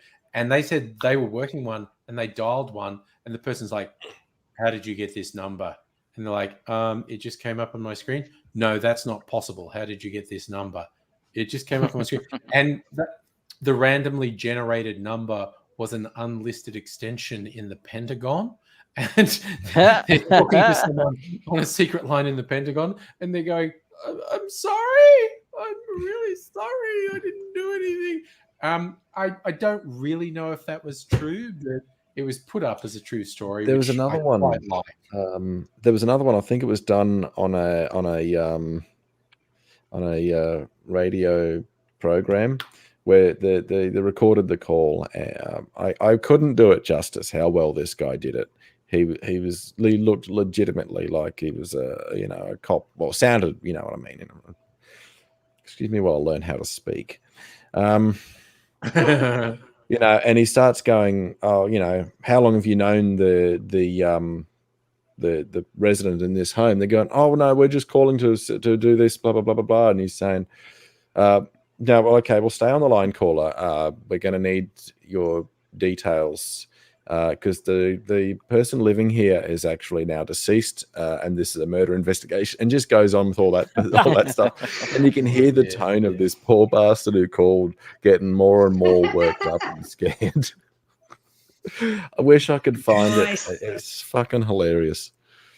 Cruel, Oh, but dear. hilarious. I'm off for a refill. Right. Every maybe 3 months or something, I get a cold call at the door. And the thing is, Ooh, at you're the not door. supposed to access the building. You're not even supposed to be in the building unless you're here to No. see somebody. Yeah. So I always ask, what's my name? Yeah. Because if they, if they know your name, they're here to see you. If they're just some random person knocking on doors, well, that's just nonsense. Yeah. I also get the other one wonderful thing about being trans is that I've changed my name. And my phone company had a very unfortunate situation several years ago where they'd moved the call center to India or somewhere like that, and they'd given the information for people's addresses and stuff like that. They'd taken it, and so you had cold callers, phoning up, trying to get money from your, claiming to be from your phone company. Well, Yeah. I always ask them, what's my name? Because, of course, that data will be my old name, not my Yes. current name. And nothing's happened since my current name. So it's always a very good barometer, way to know whether they're a genuine person or not. Yeah, that's a good call. I've And actually got they're genuinely not. the name question actually reminds me of another trick that I've done to unwanted callers. Like I said, I have moments where I am definitely Mr. Bum, a fucking asshole. And I can I can say, how did you obtain this number? And they say, oh, it's blah, blah, blah, blah, and where are you calling from and all that sort of stuff. And although they'll talk about some bullshit, what is your name? And they say, oh, I'm calling you for, my name is this. I'm calling it negative caller. We've also already traced that information. But the other thing I did to one of them, when you talk about call traces, that tends to make them sweat a bit. Negative caller. We've traced that information and already know your location. Our agents will be at your property very soon. Yes, you can just about hear the water hit the floor. I am very mean sometimes. I cut these bastards. But the other trick I pull is I did this to one of them. He starts doing the scam thing, and it was pretty obvious to me that he was trying to get me to give identifying information that he could use later. So he's going, can you confirm your identity, please? And I went, well, I can. And I waited. So, of course, they asked me again. And I said, well, if you're asking me to confirm my identity, that suggests to me that you have at least an idea. Who do you believe you are speaking with? So then they read out the name they've got on their books. And I said, so that's who lives here. I'm actually the burglar. I just wanted to know who I was robbing. Nice. Okay, I will be notifying the police department. I said, you do that, sunshine. That's excellent. That's beautiful. Oh, that's fantastic. I love that. I had somebody legitimately trying to sell me funeral insurance. That went well. I said, what would I need funeral insurance for? He says, well, do you have funeral insurance? No, I do not. Well, you should get funeral insurance so that, when that day comes. I said, well, you're asking me to hedge a bet on my own demise. Now, I'm not going to take out funeral insurance because I don't plan on dying. He goes, don't be foolish, sir. Everybody dies. I said, with a defeatist, fatalistic attitude like yours, I'm not surprised. Yeah.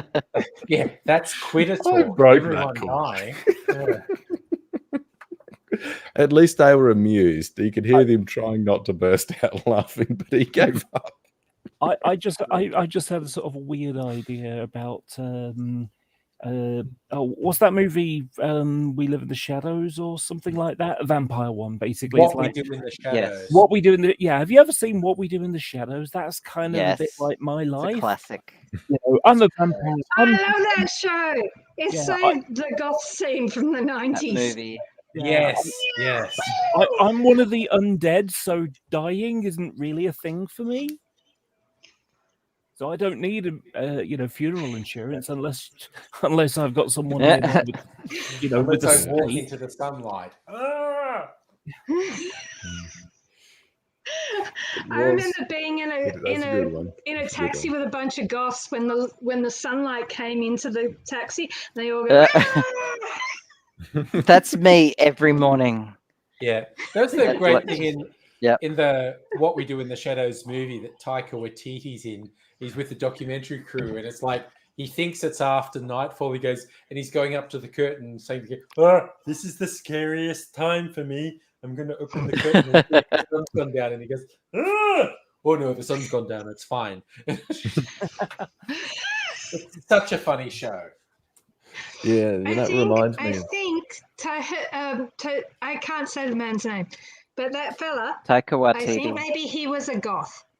Do you think maybe he was a goth? I think definitely the fact that he's so attuned with that whole goth vibe, he was definitely, and I think he was in a shared house with other goths, quite honestly.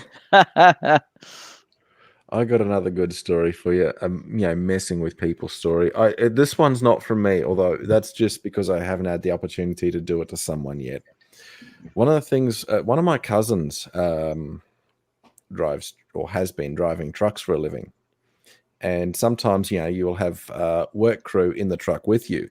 And when they get a new person on the job, he will lean his head over to the side and say, "Shut up, we can't. It's illegal," and stuff like that. No, we can't kill him. Jesus, okay. Belangelo's nowhere near here. Oh no! Oh, that's dark, Nettie. That is dark. Secluded forest upstate. Yeah, okay. Yeah. There was, for those who don't know the Belanglo reference, that was Ivan Milat murdering backpackers in New South Wales in the Belanglo State Forest. I also remember there was this humor.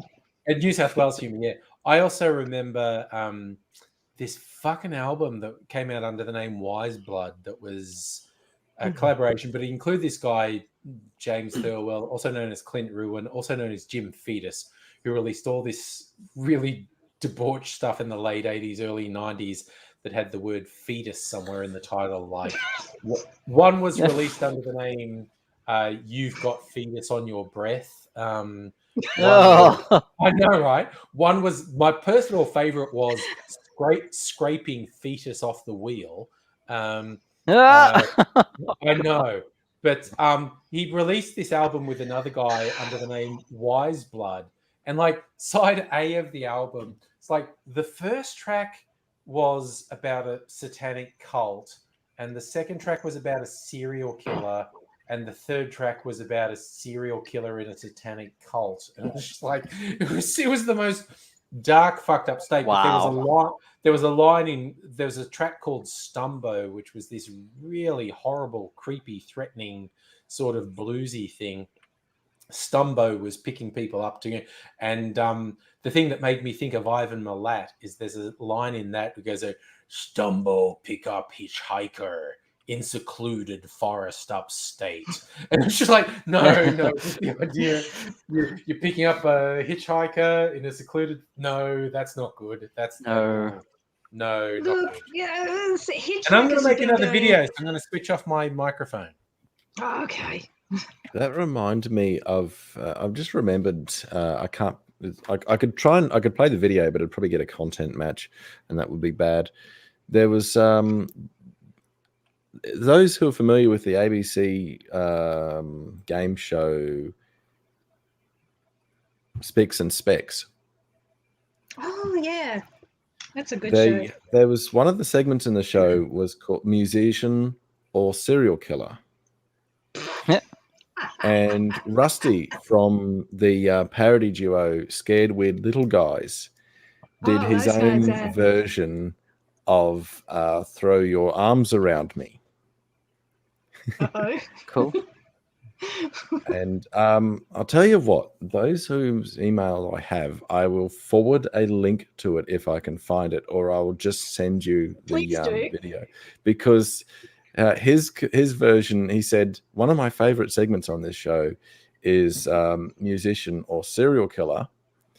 And imagine if Mark Seymour had been a serial killer.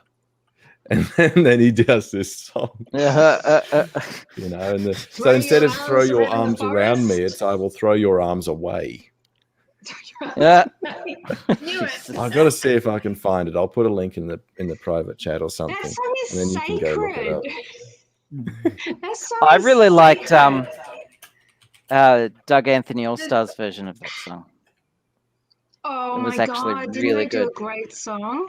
Great version. Yeah. Yeah. They did an a cappella version of "Heard It Through the Grapevine" as Yes. Yes. well. I remember Amazing. watching that on the big gig. Yeah, it was just like you're just close to tears. Yeah. You know, that Spicks and Specs thing that you mentioned a short while ago, I remember Angry doing a video about it a number of years ago, because Amazon stopped that show's app on their thing because they thought it was racist, because Oh, the okay. American company, his Oh, yeah. spec was It's a- exactly the same as the American one, you know. So yeah. Oh, jeez. Oh, right.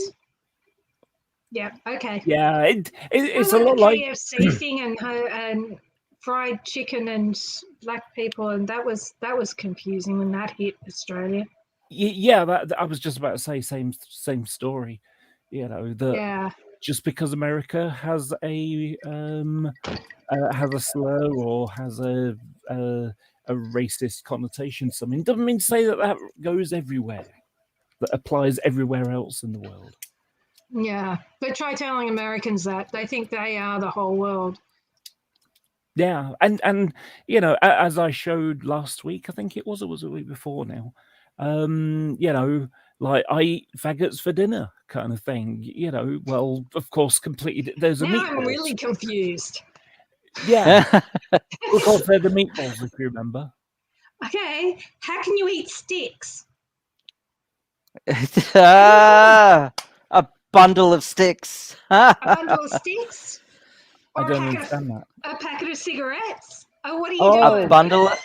I'm so A bundle of confused. sticks is called a faggot. Ah, okay. Yeah. I had I've mentioned it before. I had a funny one when I went to America, and someone you know, someone asked where one of my friends is and said, "Oh, she's out. You know, she's outside having a fag." And of course, you know, fag is cigarette in the UK, but in America it means something Yep. else. And the fact we were at a gay resort made it twice as funny. I always wonder where durry comes from. Does anyone know? I have no idea. And dart. Having a dart and a durry. That's a weird one. Definitely sounds Australian, the second at least. Yeah. The have you ever had beaties, Abigail? Or I've nobody? never heard the term. You've never had beaties? They're this strange little Indonesian cigarette that were quite cheap. That you could buy, and they were cheaper than normal cigarettes back when when I was a teenager and we were looking for cheaper cigarettes. And yeah, they had a fair bit of tar, but it was basically a leaf of some sort, I don't know what, wrapped around some kind of tobacco-y type stuff. But I don't think it was technically tobacco, and that's why it was cheaper to buy them. Beaties. Sure. I have never smoked, so all these smoking terms are new to me. Yeah, so likewise. I've only ever smoked once, and that was you know, as a kid. My mum and her friend were over, and her daughter, you know, and I were friends. And so we kind of like begged, can I have a try? You know, we're only like 8 or something, you know. Oh, right. And then you were sick. And so, yeah, basically what happened was, you know, it's like, okay, go on then. And so my mum, you know, so I blew and she went, no, you Dillis, you're supposed to suck. And it's like, okay. And so I sucked and turned green and puked in the sink and kitchen sink and decided, you know what, I don't like that. So I'm not going to do that. So, yeah, that was a good lesson to learn. Okay, friends. And yet there my is a brother, preview in the private chat. yeah, my brother, he is a smoker, probably because my mum is a smoker. Or To was a avoid smoker. content matches, probably best you don't let your microphones pick up the performance. But I found I'll put it I on found my the watch scared weird. later list. Yes, I found the scared weird little guys doing "Throw Your Arms Away." You're welcome. And when Angry's back, I might get him to. Sacred to so many people. Nothing sacred with comedy. No. When Angry comes back, I'll get him to share it with everyone. Okay. So that everyone can enjoy. No, there's probably a copyright problem with that. He might not if be he able puts to a do it. link there, Oh no! If he puts a just link puts there, the link in the chat. yeah, Okay. people can play it for themselves. Yeah, that should be okay. Failing that,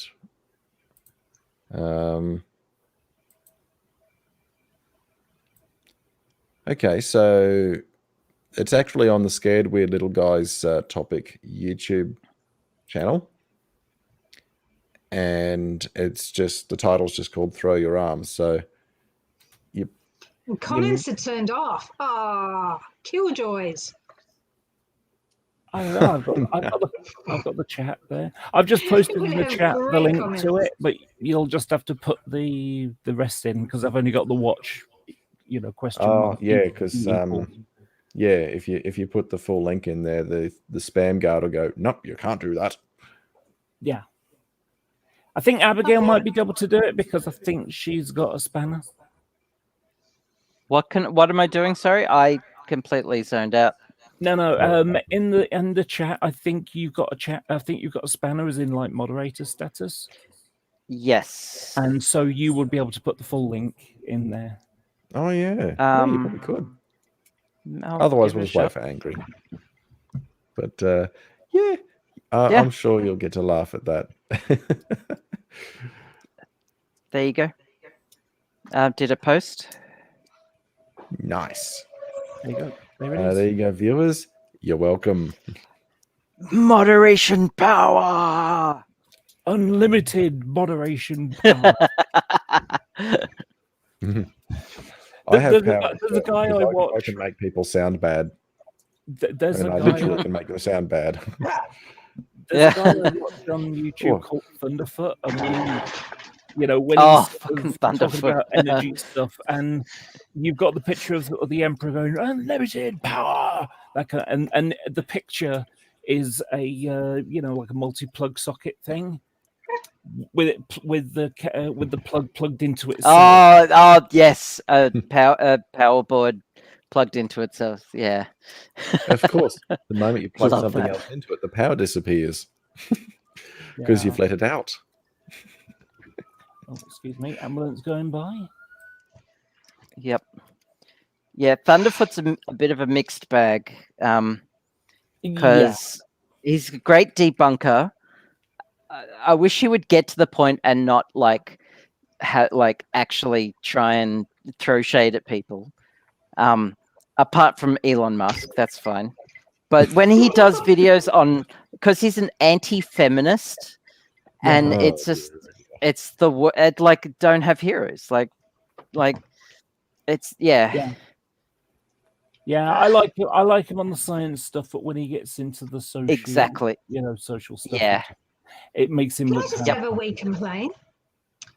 I ran into a feminist. Yeah, okay, you know when the earthquake happened, right? You should be Nettie. You got to be more careful when you're walking around. If you keep walking into people. Yeah. All right. Oh, sorry, running. I mean, you know, this is the reason why they tell you don't run at school, because you end up running into people. Anyway, do proceed with your story. Anyway, I'm also trying to play with my cats at the same time. So after the earthquake, all sorts of odd people came out of their buildings because they were spooked. And I walked my dog down at the local park, and I sat down and talked to these two women. One was very young and one was a little bit older, I think, than me. Or she felt older. Anyway. And so we got chatting. We talked about all sorts of things. They had a cat there in a harness, acting so cool with my dog. And we were having a lovely time.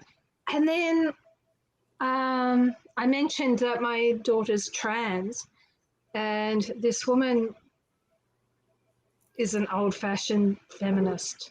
And, and I was The like, second oh, wave no, feminist. oh, no. Ugh. Yeah. And because like we're both uni and stuff, we actually went to the same uni. And then it got so awkward.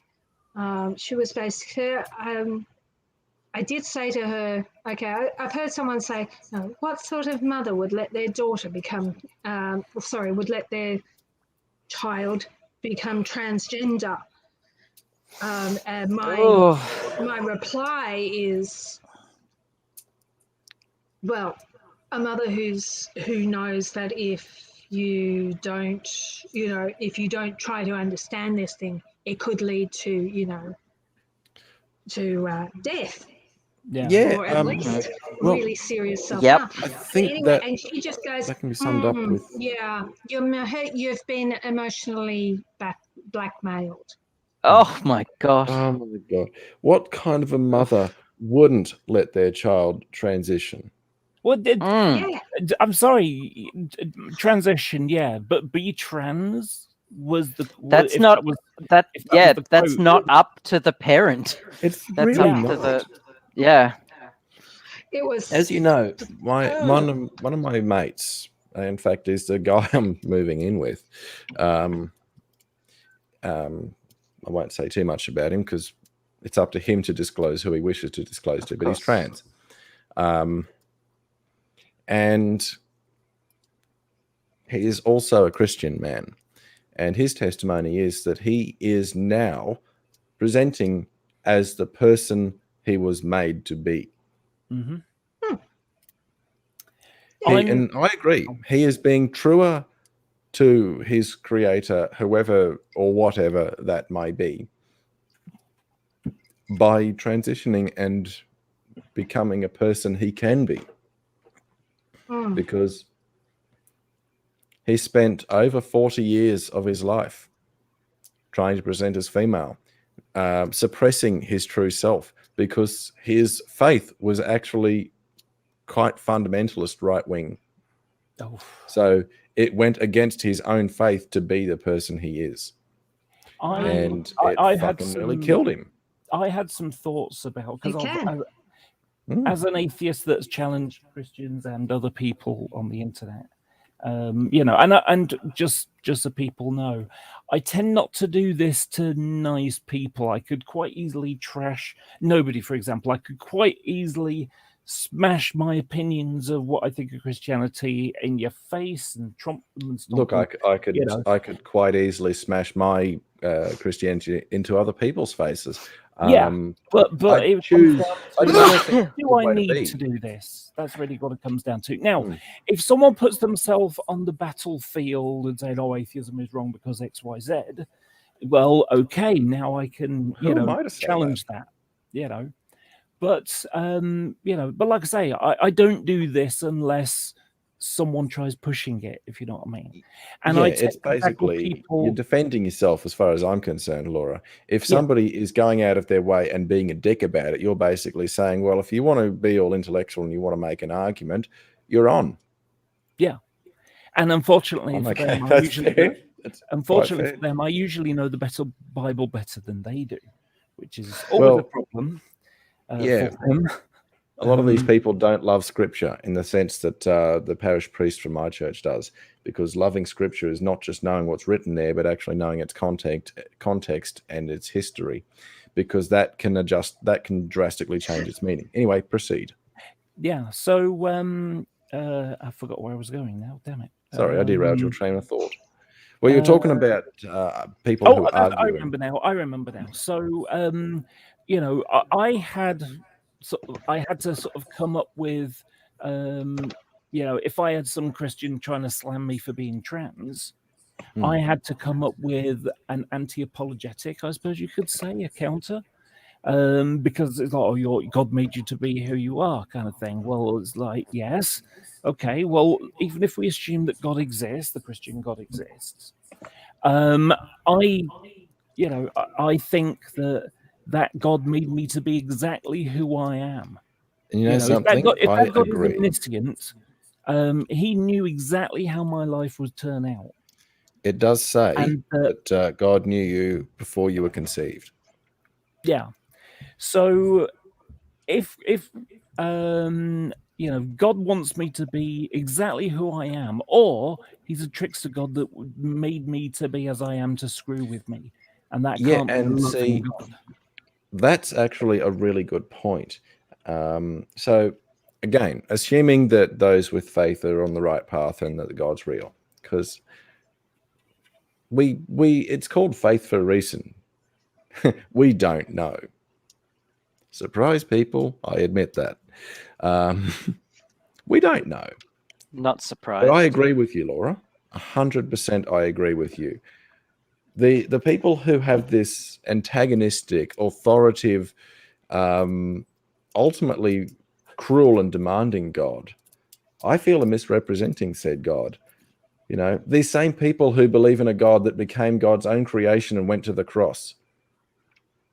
That doesn't sound consistent with Christian theology. A God that was so generous that it became its creation and was subjected to torture for our benefit, with asking very little in return, would all of a sudden say, oh, well, you know, I'm going to make you everything about who you are be, in your case, female, but then I'm going to make you physically male, and you're going to have to put up with that and try and convincingly present that way, and otherwise I'm going to let you go to the devil's home. Like, fuck, what a gross misrepresentation of the Christian God that is. And Safa, in answering your question, can God get angry? The Bible's full of examples where it says God got very angry. We're only a couple of chapters in, and God was ready to wipe the fucking slate clean and get rid of us. Yeah. Ooh, that's a pretty drink, angry. Isn't it? This is it's very pretty. My variation on a zombie, I call a zombie smash, because I crushed some raspberries in it and shook it with raspberries. So this is just basically a fuck ton of rum and some fruit juice, including very overproof rums as well, by the way, and some smashed raspberry. Oh, Johnny Knox killed in the chat. Hey, Johnny, how you doing? But yes, this is the last cocktail video I'm making. This is going to get me super smashed. I'm going to pace myself. And we'll see. What's that? It's only 11. No, I've got to pace myself because it's always embarrassing if I go too far. But actually, this is the 2 times where I fell asleep on the stream. The far distant past, and we don't need to bring it up. In both, what they had in common, the reason I got really drunk and fell asleep is I poured pre-mixed stuff into my glass and I didn't pay attention to the volume, so I lost track of the volume of what I was drinking. But this is I've been making the cocktails and drinking them, so I know how much I've been drinking. What's this? This is close to 2 shots of overproof rum. So this is this is 4 or 5 standard drinks. So I basically have to really pace myself with this one. So you something happened in the last week, and I hold you completely responsible for it. Fair. I went and bought It myself. doesn't. That's all you need to say. Yeah, Yeah. I went and bought myself a bottle of rum this week. It's the first time I've ever bought any spirits. Bum, bum, for me. bum.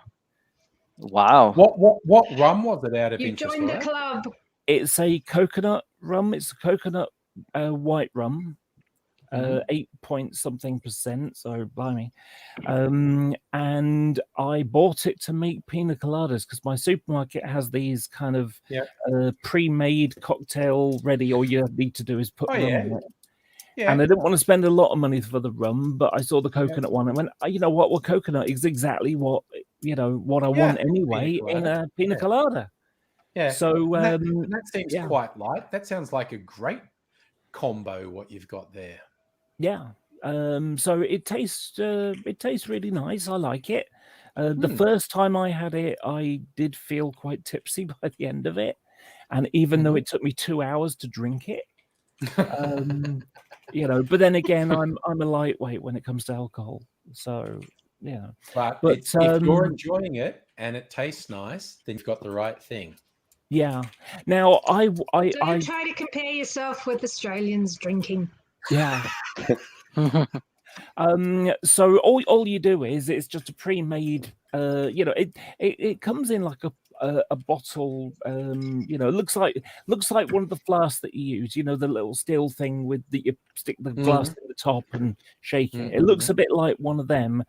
So you just remove the lid, peel the top off. You put 8 cups of the rum.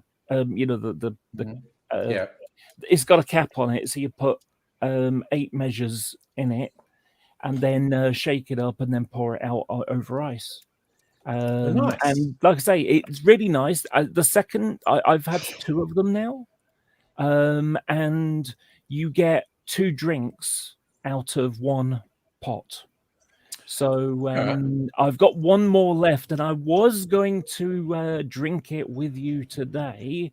However, as I've said, I've only just got up, and probably drinking on an empty stomach is not a good idea at the best of times. Fun. But early drinking as well might be a bad idea. And bear in mind, I did mention that my hair looks frightful. I look like Amy Winehouse after a really heavy night out. Yes, and also bear in mind, Winehouse after she said no when someone said go to rehab. Yeah. Well, not only that, she's been dead for a year, and she still probably looks better than me. So, I'm dead for 10 years. So, Laura, if it helps, I joined the live stream fresh out the shower, looking like a drowned rat, and a drunk one at that. I haven't actually been drinking. I'm just really fatigued, but shower. So don't worry about your appearance, because you can't look any fucking worse than I've been looking today. I also wanted to throw in Dingle Doty beat me to the punch. I was going to say to Dingle Doty, you'd talk about a drinking challenge between Scots and Australians. Not that I'd get into a drinking challenge with anyone. Oh, I think you look wonderful, Laura. I just brushed my hair a little while ago, but it's so wiry and everything. And I'm still in my nightgown, so yeah. And Scots, Russians, and Aussies. Yes, Arthur brought up Russians versus people I would not. I won't get into a drinking competition with anyone because that's not how I drink. But particularly not Scots, particularly not Russians. Geordies. Yeah, no, anyone. The Irish. Who are Geordie? Definitely not Russians. Geordies Irish. Geordies are people from Newcastle, Sunderland, kind of an area. So the Northerners. UK. Yeah. I don't think I'd engage in a drinking competition with my cat.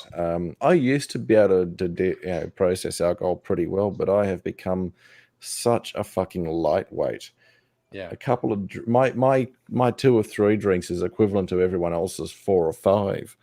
Yeah, I got to be honest. I must say. I don't mind. I don't mind people being self-deprecating and saying I'm a lightweight. But if anyone ever hassles someone else and says you're a lightweight, drink more, I will get very angry. Don't try and push people to drink. Yeah, I'm with you 100%. Fuck that shit. Yeah. Oh, and Johnny Knoxkill, yes, I also will not get into a drinking competition with the Polish. That would be a bad idea. The Polish are famous for a rectified spirit, which is 95% alcohol. Do not mess with the Polish, is what I'm saying. And Safa, by the way, the Geordies that Laura is talking about is spelt Geordies, and I'm not altogether sure why, but they're like Northerners in England. And there's a fun TV show that you can find on some services called Geordie Shore, which was the UK version of Jersey Shore. So that's Geordies are the equivalent of the loudmouth fucking freaks from New Jersey that were on Jersey Shore on MTV. I never watched Jersey Shore. Me neither. Oh, it's like Westy Bogan Shore. That's what it is. Okay. It's basically Bogans. Jersey Shore is people of Italian heritage. But I think they qualify as white people these days. But it's people who are very proud of their Italian heritage, but are very boganish in their outlook. And I think that sums up the Geordies as well. They're very parochial about the area of the UK they come from, very boganish in their outlook. So Geordie Shore, Jersey Shore would kind of be like, I don't know, Western Sydney Shore as well. It's just just dangerous people. Yeah. One weird thing the Geordies do, they will wear T-shirts in freezing weather. It's the thing. Okay. I don't understand why it's a thing, but it is. And also their version of English is a little bit tricky. Yes. For example, I lived with my grandma who was for about 6 months. She's Irish but moved to Newcastle a long time before I was born, I think. Anyway, so her accent is very northern, Geordie style. Well, I'll be back in a sec, everyone. I remember I went to school there. It was a Catholic school. Hated it. I had to go to church 3 times a week. And what was, sort of like, I used to get into trouble. I wasn't like a criminal or awful child. I just like mischievous, maybe. And so I remember, there was a couple of kids saying, "Don't do that, you'll get Ron." And I was like, "Who's Ron?" And what they actually meant was, "Don't do that, you'll get wrong." All right. And it's like get into trouble. And it's like, that's not English. What? Yeah. And like I say, I didn't know who Ron was. Yeah, I didn't know who. Short for later on. Yes, right. Yeah. Later on. So I just didn't understand. It just made no sense to me. How the hell does this language work, kind of thing? And there's a similar thing in Manchester. Will you borrow me that? It's like, no, I can lend it to you and borrow it from you, but I can't borrow it to you. That's and. Laura, you sound a bit like me. When you hear somebody just savagely butchering the language, it's as grating as a fucking cheese grater down your face. Yeah. Yeah. I think what it is, my parents, as I mentioned, were in the military. And so the schools are the kids from the air bases, from the people who live there and their parents work there. And so, you've got everything from slumtown kids to the kids of the officers and gentlemen. So they teach to the standard of the officers and gentlemen. So, when I first moved to Manchester, I used to sound like one of the royal kids. The only thing I didn't use, I would say, myself instead of oneself. But other than that, I sounded so posh and so precise with my language. You know, Yeah. it was unreal. Yeah. I fool some lay people into thinking that I'm actually well spoken. Noise. Until you come across a linguist who knows the truth. I don't know if Abigail would agree with this, but I don't know. I think a part of the aspiness is, you know, getting frustrated when I see people using the language wrong. It's like, you can't say things like that. That's we just are, not yeah, right. we And are it just, prone to obsession. We are prone to Yeah. obsession. So Yeah. when we understand something to be a particular way and others you know, doing it differently from our understanding of how it should be done, we get stuck on that to the point where we can completely lose sight of what a person is saying purely because of how wrongly they said it. Yes. I Yes, have that's real. a There's little. also the pragmatic language problem that you know, you don't pick up inferences. You go straight for the We tend to be a preciseness, little more the precise, literally minded, the precise which makes meaning. So I just want to say hi to Johnny. Is your mic working? Safa says- Hello. Johnny. Yes. Yeah, Johnny's here. Yeah, cool. How's everyone? I think do, How Safa's you doing, being man? g'day, mate. Safa's being provocative. I think Safa said, "Nobody, you can fool me to sleep with your voice." I think he means your voice is reassuring and relaxing. But yeah, Safa, that could be provocative. Like, you're But- boring, dude. I'm going to fall asleep. No, I didn't mean it like that. I think it's the deliberately saying "fool me to Or sleep" maybe- and or rather than help me fall Did to he, sleep or something. The deliberate mean that misuse of English. Did you mean that maybe you have a career in ASMR? Oh, we've had that discussion. I was just before. thinking We that. have. I'm not going there. Oh, go I know you on. mean it in a good way, Safa. You're saying I have a calming voice. Yeah. Thank you. Also in the chat, Lemonhead's talking about because they work in a kitchen and the bar staff are allowed to drink, but God forbid the kitchen staff do. And they also broke the record for playing Careless Whisper 5 hours on loop. It's just like Lemonheads is actually absolutely messing with people. That's legend. You are officially a legend in my book, Lemonheads, for 5 hours of Careless Whispers. That is legendary. Just don't ever do it to me. Yeah, not to me. Do it to other people. Do it to other people, just not to me. Yeah. I'm with you, Nettie. Back to language thing, not even mine, or sort of mine, or ours, English. But there's one word that when I hear it, it just like it's chalkboard, you know, thing Very to me. grating. And and that's that Pocket Monsters thing that lots of people like. Pokemon. No, Oh, sorry. Did I say it? Yeah, it's when people say Pokemon, it's like no, it's not. It's actually Pokemon, not Pokemon. Yeah, Oh, sorry. Pocket Monsters. Monster. Yeah, and all it comes down to, the Japanese, they cram Western words shorter to make it easier for them to say. Because you know, Poketo, it would be pocket. And so they just cram it short to make it easy, pocket. And then Mon for monster. I'm going to be controversial and point out the actual song from the TV show is "Gotta Catch 'Em All Pokemon." It's sorry. Yeah, but that's my kids grew up with season 1 of Pokemon. But you're right. No, the song is actually it's more Pokemon than Pokemon. It is because it's pocket. Yeah. Pocket is the word. But what's happened is it went from Japan to America, where they voiced the Western dubbing of it.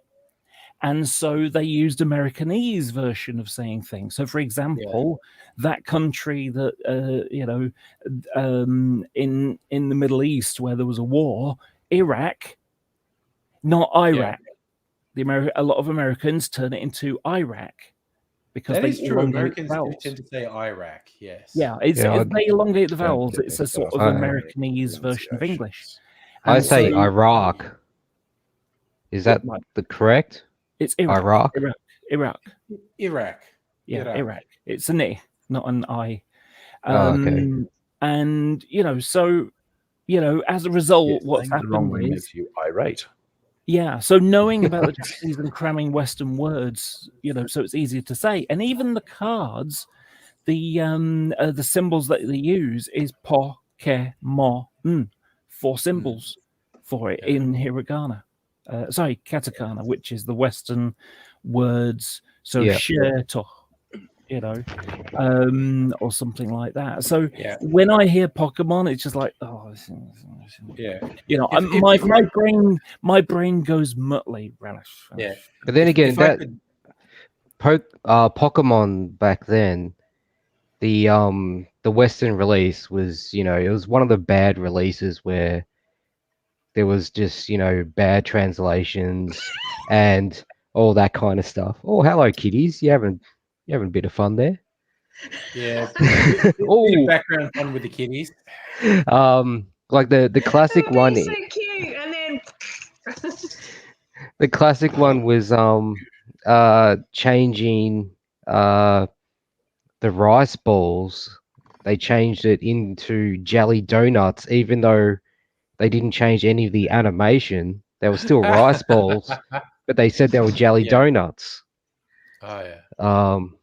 So yeah, it's just one of those things that happens with the older translations I'm of going anime. to show my ignorance. I don't think I've ever watched a complete episode of anything regarding Pokemon Oh god, I had because VHS. it does not interest me. No, for my kids when they grew up, and this is in the late '90s, early noughties. I had the first 2 seasons of Pokemon on VHS. Watched it so many times, and also I'm with Safa. The Pokemon movie is intense, and the bit at the end when Ash essentially sacrifices himself when Mew and Mewtwo are fighting, and he's killed, and it's the tears of the Pokemon that bring him back. That's intense. That is for a kids movie. That bit where Ash dies and the tears of the Pokemon bring him back. Oh, That's thanks. fucking intense. Thanks for the spoiler. I still haven't I watched know. it. Spoiler for a 20-year-old movie. If you want a screwed up one, it's the Transformers, the movie, the original cartoon movie. And there's 2 things that are really screwed up. Optimus Prime had me in tears because I was still like about 12. Optimus died. And not only Yeah. that, the Hasbro was involved in this movie thing, and basically you have a big fight scene on Earth with the Decepticons attacking.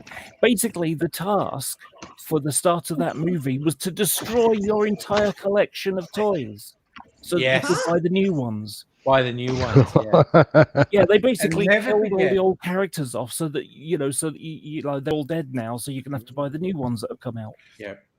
I do get really frustrated with a particular set of nerd boy who starts asserting what's important about Transformers, because I just want to grab them and scream in their face, "It's an extended commercial, you stupid fucking prick." Yeah. It's just to sell toys. Shut the fuck up. Is brought to you by the word commercialism. That's also another one where I had a few Transformer toys when I was growing up, and I'm not exactly sure, but I think they might be worth a bit of something now, not ridiculous money, but yeah, let's just say they ended up going to my nephew, and my the original print Pokemon cards that I got, which Mum and I went to every shop in my town to try and get just some cards when they first came out, and then some bastard gone around and bought them all out. Anyway, I eventually got some, and they might be worth something, but they went to my nephew as well. Oh goddamn! You know what you remind me of, Johnny? Fucking, because when I was young when the original Star Wars came out, and I got a bunch of the original Star Wars figurines, which were shithouse. Okay, in terms of quality toys, they were shithouse quality. But I had all these originals Star Wars toys, and I kept them when I was at uni and I was living with a girlfriend.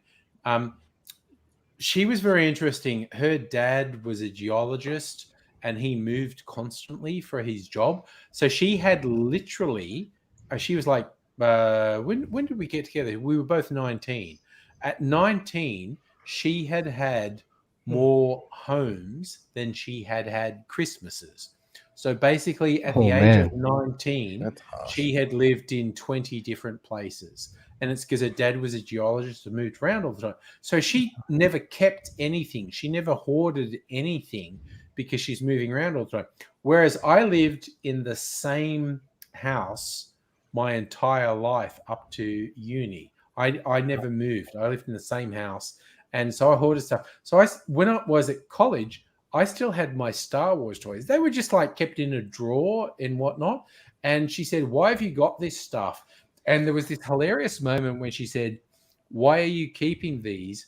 You don't even play with them." And then she came home one day and I was playing with them. And she said, "What the fuck are you doing?" And I said, "You said I don't play with them, so I'm playing with them." And she goes, "No, that's not what I meant." Is that where the relationship ended? And so I gave them to my like cousins, nephews who were 10 years younger. And I really regret that, because if I had held on to them, fucking nerd collectors would have paid money for them in another day. So I was kind of pissed off that she made me get rid of stuff, because she never held on to stuff because she moved all the time. And she made me get rid of them. So I was kind of pissed off at her that she made me get rid of them. But I was also kind of forgiving because I was having sex with her. And that was my first sex. It sounds like, a bit. Sorry, like hang on. she I just was need to projecting double her check. thinking I just need to double check here. That I must have not been concentrating when you mentioned someone else, because otherwise the only connotation could be made is that you had sex with your mother. No. This is like, okay, I was like a Catholic virgin, never even kissed a girl at school and what, because Catholic guilt. Then I got away from my family and went to uni, and I met this really attractive young woman who said, "Yeah, I guess I'll have sex with him." And I was like, "Fucking yeah. And so when she said, "Throw away your toys," I'm like, okay, so I appear to have a choice: hold on to my toys or continue to have sex. And I went, I'm going to continue to have sex, so toys go bye-bye. I was like, I'm still resentful because I could have made money out of them if I'd held on to them. Sex. The small amount that sex is friggin' awesome, quite honestly. I've got two things to sort of mention about this. So the first one is one of the most awful things my dad ever did to me, and he doesn't really know this, and it's not that awful really, but for me it was horrible. It was terrible. So I went to boarding school, and every now and again my dad would go through my bedroom and throw away stuff that he thought I didn't need anymore, and he threw away 3 years of my Transformer comics. Oh no! Yeah, so it's like, oh, you bastard. I'm guessing I'm going to put this one up.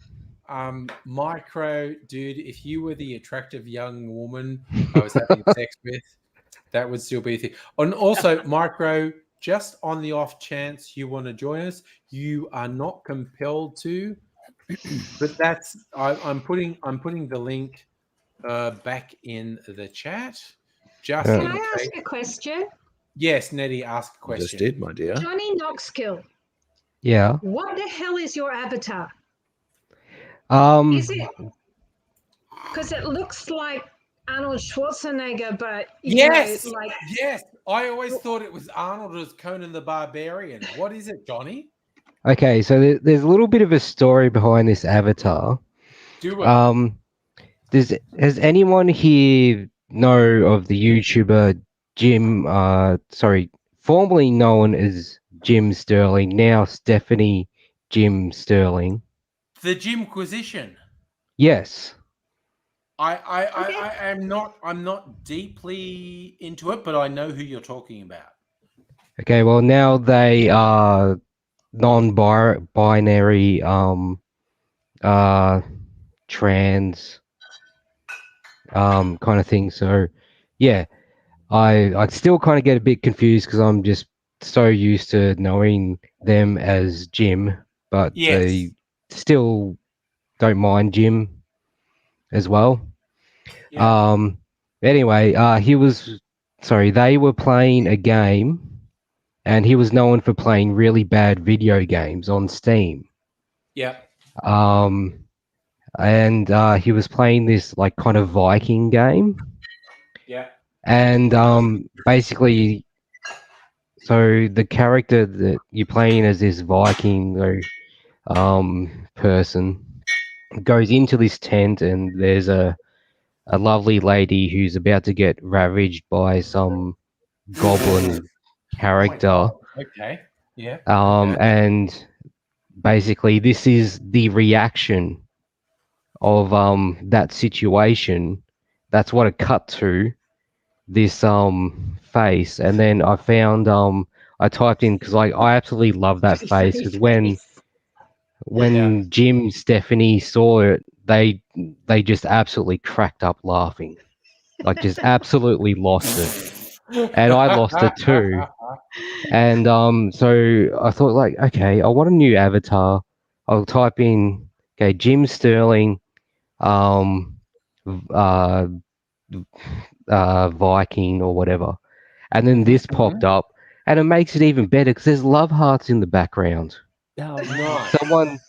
Someone put love Oh hearts my in the God, there is background. too. also looks like Oh, googly yes. eyes as well. Yeah, Oh like, my God. the That's whole so thing is cute. not altered. This is what is in the game, Oh, except for the background. Except for the background.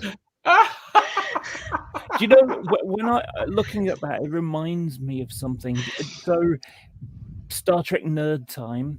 Yeah. There's in Deep Space Nine. There's the Way of the Warrior 2-part thing with the Klingons fighting on Deep Space Nine, Sure. and towards the end of it, it's Garon. And he's basically saying, you have sided against us in battle, and this we do not forgive. And he kind of whisks his head back, and then goes, or forget. And it's almost like that's the head going back, and part.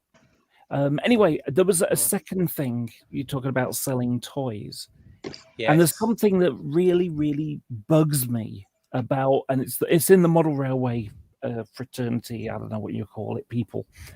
And so I've come across a number of people, sort of use the excuse, because you'll get an engine that's painted in a certain color scheme, and you could change the number to it to be a dozen different versions, but they always can't be bothered to do it. Or I've occasionally had people say that, well, it'll damage its saleable value. And it's like, why the hell did you buy it? If you're thinking about selling it, why did you buy it in the first place? Because for me, when I buy something, I buy it to keep it forever until I die, unless something unless something better comes along to replace it. Yes. That kind of goes into this terrible old joke that I made up years ago when I first kind of heard about just ridiculous collecting and selling and all that kind of stuff. No human is worth anything because they're out of their original packaging. And also, I like that. And it's also a bit like children, isn't it? You have children, but they don't like appreciating it, as they get older. They just cost lots of money that you have to throw at them, and then hopefully they'll leave. Yeah, I mean, now every time, because my offspring, and we've got three, but me and Mrs. Angry between us have three offspring. They all still live with their parents. They are between like 19 and 23, and it's just economics. They're still living with their parents. I'm like, okay, I'm thoroughly prepared to help you and support you and whatnot, but all it means is in the future you've got to put me in a nice nursing home, not a bad nursing home. So, yeah. That's been one of the problems in the UK with COVID. because some of the people that are most likely to be affected have been people with bigger families, more ethnic people. Yes, Because, and that's true here too. Yes. Yeah. So, for example, in the Northwest, there's quite a lot of Muslim people. And in their family system, you have the kids, the parents, and the grandparents living in the same household. Yes. They don't do that stick them in a home thing that us white people do.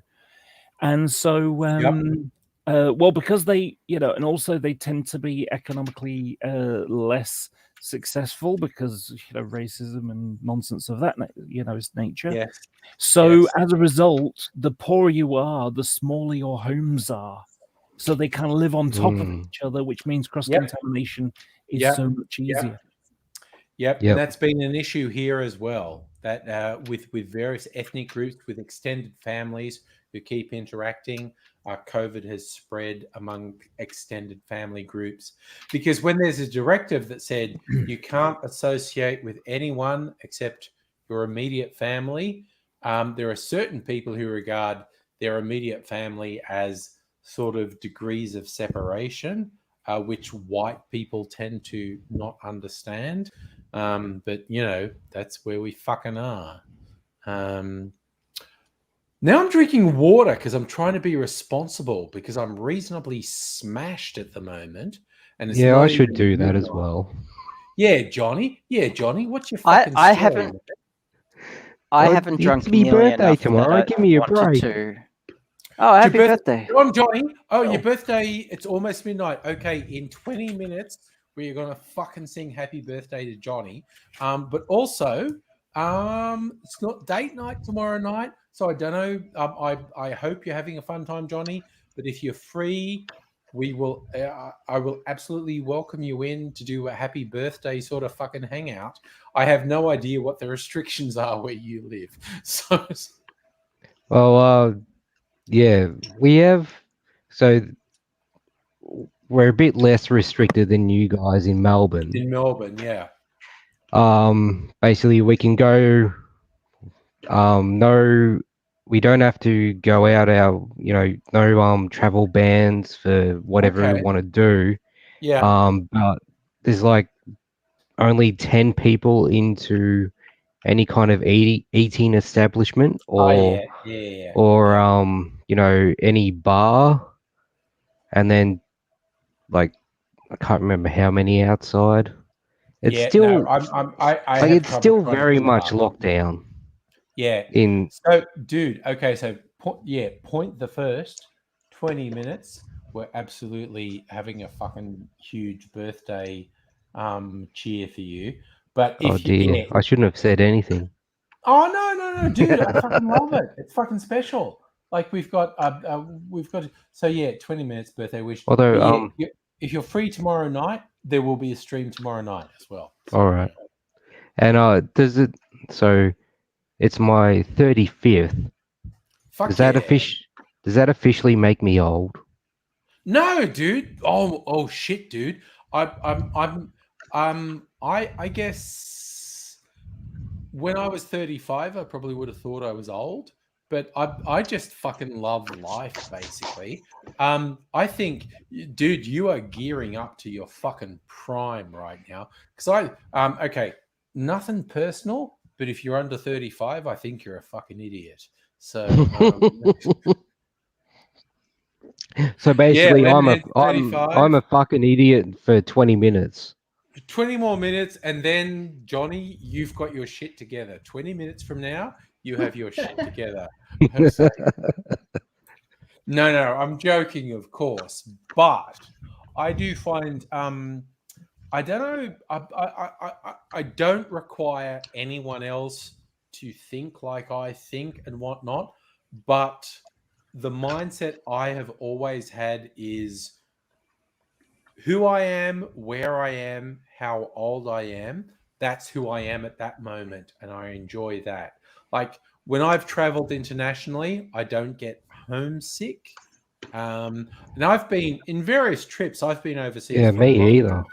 Yeah, I've been overseas for a month or more, and I don't get homesick. I'm just wherever I am, that's where I am, and that's what I'm experiencing. Yeah, And I was in Japan for 2 months and I just absolutely loved it. yeah, and it's great. I just fucking go with it. Lemonhead, who I think is the same age as you, Johnny, is saying 36 is death's door, and that's fine. I reckon. Well, Just thank you very much. I That's know, not right? I fucking know, right? age. Yeah. But my philosophy is, whoever you are, wherever you are, whatever age you are, embrace it, live it, and enjoy it. Because no matter what age you are, and again, I don't know, in 10 years, I'll be in my 60s, and the live streams might, in my 60s, the live streams might solely be an occasion for me to get on and go, I fucking hate all of you. And who knows? But Who knows? really, It could be anything. nobody? You're 36? I thought you were in your 20s, sir. Yeah, that's because my web camera doesn't show all the oldness going on. Yeah. Let's You have all a do a kind, thumbs up for low res webcams. you have a kind of camera. My Oh, camera's but my camera's a piece of cheap $20 shit. Literally $20 worth of fucking camera. It's garbage. So I was looking at what's Dingle Doty saying. Is Darren Brown special? He had a group of older people stage a heist. There was a lady they remember saying, "I'm glad I don't feel 21. I was shy." Which that sounds good. That does sound good. Oh shit! Dairy Steel's baby, you're actually 50. Sorry. You are my family at that point. In the 50 zone. I feel young, and I am absolutely conscious of when I was a teenager or when I was in my 20s. Anyone who was 30 or older was inexplicably ancient and what, and that's fine. It's just it's how you feel. I remember. Do you remember the movie War Games? Yes, and the bit they're talking about Dr. Falcon, who supposedly died, and he was like 47 or something. And it's like, oh, that's old. And it's like, no, it isn't. No, it isn't. That's not old. No, when you're like a teenager or in your 20s, and one of my favorite things is like TikToks of Zoomers dumping on millennials for being old, and millennials are like, "Oh, how dare you? How dare you?" And I'm like, "Welcome to the fucking party, pal. Welcome to the fucking party." Like, the thing that's kind of weird, like, I'm officially like, I am a millennial, but I'm one of the older millennials, and I kind of feel more in tune with Gen X than millennials. Yeah, and I have to admit, I know it's weird. Yeah, I'm I have a older running than Gen joke. X.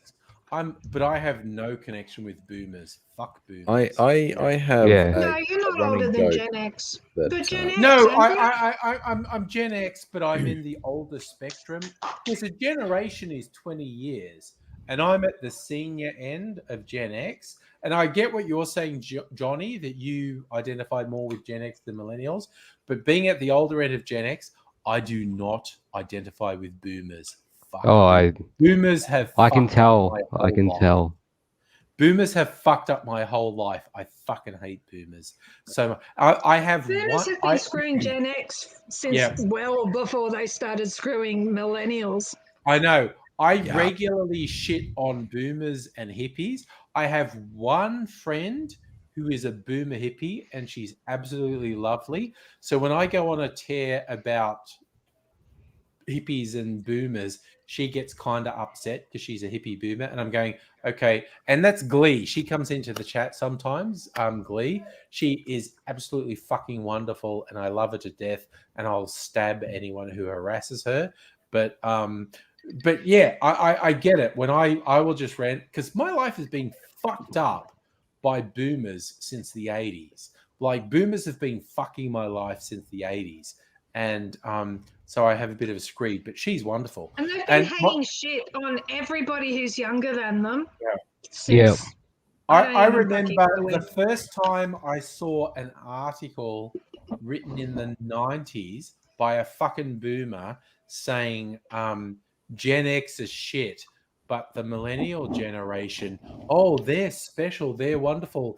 And I was going, oh no, millennials, watch out. The boomers are lying to you. They're like saying that they're just trying to lull you into a sense of false security, and then they're going to fuck you. Don't I mean, trust the boomers. no generation is special. We're all just That's true. Each You know- generation has something to offer and has probably taken something. I Yeah. exactly. I saw a meme a couple of years ago, and someone tried, sort of doing the older guy talking down to the younger people as if, oh, in my day you didn't have this, that, and the other, and things like that. Yeah. And it's like, basically blaming the younger people for the problems that exist today. Oh, And it was like for social reasons, for Yes. and economic stuff and stuff like that, and it's like, we Yeah. didn't have these problems when I was a kid. And it was like Yeah. all the problems that we have today that he's referencing, were caused by the companies who own the big, effectively the boomers who are talking down to the young people as if all these problems that you've got now or we didn't have in our day is because of the things that they implemented when they were in the making of the system. Oh, I get so aggravated when you get boomers going, oh, why are the millennials and the zoomers complaining about plastic and garbage? We didn't have that in our generation. And I grab them by the throat and shake them and go, do you think the people who own the factories that are producing the fucking plastic are millennials or zoomers? No, they're not. It's fucking baby boomers. Shut the fuck up, you fucking piece of garbage. And also, hi, Michael Kearney in the chat. Shiny happy people. And hello, holding hands. Shiny happy and people holding when hands. was plastic invented? Plastic was invented in the mid 20th century, early to mid 20th century. But again, it was But it came into prevalence It was when World the War II. baby boomers were no, around. it was Yes. the boomers ran the factories that made all the plastic. There's no two ways about it. Yeah, The and boomers they ran were the the factories that made all the plastic. it's one of the things in this meme was like, in my day we had milk bottles, not plastic ones. And it's but the problem is that your generation were the ones that decided, let's do away with these expensive glass bottles and make it put them with plastic instead. Yes. Also in the chat, Michael has been finalizing a D&D game session, which is cool, playing Daffy Devil and Monster. And Lemonheads also sums it up. Horrible boomer shit where they go, oh, why are you kids still living at home? When I was a teenager, I moved out. I was in a 3-bedroom apartment that was and now it's $2,000. It's like, okay, my offspring are living at home and I support them in every way I can. Because when I was their age, I, on the fucking dole, could live in a shared house in inner Sydney. Okay? Yeah. Currently, in the current fucking real estate market, with my job, which pays a fucking fortune as far as I'm concerned, I would struggle to maintain the rent on rental accommodation in inner Sydney. And when I say inner Sydney, I mean I was in fucking Chippendale. I was in next to Redfern Station. I was literally one stop away from Central Station, and I was on the fucking dole, and I could afford to live there. Now, me That's as why I a moved to the city, Yeah. so that Ali can have the uni experience while still staying at home, because there's no way she's going to be able to afford her own place, even as a share. Yeah. And hopefully- I'm hoping that she'll go to Melbourne now. Uni. Hopefully next year everything's going to open up again, and she'll get to experience that urban lifestyle, because it's pretty fucking cool, honestly. And that's why real estate's I gone so have. crazy, don't you? Yeah. You know why real estate's gone so nuts? Why is Why, that, Nobby? Nobby? Because there is a group of individuals. I forget the name of it now. ABC's Four Corners actually ran a thing on it. but it's basically the real estate is being used for money laundering. Oh yeah, no. Our government is, of course, on board with this because the really tax- that's how they're making the economy look like. Dodges with real estate's ridiculous. What are you drinking, Abigail? Scotch and cola. Yes. Fuck yeah. Sorry, I have actually finished my zombie, and I'm still conscious. So it must be. I know there's ice. I might have some more water, actually. When it comes to so I cracked open my bottle of Johnny the Johnny Walker. Walker Black. Yeah. Yeah, double black, whatever that means. Double Black.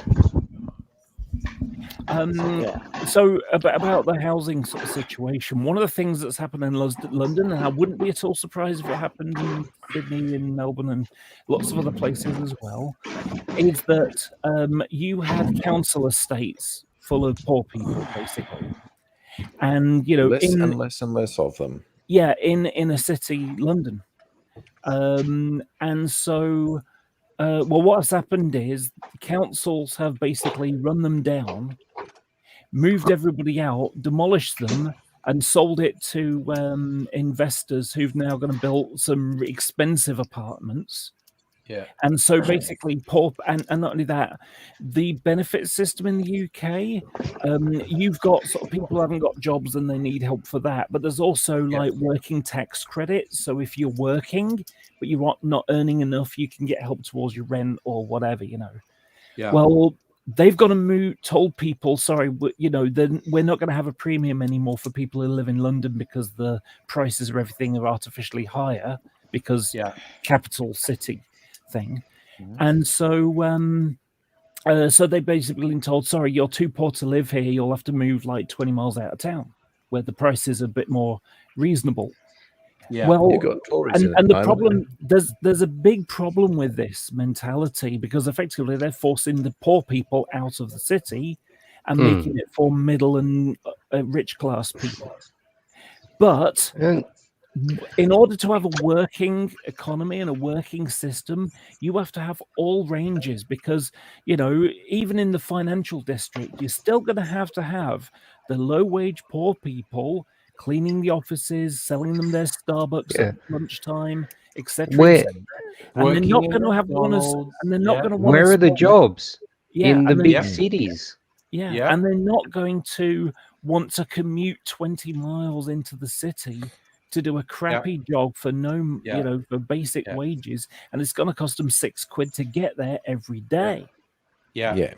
Like I remember years ago, and I mean like 20 years ago, when I went to the US and I was in California. I went to there's a really expensive island off the coast of it's Catalina. Catalina Island is off the coast of Los Angeles, off the coast of California. Very expensive island, super rich people. But of course, they have to have an infrastructure of working class people to serve the rich people who work in the cafes and bars, etc. So Catalina Island had subsidized housing for the working class people, so they could afford to serve the rich people. Go, Kitty, get smashed. Yeah, Kitty gets smashed. Kitty get into the cocktail. Yeah. No, don't be sorry showing us Kitty. But yeah, it's a fascinating thing. This island off the coast of Los Angeles, Catalina, was where the really rich people had, but they recognized they had to subsidize housing for the people in the service industries, the people who worked in the convenience stores, who worked in the cafes and restaurants and whatnot, because they were earning much less and they were not going to fly across. Fuck it. Abigail, what do you got? I just wanted to show Laura something. Part one of the plant self-watering plant pot. This took 12 hours to print. Oh wow! Holy shit! On a 0.8 mil nozzle. I'd be curious to it's like hollow and it's got holes all through it. But this is like 5 layers thick at like 1 mil per layer. Be curious to know how long that would take on a resin printer. Oh god, So it would take forever. I the mean, holes. you can drop the resolution to make Okay. stuff. Effectively, it's a cruder form, less precise, isn't it? You know, just thicker Yeah. layers. So you can probably, Yes. if you put your finger across it, your fingernail across it, you'll probably get the rasp. Oh yeah, yeah, oh yeah, especially on 0.8. Now, if I print on, let me find something that I print. I usually use a 0.4 mil nozzle, and let me find something really good that's representative of that. This is a little bag holder that I've printed, and Oh, you can nice. barely see the print lines. Like, Yeah. Oh, nice yeah. and smooth. but this nice and smooth. Oh yeah, and you like hold it and you put shopping bags over. It's got a little Yeah. hook, Cool. and you can Seen put those on a sorts key of ring. bags. But this only took like 45 minutes to print. So Okay. Yeah. So that plant pot that you've printed, the yeah, little holes that go down that where yes, the water runs through. yes. Did you have to get a little file in it all, or they just printed No, perfectly? they just printed like that. I mean, Nice. there's a few artifacts because Oh there's man, bridging. But 3D printing no, is it's crazy. Don't It's we live in a crazy great, now. isn't it? time that you can do that? Um, Sorry, I just want to throw. I haven't said hello Yeah. to Chris Leslie in the chat, and there was some jokes about people knowing someone. Safa knows someone else called Chris Leslie. I do, who was originally Chris on TV '88. I don't know if that's the same Chris Leslie or another Chris Leslie. We all know multiple Chris Leslie. Abigail. so stage 2 is the Yeah. reservoir that Yeah.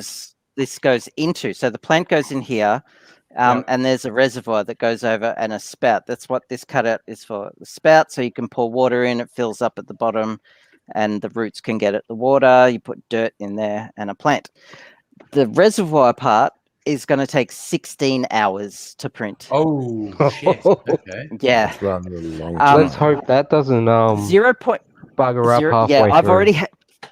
already had one fail, so now I've got a candy I've bar. already had one fail. Okay. Oh no. Yeah.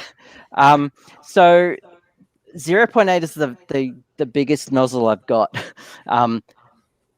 I thought about waiting until I got a 1 mil nozzle, and you can even get 1.2 mil nozzles, and the filament itself is only 1.75 mil thick, so you'd be going through so much at that. But that 16 hours at 0.8 is fine, and because I didn't want it to look like crap. So with Because you can really see the layer lines. with your failed attempts of printing things, is there anything you can do with it? Do you just have to chuck it out? Like, can you recycle it at all? You technically can recycle, but what that involves is pulverizing it. So you got to get a one of those chippy thing, shredder. You got to get a shredder, and then re-extrude it. So you have to, and you have the diameter of the extruded thread has to be really good. It's right. So you basically you can buy machines to do it, but they cost a fortune. So you there are basically people need to who've make made it. their own. You need to make it back it into like the fine kind of wire thing Yeah. that goes in Now, the machine. Yes, the filament. So there are. Go, Sorry, Angry. I just want to address a couple things. Oh yeah. This is just saying it's been angry for a while. Michael Kearney's thinking your failed one should be a lolly bowl, I think, Abigail. Yes, Like candy. yeah, Candy yeah. bowl. Yeah. Yep. And Dingledody pointed out we crested midnight, which I think makes it Johnny's birthday. Hey! Yay! Happy birthday Awesome to be you. here with you, bro. Happy birthday to you. Oh. Johnny. Happy birthday, Johnny Knoxville. Johnny. Happy birthday to you. Thank you all. You're Yeah. all too kind. And also Lemonhead wants to Why know was he what born song so to play on loop. beautiful? I always think because of your username. Don't you mean why was his avatar born so beautiful? Yes. there was a great I don't know if it was I don't know which social media platform it was, but it was people who weren't Australians being mortified at Australians at a birthday party going, why was he born so beautiful? And everyone's going, what the fuck is wrong with you? And Australians go, that's just what we do. And they're going, on someone's birthday, you question the reason for their existence? And we say, yes. Existence is pain. I mean, I saw Americans freak out about that on Tumblr once a long time ago. It was a Tumblr thing, I think. Oh, okay. Yeah. I think Safa wants to join. I'm just going to put the link. Anyone who wants to join, that's the link. Oh no, Safa's actually backstage. Okay. Sorry, dude. You have to tell me this you're shit talking because about Evening, all. Hey, Safa. hello. Hello. Happy birthday, Johnny.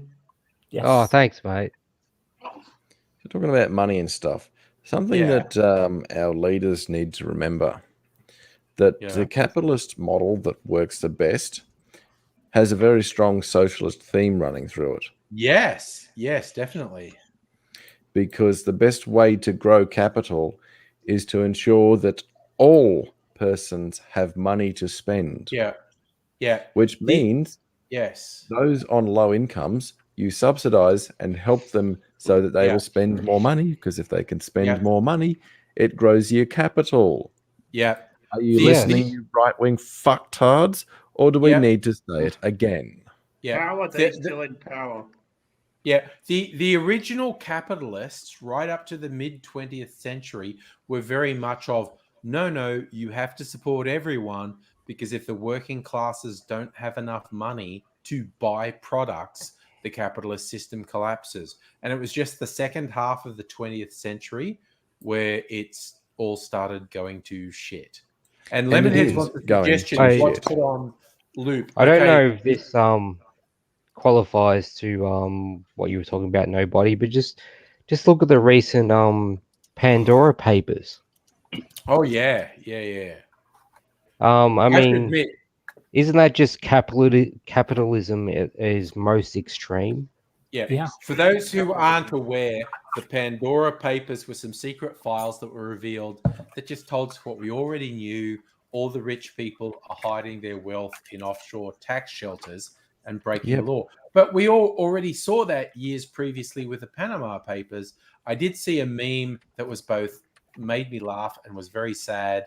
It was the thing from Jurassic Park, where, the guy who is Newman, when he's meeting with the guy where he's selling him the secret from Jurassic Park, and he says, look who's over here. See, nobody cares. And that was labeled with the guy sitting there with Panama Papers, and the Newman guy was the new one. And he's saying, look who's over here, Panama Papers, telling everyone about the rich people hiding their money. And then leaned over and said, see, nobody cares. And it's just like, I did hear a interesting little conspiracy theory about the Panama Papers recently. So have you guys, has everyone heard here, or some people here heard about the Twitch the Twitch leak that's all the Twitch. went all the core stuff from Twitch, yeah. So apparently there was a bit of a conspiracy going around where the higher ups of all these Panama Papers have gone, okay, right, we're being leaked, okay, so let's divert the attention to Twitch, where let's get everyone outraged on how much Twitch people get paid. Oh God, that's a stretch, because even the best paid Twitch person makes a couple $100,000. No, it's more than that. I know. There's a handful of people who had contracts where they were making like million plus, but very, like, seriously, handful. I reckon it's 5 who are making a lot. But is it me or is Twitch confusing? Twitch is confusing. I think Twitch is confusing. Yeah. I've been on there a little bit, and I followed a friend of mine who lives in Japan, and he just disappeared Yeah. off Twitch, and I just kind of Because he you know, owed too stopped much money following on him. Twitch. Yeah. That's about the I'm- extent I've had. Did I'm anyone re- enjoy the Facebook downtime? Oh I yes, was sleeping. I- That's I pretty was good. asleep. I don't use Facebook Yes, anymore, so I didn't even notice until That happened, Natty. Oh, That happened. oh, I Great was asleep. people of Yeah, heaven. same here. Hello. Oh no, he disappeared. He's gone Where'd he again. go? What happened? He was there for I- ladies by the and way, gentlemen, and if- anyone in between or otherwise non-binary, I am going to make like a tree and leave No, nobody. oh, because You good I night, have nobody. really well. Have a Good good night. one, mate. Good night. a thing to do tomorrow. Good night, no. Good Yeah. night. A scholar Good to and a see you. gentleman. Good luck with tomorrow. Thank you. Live long and Yes, I'll prosper, try my not friend. to strangle any churchies. So if you need to let off steam, you know you can text me about it. Thank you, Nettie. I just may take you up on that. I look forward long to and it. prosper, Your dude. music. You can Good get night, Mr. my friends. With oh, he's back. He's back. By the way, No, nobody. Long and prosper. if Hi, nobody. if I just Oops, I think we've got the. Sorry, I just want to say I think we've got the echo happening in your thing, Great Sage Equal of Heaven. So you maybe want to either mute or close the YouTube window. I think we've got the echo happening. Yeah.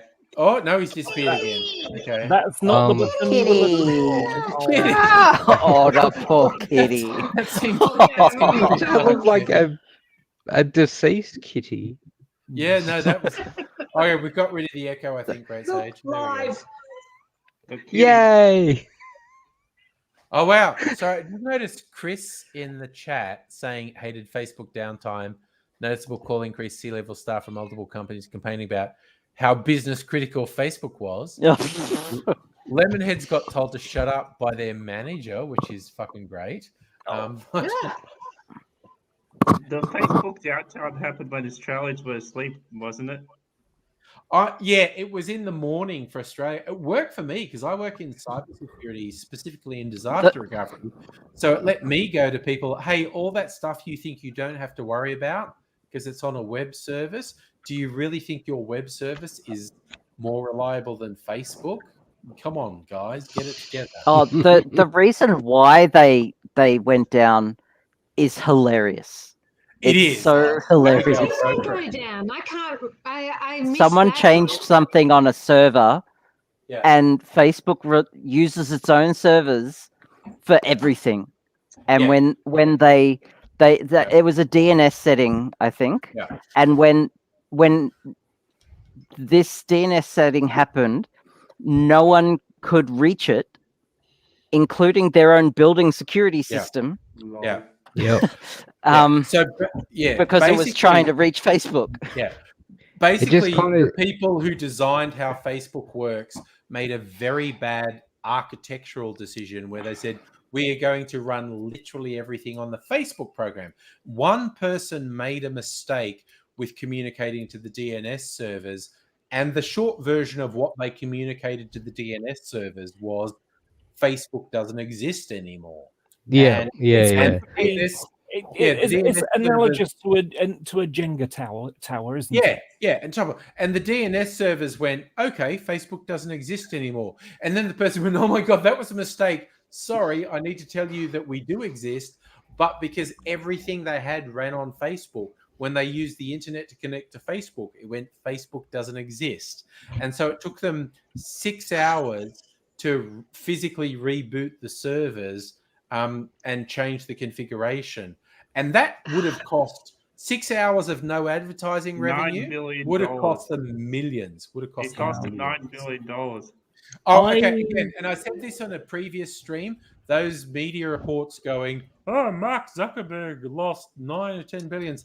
That's bullshit. That's fictional. Mark Zuckerberg's wealth is somewhere between 50 and 90% fictional because it's just tied up in the Facebook share price and it's not real. Yeah, yeah. Mark Zuckerberg has a really large amount of actual transactional cash available to him.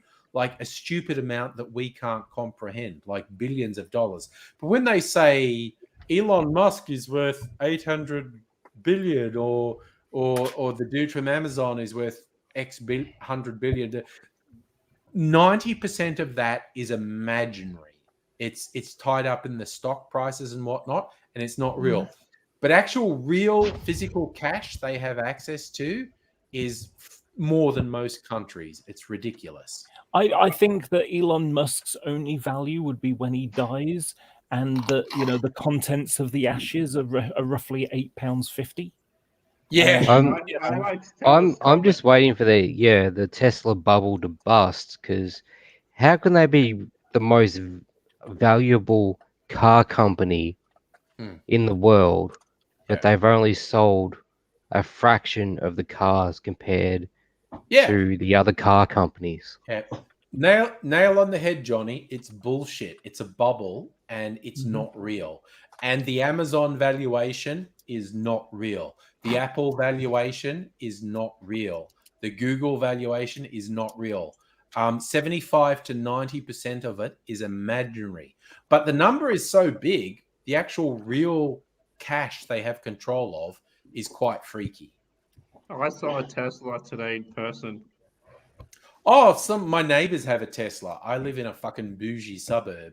There are a couple I saw a Tesla in regional New South Wales, so that's even more special. That's Wow. unusual. Tesla in regional New South Wales. Yeah. I got Great day, people of heaven. What on earth is that you're holding up? I like the way that looks. That's 100%. That's 100% ethically obtained Wookiee fur stubby holder. It's just a really cool stubby holder. I love Chewbacca's it. I love it. stubby holder. No. Ethically obtained. Ethically sourced. Yes. Okay, so since we're back onto the alcohol, now that I put some clothes on because I was still midnight. Were you nude before? Yeah, I went into the kitchen and no, I wasn't nude before. I was wearing a nightgown, but anyway. Yeah, so this is that pina that's the colada thing coconut that I bought. Yeah. That looks fancy. Or pina colada mix. Yeah. Yeah. So, and all you do is you just, take the lid off. You put 8, what do you call it, cups, full of the rum, and then you take the lid off, but you pour it in, 8 times, then you close it up, give it a shake, and it's ready to pour over ice. Nice. And so I went and bought 2 of those, and I bought a bottle of rum, and this is the rum, dirt cheap crap. Nice. But it's like, okay, well, I like coconut, and I needed a white rum, so I just went and bought that one. And actually, this is quite nice. Although I did try having a small glass of it just on its own. You got to mix it with the other stuff. Yeah. So, but like I say, you get 2. It's full to about there, and then by the time you got your 8, it's up to here. Yeah. And then you can just pour it straight out. There's 2 glasses, 2 tumbler, Nice. 2 of these fulls. Nice. So, and it was nice, like I say, spread it over several hours. What's really interesting about it, though, and the rum, is that it's almost like silky. Yep. It's hard to explain. It's like it's thicker than water. Yes, I know what you mean. Yeah. And it's like a little bit viscous. Yeah. Yeah. So that was what I found interesting about it. Nice. The other thing that I want to mention, because it came up and I didn't get a chance to do it because I was putting clothes on at the time, Abigail. When you actually Abigail, what did I say? When you said clothes, Abigail, you're all about people not wearing clothes. I want to show Laura the 3D printing thing. I was 3 steps away, and I haven't even put my underwear on yet. Well, we saved that for the after party. Who were? I was just saying. Anyway, so what I've 3D printed, and just to give you an example, how long did you say it took you to do that?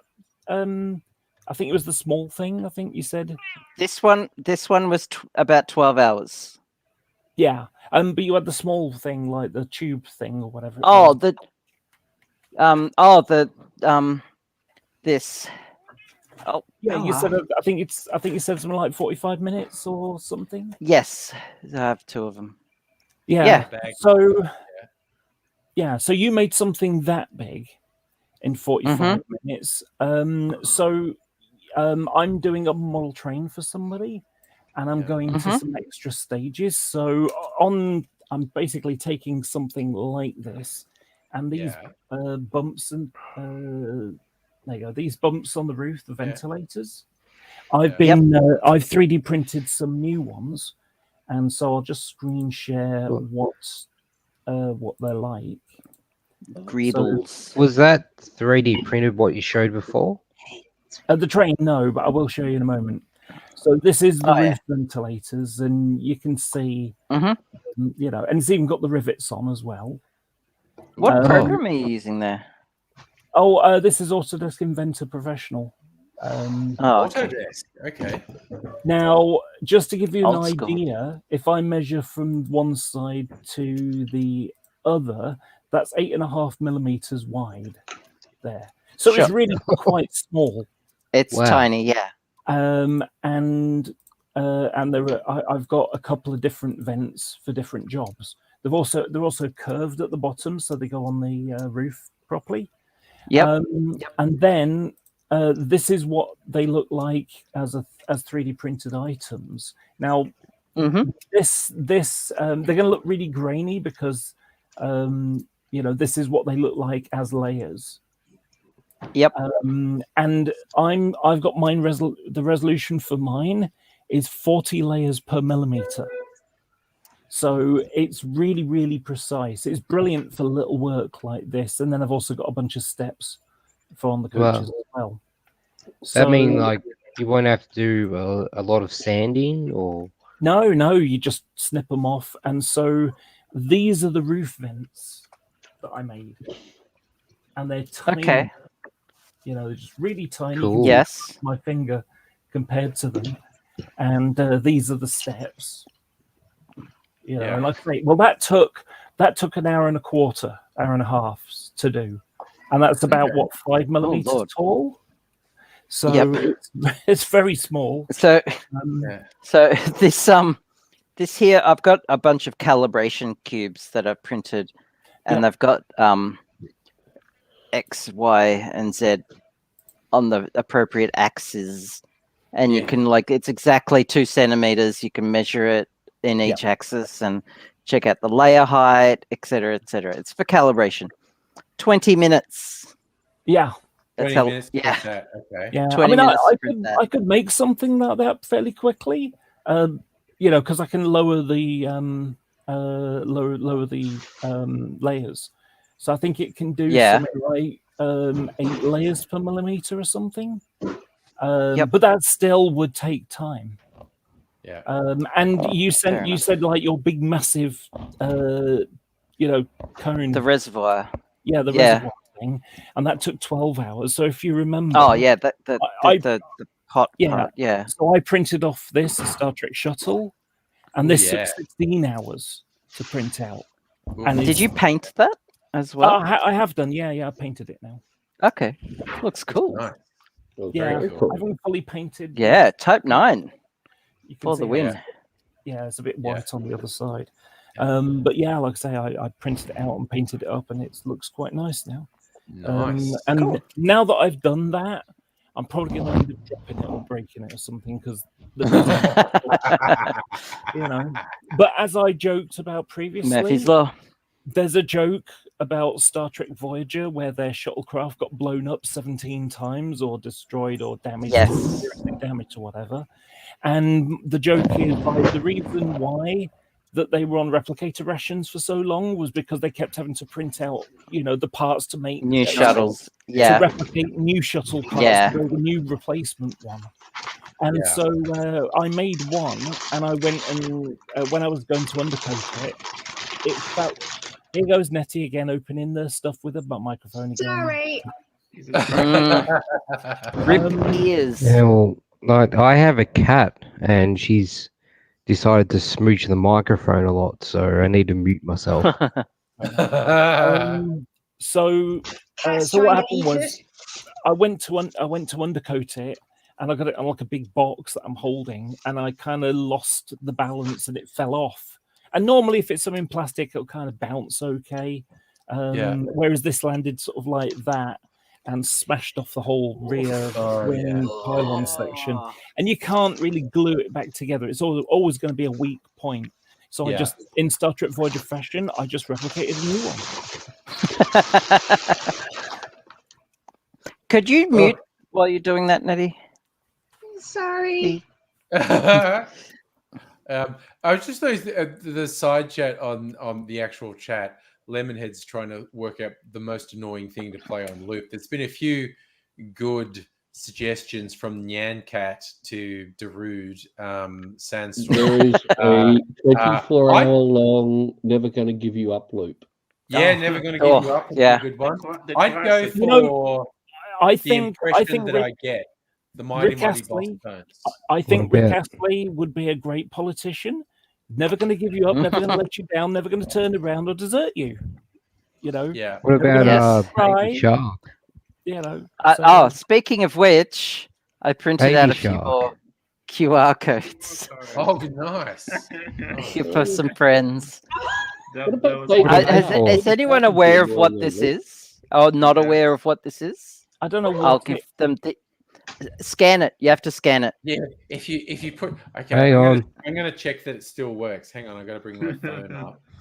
Sometimes it doesn't work. The tiny URL clone that they've used for this I URL. open it in Got it. Safari. Oh, scan. Come on. Oh, That's probably gonna get You me are a content evil. match on YouTube. But Dr. Abigail, you are evil.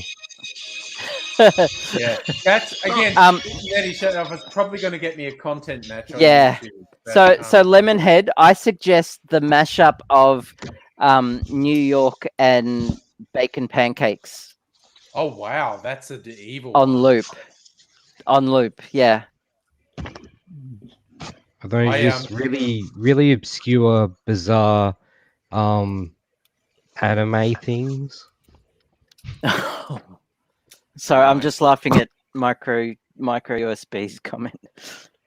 Saw A someone online tattoo who of had a that tattoo URL. QR Of that That's an QR code. evil- That is Oh, really? Then dedication. there's photos online, and so there's photos of a QR code. He's got just on various browsers and stuff. He's just going to open it. That's particularly evil. That's nice. No, Lemonhead. No, it's not Frank Sinatra. It's I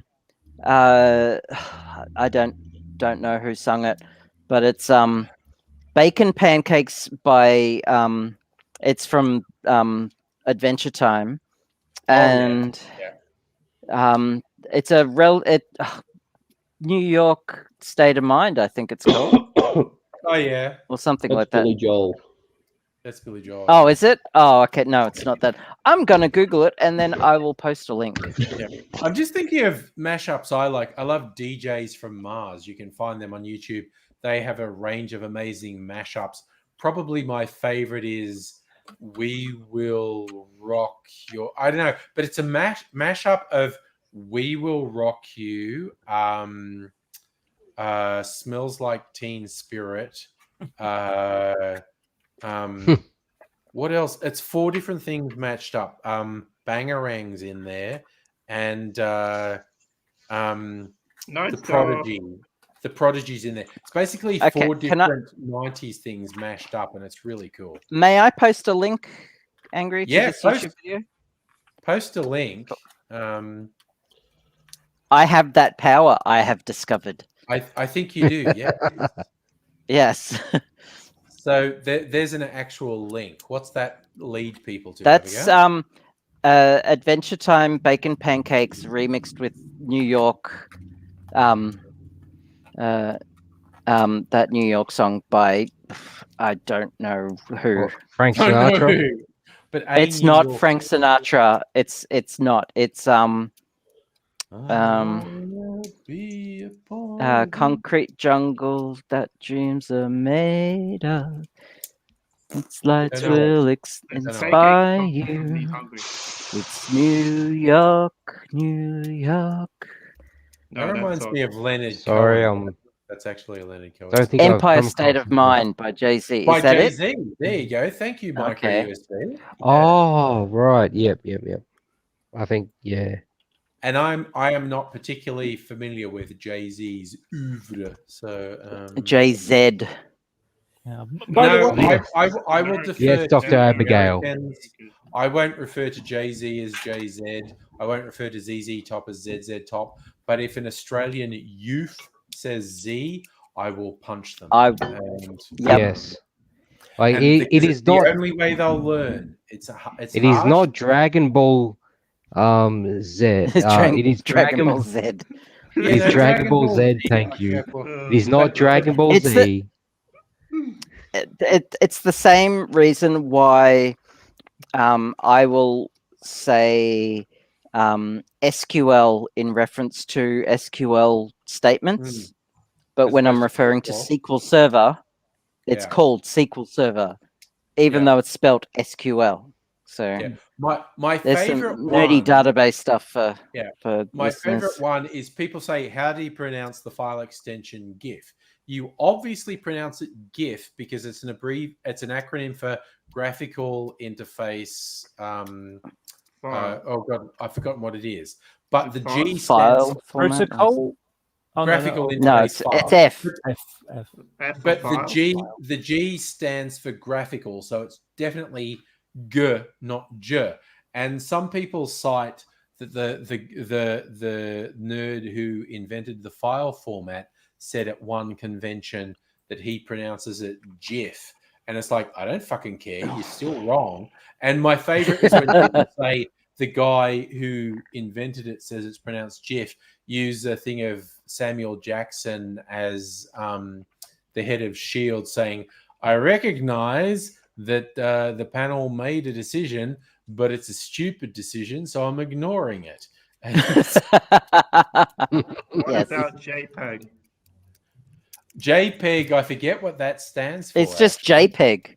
Yeah, but it's just JPEG. You're not I pronouncing didn't it. know there was any kind of fight over how you say that one. Yeah. It's No, there a is. long and hard fought battle. Here's an old one that people won't even get anymore because scanning stuff, people don't even have scanners anymore. You just take photos and screenshots and shit. I do. The original scanners, like your flatbed scanners, used a technology that the inventor of the technology called Twain. And that just means two. That's like Mark Twain got his name from the riverboats when they were marking the depth of the river. When it was at one mark on the thing, it was Mark 1. When it was at the second mark, it was Mark Twain. Twain just means two, means twins, means two. So the person who invented the technology for scanning called it Twain because that just meant making a twin of the thing. And when everyone was saying the file extensions were acronyms, they pressed this guy like, what does Twain mean?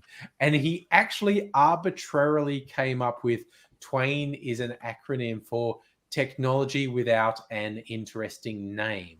And people went, oh. And he's like, that's not what it is. I just made that up to shut you up because you were annoying me.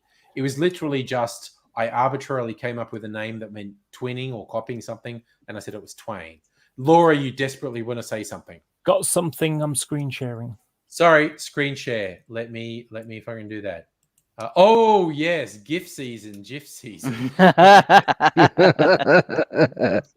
And I particularly like it's Daffy Duck going with GIF season because he's obviously wrong. Yeah. Is that the old Speaking of- that classic cartoon there, like hunting season? Yeah, It's Oh, rabbit season, rabbit season, duck duck season, rabbit season, duck season. Yeah. And poor Elmer Fudd, who's confused, and Bugs, being the shit stirrer he is, throws Daffy off, and because Bugs is going duck season, and Daffy's going rabbit season, and then Bugs throws Daffy off by changing, and Bugs suddenly says "Wabbit season," and Daffy goes "Duck season, fire!" and Elmer Fudd shoots his face off. Yes. Hey, So there's this GIF. This is a callback to earlier in the stream.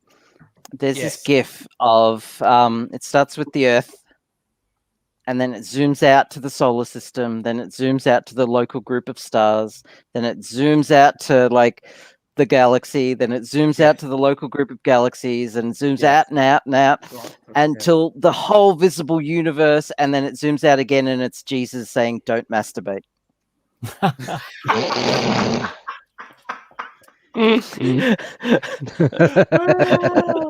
You know, like he would care. Eddie doing a Jesus don't masturbate thing.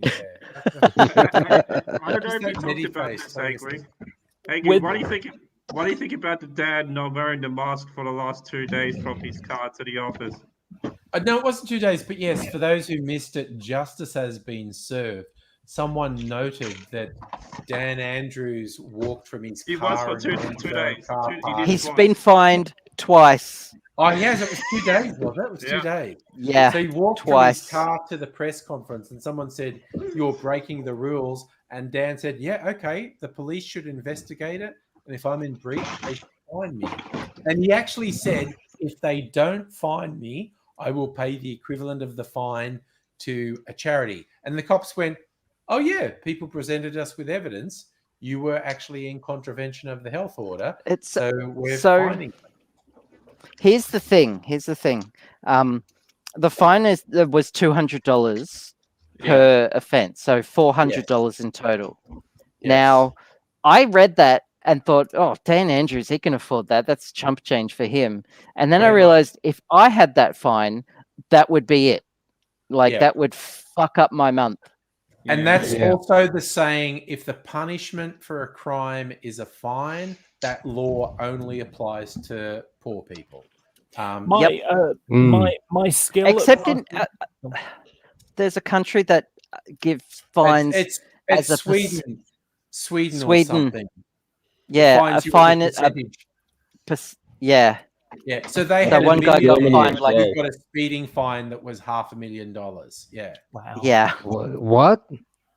You know, it's Sweden or somewhere fines you as a percentage of your income, and there was an actual case of a multi-millionaire who got a speeding fine, and as a percentage of his income, he got fined about $500,000. Speaking about fines, I had quite a compliment this week on my parking ability. I came out to my car and there was a sign on it saying "parking fine," which quite a compliment. Well done. For wordplay, is my favorite. It's actually a very, very, very, very old Tommy Cooper joke.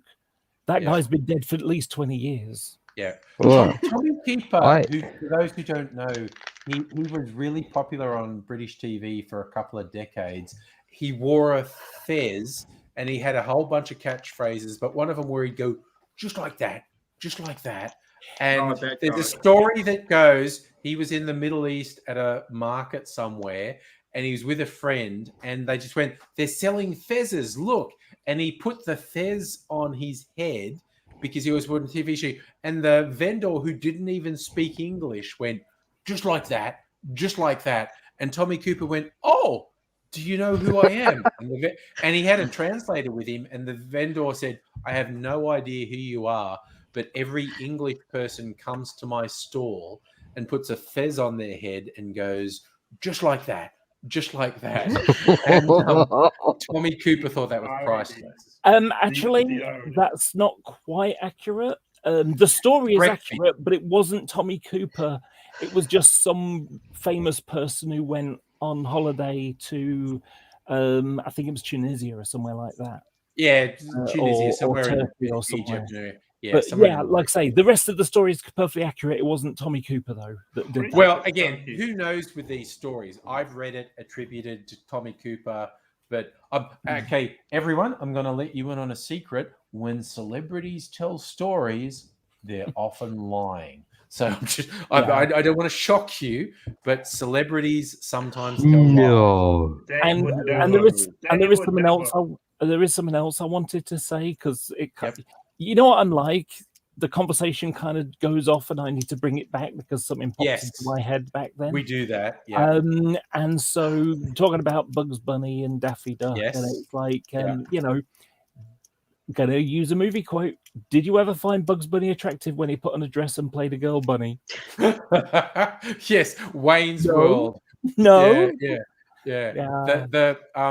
The guy who's not Garth says that. Did you ever get turned on when Bugs Bunny was wearing a dress? And Wayne goes, no. And Garth, no, me neither. Yeah. Yeah, but it's the hysterical laughter from Wayne that went with Such it. a good line. Such a good line. Yes. Oh, Micro, yes, dude, you want to join us? Absolutely. Another one that was funny, which was in Wayne's World 2, which was the guy the roadie talking about Ozzy and saying, you know, Ozzy said he wasn't going to go on unless he had a full bowl of yellow M&Ms. We had to go to this Indian guy's shop, and you know, I had to beat him to death with his own shoes. Little bit of trivia for someone who's never heard this. You sometimes hear stories about rock stars having really obnoxious demands for backstage, and they're awful. And there was this story in the 80s that went around that Van Halen, who were very big at the time, had a thing in their rider that you had to have a bowl of M&Ms in their dressing room with all the brown M&Ms removed. And that was initially circulated as people going, how obnoxious are these rock stars saying you have to do that? And that was corrected by the guys from Van Halen later. They said, no, what that was, it was a ridiculous request because our rider was also, this is what the lighting has to be. This is what the rig has to be. This is what this has to be. Also, no brown M&Ms. And Ultra Sexy Boy is joining us with a nice outdoor review. Thank you. To finish this little story, what the dude from Van Halen said, he said, when we got into the dressing room, if there was a bowl of M&Ms that had brown M&Ms in it, we go, okay, they didn't read our rider. We now have to go over every aspect of it. Because 90% of their rider was about the show running properly and the show running safely. And they put this bizarre thing about no M&Ms in to see if the venue person actually read the rider. It was a checksum. It was a check. It was basically like, okay, these motherfuckers did not actually read our instructions. So we now have to look at all the technical aspects and all the safety aspects and see what else they missed out, because they could have missed out something else. Yeah. Alrighty. Yep. Excellent. So yeah, I heard. I think USB's vaping. I heard of a really bad one when you know, the lead singer of a band, and it wasn't like a big big band or anything. It was just like a local band that was quite popular, and someone bloody screwed up with the electrics, and so when he grabbed hold of the microphone stand, it was earthed. Oh shit! You can get killed. He nearly got fried. Yeah, but he got quite a shock, shall we say? Yeah. The electrics in a stage show, you can get killed really easily. Yeah. Well, performers have gotten killed. Yep, performing. They absolutely have. Have you ever been electrocuted? I've been electrocuted. Me too. Mine was toilet break. Okay, mine was a stupid one. So what happened was my washing machine, the motor blew. So I went and bought myself a new motor to fit into it. And the way that they work is that if you can imagine, you've got the motor and the central spindle for it, and then it's got the piece that the belt goes around to turn the drum.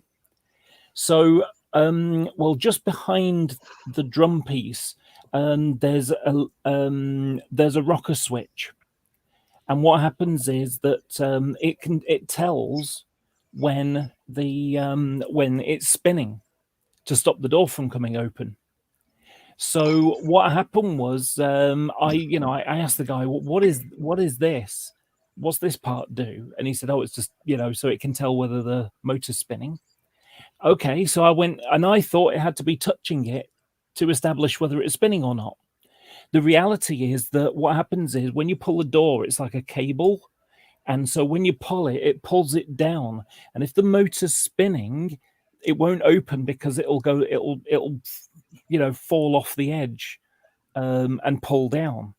If it's not spinning, it will stay there, and then the tension's enough to release the mechanism to open the door.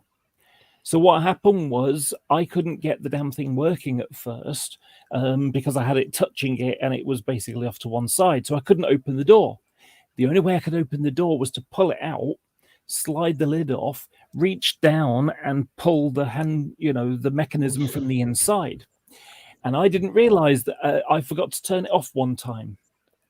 And so I got my hand and went, my hand got just pulled out, ultra fast.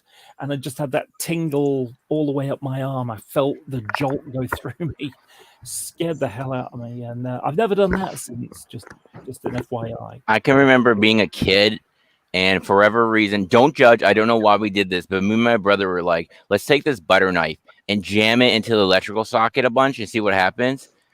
Obviously, don't do that, anyone. It's obviously very not an intelligent thing to do at all. But anyways, we did it, pulled it out, and then we could hear from inside the socket. It was like, run. And we're like, well, that's not good. So we hopped up onto the bed, and we're looking over the railing of the bed, looking down. And these two like balls of electricity came out of the socket, and they spun around on the floor. It was the weirdest, most interesting thing that I wish I could try to find out how to recreate. And then it disappeared. And then when we looked at the knife again, the whole end of the knife was just blackened. And they tried to clean it, but the knife was just permanently like scarred black like that. Chemically burned. Whoa. Ball lightning. Ball lightning actually appears naturally as well. I've heard the weirdest stories about ball lightning, which happens in some electrical storms where it can be attracted. So I've heard stories, and these are apparently real, of ball lightning going through a keyhole in a door and following someone down a hallway. I think this is where ghost stories come from, because static electricity can do truly weird things, inexplicable weird shit. Taking the conversation back to roadies and riders and all that. When I was working as a roadie, we congratulated ourselves on finishing a bump out for White Night. It was at Etihad Stadium at the time. We just bumped out White Night, and we were 10 minutes ahead of schedule. Great. Nice. We were congratulating ourselves. Then somebody found a road case that was sitting around the corner. It went right up the front at the bottom of the truck. Oh, no. Unload the entire truck. Oh, no. To put one case in. Oh, no. It was only $500,000 worth of lights. Oh, shit. Yeah.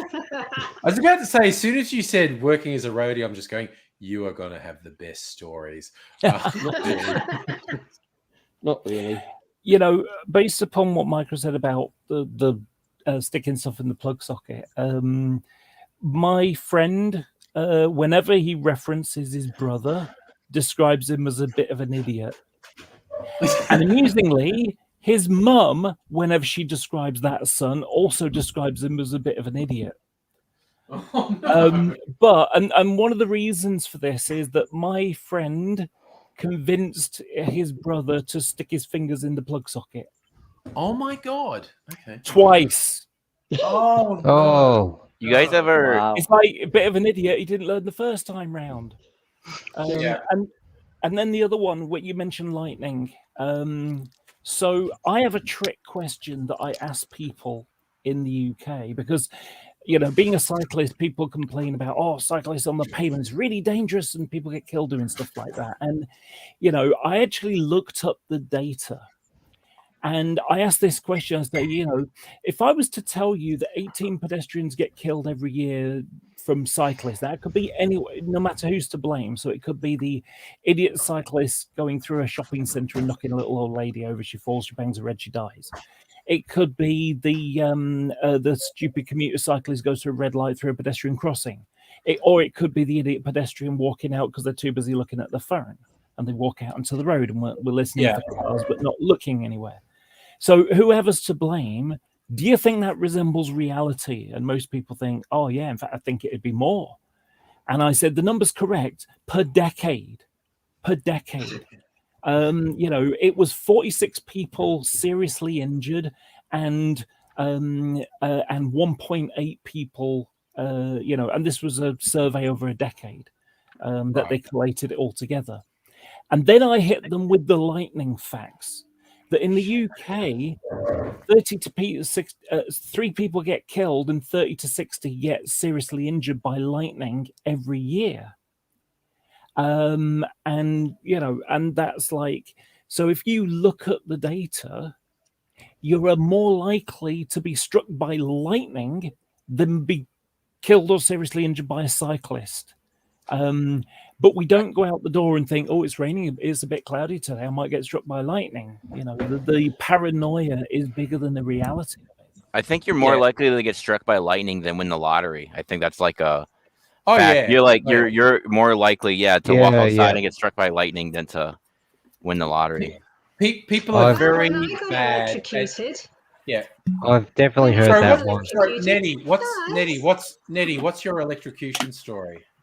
Okay, I was in Singapore I was staying with a friend's family. This girl was boarding at my school. And anyway, she invited me over and I bought this stereo and I plugged it in. And I don't know if it's Singaporean electrical. I bought this stereo and I plugged it in. Your watch. It's my watch. Piss off, Siri. Shush, Siri. So I plugged it in, and then all of a sudden she's still going. Go away. Oh my god. I think my finger or my thumb must have slipped somehow, or I don't know what happened really. But all I knew was that all of a sudden I stood up and went, ah! And it was just like, and eventually someone said, I think you got electrocuted. Oh my god, you got zapped. Oh no. It just made me stand completely straight. I had been sitting down. I stood up completely straight. I went, ah! And if you get electrocuted, if your hand gets electrocuted, it stimulates the muscles to go like this with your hand. Yeah. So I let go of it. And I could feel this sort of this sensation up here to about there. If it had gone any further. Oh, wow. Into the brain. So it's a damn good thing that I let go. That's what AC current does for you. I have a roadie story. Yeah. Which I kind of wanted to tell when AZ was on. Because where is AZ? AZ, where are you? I think he's kind of not well and has stuff going on. I'll try and call him tomorrow. Will, let him know I miss him. Yeah, I genuinely miss seeing him. I'll try and find him tomorrow for tomorrow night's live stream. I miss him, but he keeps dodging. So what are you gonna do? I remember that from Filthy Rich and Cat Flap. You know what? With AZ, I miss him. Last Christmas with my mum's 22, point blank range. Missed him. Yeah. He zigzags. So, Marco, roadie story. That was me. Yes. Yeah. So Yeah, I'm guessing that maybe AZ may have done a show in this place, possibly in the past. I have no idea if he actually has. But the Bendigo Capitol Theatre. He may well have, yes.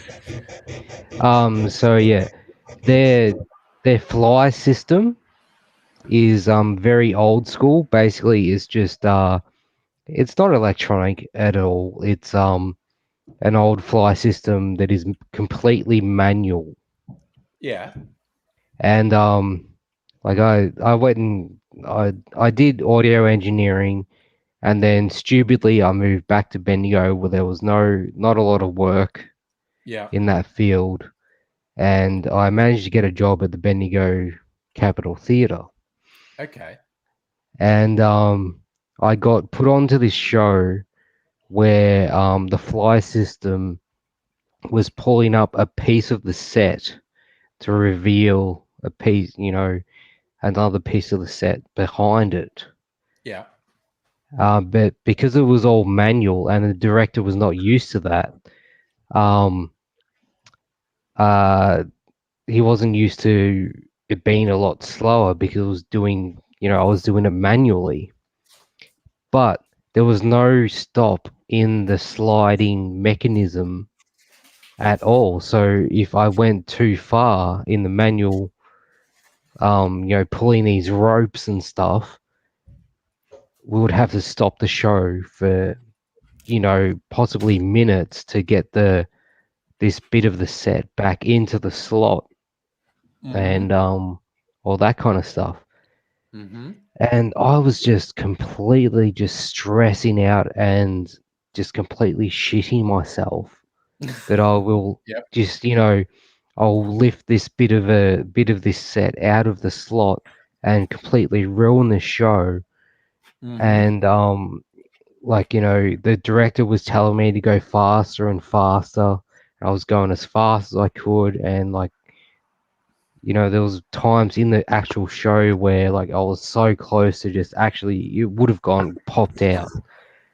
Right. And then the other guys just finally came to me and just said, don't worry about him. Just do it at the pace that you can do it.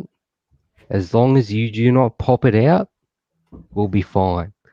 And as soon as they said that to me, I was fine. Yeah. And it just, Oh, good. it's just one of those things where someone does not realize the limitations of where they are. Yeah. And yeah, just bugger off. I didn't know that Bendigo was a real place because I watched this show on Adult Swim that I'm pretty sure is written in Australia. Yeah. And they've mentioned there's one I gotta go to Bendigo, and I thought it was just a made. I'm like, that sounds like a made up town for the show. No, evidently it fucking exists. So. Oh yeah, no, don't worry, mate. It bloody exists, mate. I love the way It's Australian funny, names things. Was that yeah, we did have YOLO Crystal Australian Castles? names. It might be. It's like crudely drawn, and they're always yelling in it. Yeah. Yeah. I think oh wait, actually I think that was a Rick and Morty.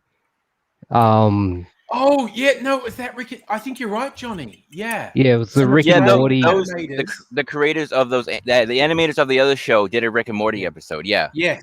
Yeah. Yeah, Australian animators did this really fucked up Rick and Morty. Yeah, it's the guy that did the Siggy Buck Brain thing. Yeah. No, it's great. It's really fucked up. But yeah, lots of Australian places sound made up. My personal favorite was the Powerpuff Girls were always referring to the city of Townsville because that sounded so stupid. But we actually have a city of Townsville in Australia. I noticed over here on the East Coast, a lot of the towns will be Native American names or old English names, and when you start to go west, it'll be stuff like Eugene, Jeff. It starts to be names. It's weird. I remember. I used to love when I used to take the train a lot from Melbourne to Bendigo when I was doing uni. I'll be coming back, and every now and then we'll get this train conductor and instead of saying Bendigo, it would say, yes, the next stop will be round the bend we go. Oh God. Okay. A bored train And conductor who thinks they're funny. it just like, even though it's completely awful, it gave a smile on my face. Yeah, bit of fun, bit of fun. Okay, what you I made me think of, there was, I forget who it was, but it was an Australian indie band from the 90s, had an album they called The Unfinished Spanish Galleon of Finley Lake. And you think, what the fuck is that? And then one time I was going between Melbourne and my hometown of Dubbo, West New South Wales, and there's a couple different ways you can go. But if you go the inland way through all the small towns, there's a place near the New South Wales Victoria border called Finley. And we were driving through Finley, and there was a little lake in the town. And I was like, what the fuck is that near the lake? And it was supposed to be a tourist thing that they never finished, and it's an unfinished replica of a Spanish galleon. So when this band put out an album called The Unfinished Galleon of Finley Lake, it was a fucking real thing. I thought it was just a nonsense phrase they came up with, but it's a real thing. It's so weird. That's so great. About the train station thing. Yeah. So there are. London is obviously the capital, and lots of different railway lines go into London. So you've got, Paddington and Euston and Marylebone, but one of them is St Pancras. Sorry, Pancras. Yes. Yeah. And Yeah. So I used to have a little sort of in joke referring to it as London St Pancras. Yeah. Pancreas. Yes, Well, of course. So I was at Stockport waiting for a train one day, and what had happened was the West Coast Main Line, which goes into Euston, is the main line. So it goes from Manchester and it goes to Crewe and it goes straight down, and then they join together and go down to London. So some trains go via Crewe and some trains go straight through, and like Milton Keynes is the first stop, which is you're almost in London territory. Like 25 minutes to go, kind of out of a 2-mile journey. So, they did an overhaul of the line, so they just shut the entire section to Crewe, and then 6 months later, and just ripped up everything, the track, the signals, everything, and redid it all. And then 6 months later, they shut down another section to do the same job, and everything was either divided by Crewe, or for that year, they ran another train which would go a different route and went to St Pancras, because the Manchester to London is one of like the main used routes. Yeah. And they couldn't just like lose half the trains all of a sudden. So they rerouted to London St Pancras. I was at Stockport and I heard an announcer saying, the next train to arrive on platform 4 is the 1027 or whatever to London St Pancras, and I burst out laughing because that was my like in joke for years. That was your in joke. And then I heard it said, and it's just like, I've got one more thing to say, and you know how some ideas are like that's a good idea, and then you got other ideas that are quite bad. Yeah, I may be about to do the latter because I haven't had anything to eat yet, and I'm going to be eating. But I just crashed up some ice, and I'm about to pour my pina colada. I think we're a super bad influence on Laura. First thing after waking up, Laura's having a pina colada. Yeah, I've had two glasses of juice and no food yet, and I'm about to eat as well as drink. So yay. It's like 1 a.m. here. Oh, and an appropriately coloured straw. Nice. Yeah. I'm having an Australian Boulevardier, which is traditionally whiskey, sweet vermouth, and an Amaro. On Kirsten's recommendation, and I think Kirsten sensibly went to bed a while ago.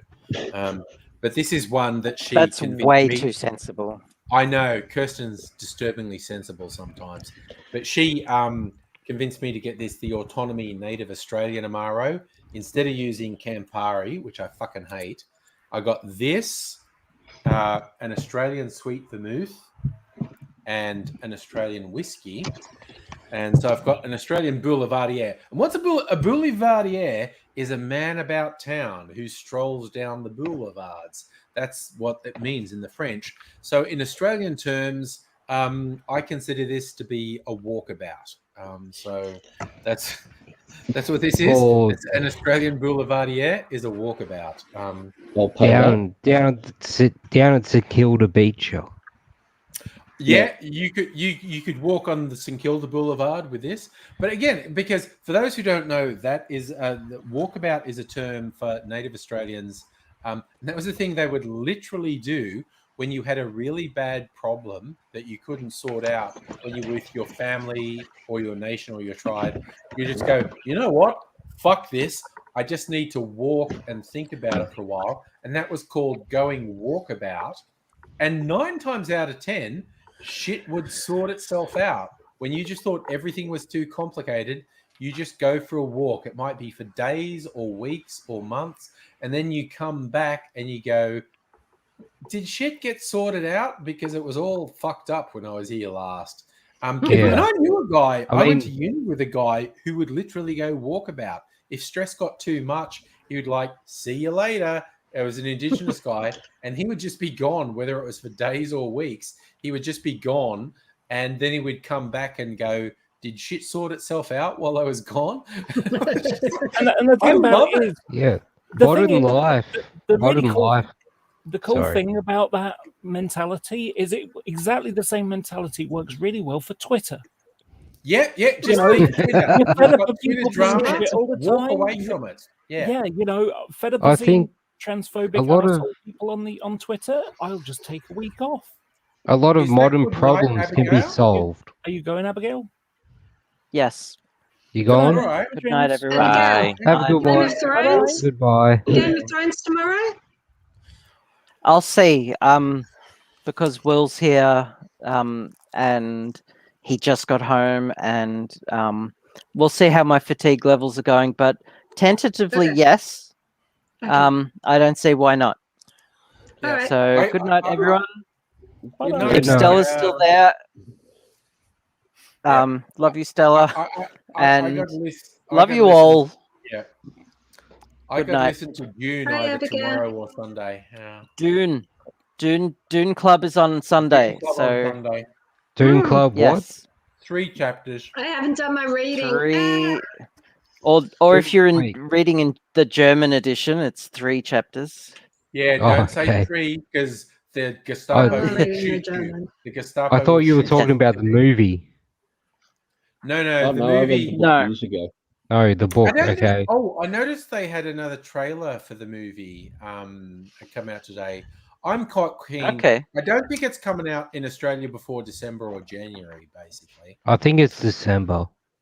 Good night, everyone. Good night, Abigail. Good night, Abigail. Good night.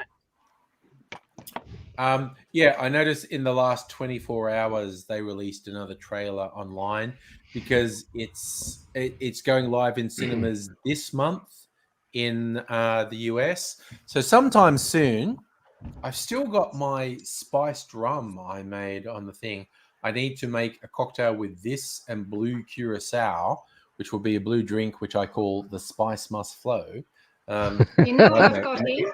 In the next 2 weeks. So it's not going to be next week, maybe the week after. Go inside with the release of Dune in the Northern Hemisphere. I don't want to see any. I saw the first Dune trailer, and I'm like, yep, okay, I'm sold. I'll go see that in the movies if I can. I want to see it in fucking IMAX if I can. I think that would fucking kick ass in IMAX. I'm allowed to go to the movies. Yeah, well, where I live, IMAX is not a thing. Not a thing. I would have to come down to where you are, Mr. Angry. Johnny, if you ever make it to Melbourne, we can do it. Get a fucking Airbnb. I'll just say, Sapa's in the country. Just come up, get an Airbnb. We'll have a fucking party. We'll go to get an Airbnb just for a movie. Yeah, let's just fucking do it, man. Let's do it. I'll hang out. I don't know.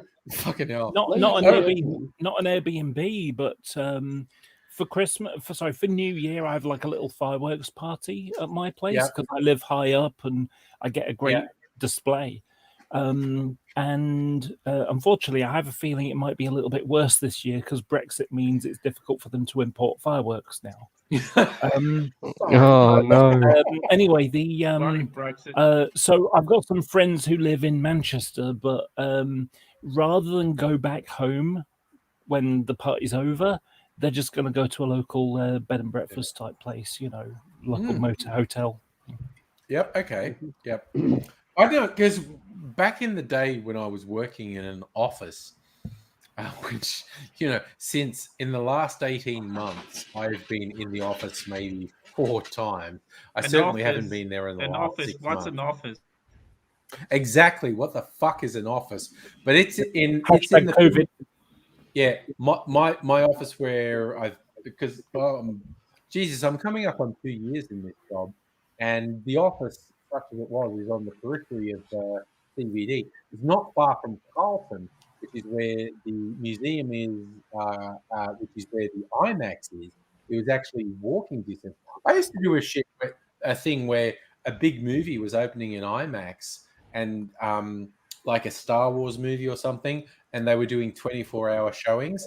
I would go to like a 6 a.m. showing of a movie in IMAX. I'd get up really early and go in and watch this 6 a.m. showing and be in IMAX for 2 hours, and then just walk back to the office. And I'd rock up to the office by about 9 a.m. And my head, I was in a weird space because I've been watching IMAX movie and I'm just like, yeah, I'm at work. It's fine. I've been up for hours already. I watched a really trippy movie in IMAX and now I'm at work. I watched some Star Wars movies. I think I watched Fury Road in IMAX and then went afterwards. It's just like, you saw Fury Road in IMAX? That would have been amazing. Oh, it was fucking great. Fury Road in IMAX. I saw Infinity War. I saw Infinity War in IMAX. I want to see Dune in at least a big screen cinema, but if I get the opportunities to see Dune in IMAX, I'm gonna do it because my cinema has a big screen, but it charges an extra $1 for it. What a bunch of Scrooges.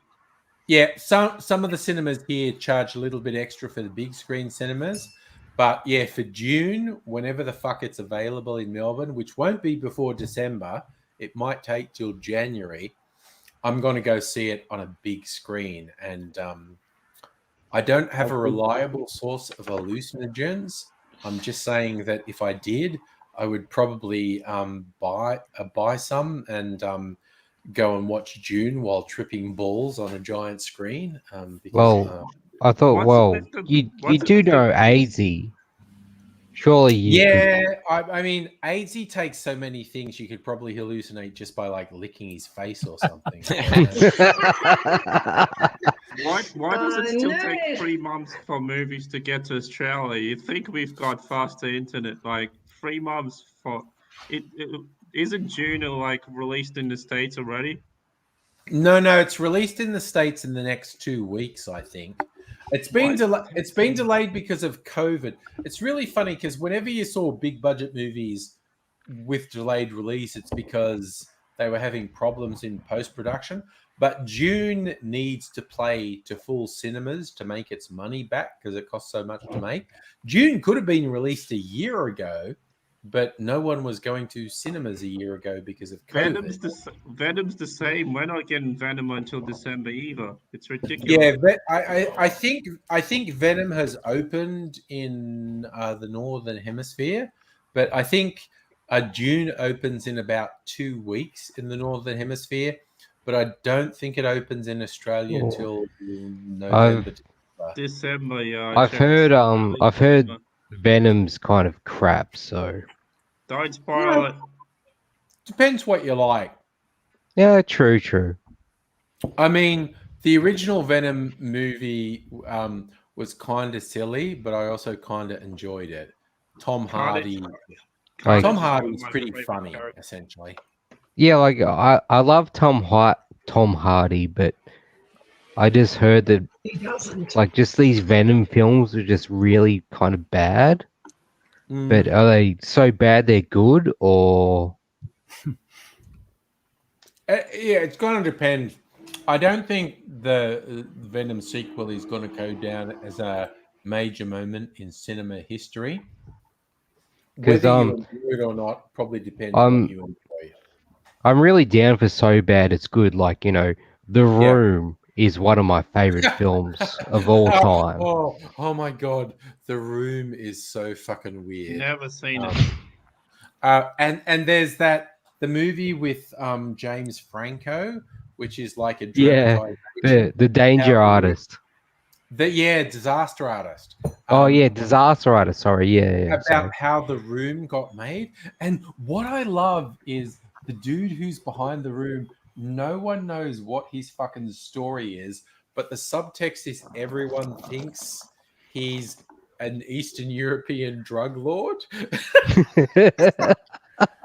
It's like, where did he get all his money from to make this movie? And people are going, Have you actually been to his website? oh god, no, what the fuck is on his website? So, like, quite a few years ago, I went to his website just to check it out. But like, there was like so many layers of just like buying The Room on like Blu-ray and DVD, and then also all these clothes that he was Is that selling. 4K version? Like, you could get multiple versions. Like, you get multiple just discounts on buying various things when you went through multiple pages through his website. It's one of those weird things. Like, it didn't make sense to me. It's like, okay, so wait, I was on page 1, this was this price, I went to page 5, and then this was so much cheaper than what it was on page 1. Yeah. And No, it's very it's weird. one of those ones. Yeah, Ugh. but even in the movie, The Disaster Artist, they kind of played up that no one could ever quite work out what his story was. But when the movie finally got released and it became this cult classic because of how horrifically bad it was, he appeared at a screening and went, yeah, thank you all for enjoying this comedy movie I made. But everyone who made the movie was like, no, he never thought it was a comedy. He never thought it was a comedy. He thought it was a serious film. I just want to say, I did not hit her. It's not true. It's bullshit. Yes. I did not hit her. I did not. Oh, hi, Mark. Oh, hi, Mark. And that was your acting right then was supremely better. Yes. That is absolutely worth noting, Laura. Your acting just then was better than his. It was absolutely better than his. Oh my god, that is so fucking weird. Because you're my favorite customer. Yes. Oh, hi, doggy. It's so fun. I had friends who were into the movie before I knew it existed, and they kept referencing it. And I was like, what the fuck are you talking about? And they were going to the secret screenings of it. And I was like, Boomer. Fuck are you talking about? And then the movie The Disaster Artist came out, and I went, oh, for fuck's sake, this is what you were talking about. Oh my god.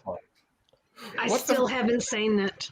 I still haven't seen it, but it's Ali spent a year bloody quoting it, so I had to buy her a T-shirt. I had a T-shirt made of a drawing of that guy with "Oh hi Mark" written on it. Tommy Wiseau is his name. Tommy Wiseau. Yeah, And Tommy he Wiseau. is absolutely Tommy Wiseau is absolutely connected to Russian mafia. He absolutely is. He's Russian mafia, or he's possibly a vampire. Who knows? Yeah, no, that's a call. Tommy may actually just be a vampire. That may be what's going on. Because I haven't heard of I him, could and my connection totally to see Tommy that. doesn't. Yeah. I No, can totally see Tommy joining Yeah. in that share house in New Zealand with those Yes. guys from. Oh fuck! Yeah. They should Oh, put yeah, him on yeah. What We Do in the Shadows. They should They should. absolutely put Tommy Wiseau in What We Do in the Shadows. If they could You get would him totally in that, just slide right in. I Yeah. if they could get him in that series, I would just laugh my absolute ass off. Like that would just be it. Comedy cannot get any better. Yeah. No, that would be perfect. That would be perfect. Oh my god! I've just looked up the Wikipedia and on him, Yeah. and just Yeah. the first like block of it was always very secretive about his early life. In various interviews, he claimed to have lived in France a long time ago. Claimed he grew up in New Orleans, Louisiana, and described having an entire family in Chalmette, I don't know, in Louisiana. In 2010, an interview with Crikey Wiseau gave an age that would indicate he was born in 1968 or 69. But a friend, Greg Sestero, claimed in his 2013 memoir, The Disaster Artist, that his brother's girlfriend obtained copies of Wiseau's US immigration papers and found that he was born much earlier than he claimed, in an Eastern Bloc country in the mid to late 50s. Yeah. So even then, he's just like, he's inscrutable in every way. Yeah. Yeah, pretty much. Without Yeah. inscrutable. Yeah. Yeah. I have to see that movie one day. Like a cat. I have to see it. What's the movie called? It's Okay. the original one is called The Room. The I've never heard dramatization of it. is called The Disaster Artist. The Room is from 2003. Which also, if you watch The Disaster Artist, keep watching after the credits because it has the best after credits scene of any movie. Marvel can fuck off. It is just brilliant. Oh, it is it's a Chef very, kiss. very cringy movie. Yeah. And so yeah, Disaster it's Artist. A bit Ed Wood like. So basically, Ed Wood is basically Disaster Artist is the dramatization of the making of The Room, which is The Room is the original movie that is just completely batshit insane. Yeah, it's batshit. So my friend persuaded me to watch it, and it's like, but I've been told this is a rubbish movie. I know it is rubbish, but you need to watch it. You need to enjoy how rubbish it is. And it's like, that makes no sense. Why would I want to spend my valuable time watching a rubbish movie? Yeah. I do not regret watching the movie. Yeah, exactly. It is so brilliant and so dumb in every way. It is It's the new the Plan 9 from outer space. is through the looking glass, but the room is through the looking glass of bad movies. It crosses a weird, undefinable spectrum to just reach a new level. It's amazing. Angry, do you remember that documentary about cane toads? Yes, it was literally just called Cane Toads. Yes. Cane toads. What? And the one Really? about Hang the on, dogs wait. called Dogs. Yes, and the same people made one about insurance fraud, which I was paid to be in. I forget what it was called. After they made Cane Toads, they made a movie about insurance and insurance fraud, and I spent a day being a person who was perpetrating an insurance fraud, and they shot a bunch of stuff, and I got paid I was unemployed at the time, and I got paid a couple $100 for a day's work, which seemed like a lot of money. And then this is when I was living in Sydney. I don't know, a year later, I was walking with a friend. We walked past the that cinema that was in Glebe that did all the art house stuff. The Valhalla.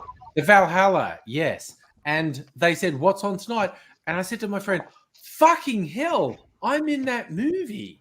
And they went, "Bullshit." And I went, "No, I'm in that movie." So we went and bought a ticket and went and saw it. And the stuff I was in had actually ended up on the cutting room floor, and I wasn't in the movie. I know, which is a bit sad. But I still, as an unemployed person, got paid a couple of $100 for a day's work. So, that's okay. Well, at least Yeah, you it's got like, that. I auditioned for He Died with a Falafel in His Hand. I didn't get Oh, anywhere. really? Okay. That's a great house. That's a great movie for anyone who's ever lived in a shared house. Yeah. If anyone flatmate wants to know told me to, Australian culture, do it. Australian culture, just watch He Died with a Falafel in His Hand. Yeah, it's a pretty good book, and it's a pretty good movie. He died with a falafel in his hand. I've got a little story. Yeah. So a good friend of mine, I'm really annoyed that he didn't actually make the cut for this. Spoiler. He didn't make the cut. Yeah. So when Tony Robinson came to Bendigo with when he was doing his Time Team. Australian Is that Time Team? Sorry? Time Team. Yeah. Time No, Team? sorry, it wasn't Time Team. He came to do a documentary about Australia, like, just in the back in the day kind of thing. Yeah. And came to Bendigo about the gold rush. Yeah. And he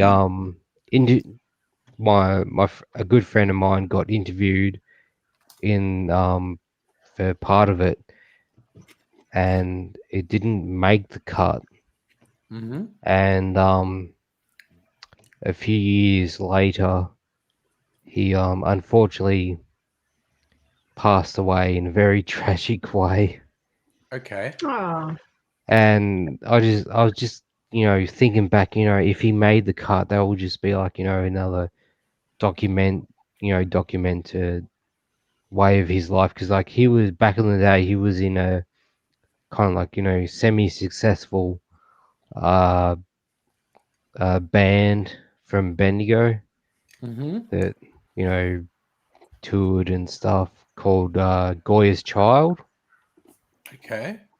But yeah, basically he left a friend's place who I'm good friends with as well, and was riding his bike back home, and just went around this corner too fast or something. And yeah,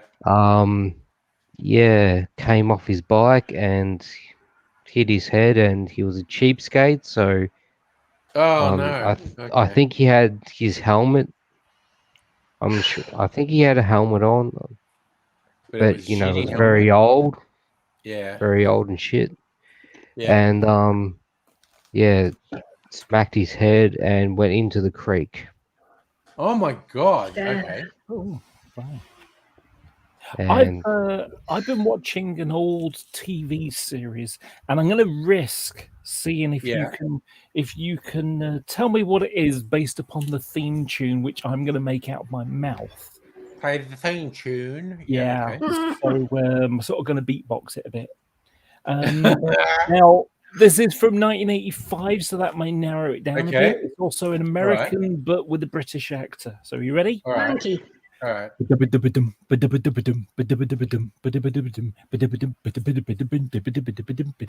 then you got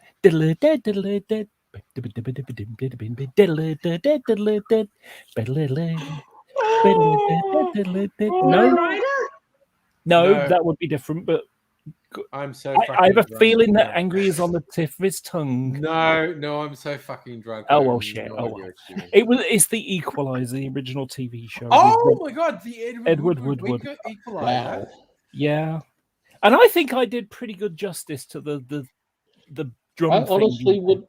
I remember the show The Equalizer. I used to watch it every day, every Friday night. I think it was on. Yeah. But I couldn't tell you what the theme song was. Oh well. Yeah. Anyway, I've got another question. I got a very, very Aussie question. I don't know the answer to this. I can look on Wikipedia or the internet, but I'll just ask you lot instead, because I'll probably get Sure. maybe a better answer, maybe a worse one, but who knows? At least it'll be entertaining. Yeah. So you just know just before you ask the question. Sure. I used to be a tour guide, and the collective noun for tour guides is a bullshit of tour guides. Yeah. So just remember. So, when I was a kid, I read an Australian book, or a book about Australia. I don't know if it was Australian. It could have been someone else from a different country writing it. But either way, I read Walkabout, and I've watched the movie too. Mm-hmm. Given the 40 years or whatever, however long it was now, of history, and you know how you kind of get like a revisionist thing about, yeah, that kind of thing that they did then. So, like, for example, James Bond, pretty much a rapist. You know? Yes. Yes. We can look at it there, what happened then and now, and say, yeah, given today's climate, that really isn't cool at all. What is the Australian position about Walkabout? Has that sort of stood the test of time? I don't know it. The book. You know? I don't know. We there's a very old Australian film, and I mean from the 50s, and it was so far ahead of its time. It's called Jeddah, and it was actually a love story. Okay, Great Sage, Equal of Heaven knows it. Jeddah was a love story about Indigenous Australians. It was from the 50s, and it's so far ahead of its time. But again, who the fuck knows in regards to what you're talking about, Laura? It's weird.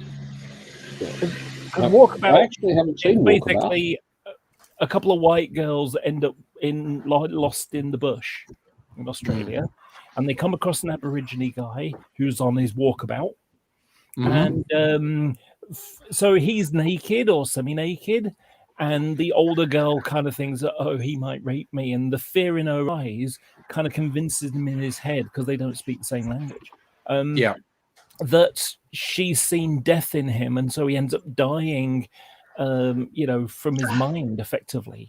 Which is wow. Is it written by a black man or a white man? I don't know. Probably not a black man, because No, there was a movie in the That's 70s. the pointing the bone thing.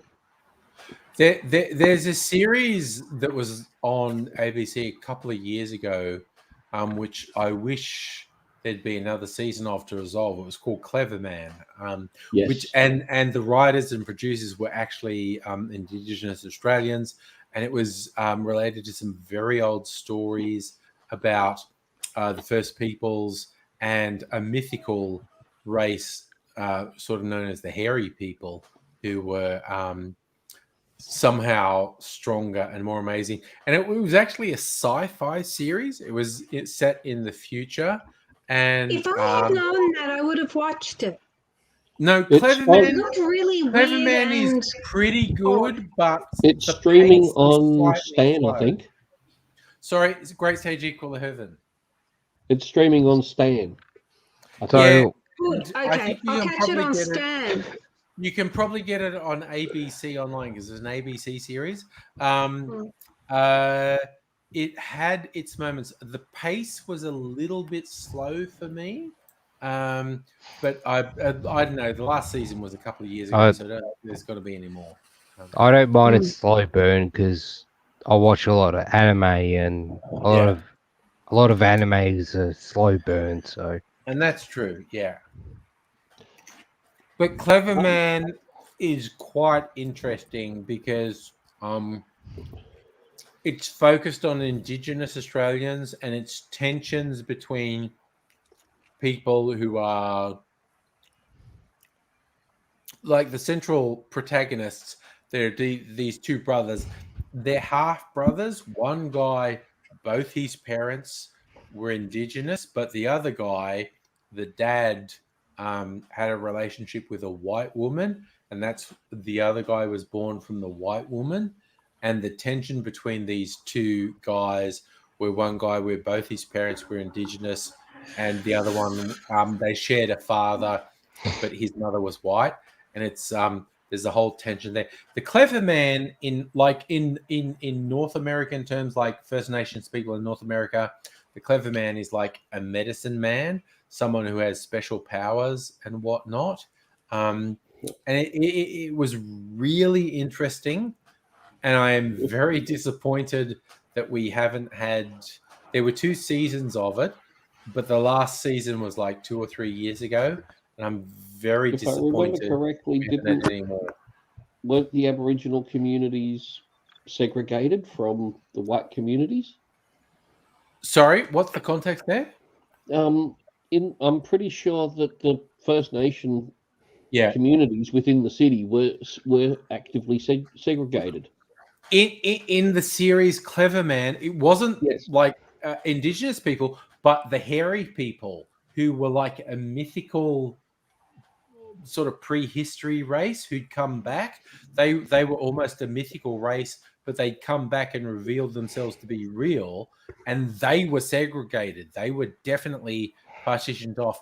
And again, having not grown up, but having been a young adult in Sydney, the hairy people were segregated in Redfern in Sydney, which is very, very symbolic. And also Briggs, who's my favorite fucking rapper. Briggs is an Indigenous rapper who actually grew up in Shepparton in Victoria. He is actually one of the hairy people in Clever Man. And the soundtrack, a lot of the soundtrack is a collaboration Briggs did with a guy whose rap name is Trials, and they call themselves AB Original, as in Aboriginal. And so the soundtrack for Clever Man is also very good. But Briggs plays one of the hairy people it's all I don't know. There hasn't been a new episode for 2 years. I'm very disappointed. And I'm also super fucking drunk. I just fucking made myself an old fashioned with Wild Turkey 101, which is an American bourbon, which is over 50% alcohol. So please do not assume anything I have said for the last half hour is sensible, because I'm drinking alcohol. Okay, guys, I'm going to go now. Nenny, going nine eyes? I'm also going. I'm also going. Okay, everyone's going nine eyes. Why don't we all go nine eyes? Actually, it's fucking one. Yeah, I'm actually. I'm thinking of checking out too. We're all going to go nine eyes. We're all going to go nine eyes. I am, because Saturday night is not a date night. Anyone who's up for it, I'll do a stream for Saturday night. But I think we should all go nine eyes now. And that's kind of depressing. I've only drunk a little bit of my pina colada. Yeah, but it's the friggin' morning for you, Laura. I'm just. No, I have to finish. I made an old fashioned with the wild turkey. It's 3:30 in the afternoon. Yeah, afternoon. Mm-hmm. But anyway, so okay, we're all going to go nine eyes. I'm going to finish the stream. We'll do a Saturday night stream if anyone's up for it. See you anon. But take care, everyone. Bye.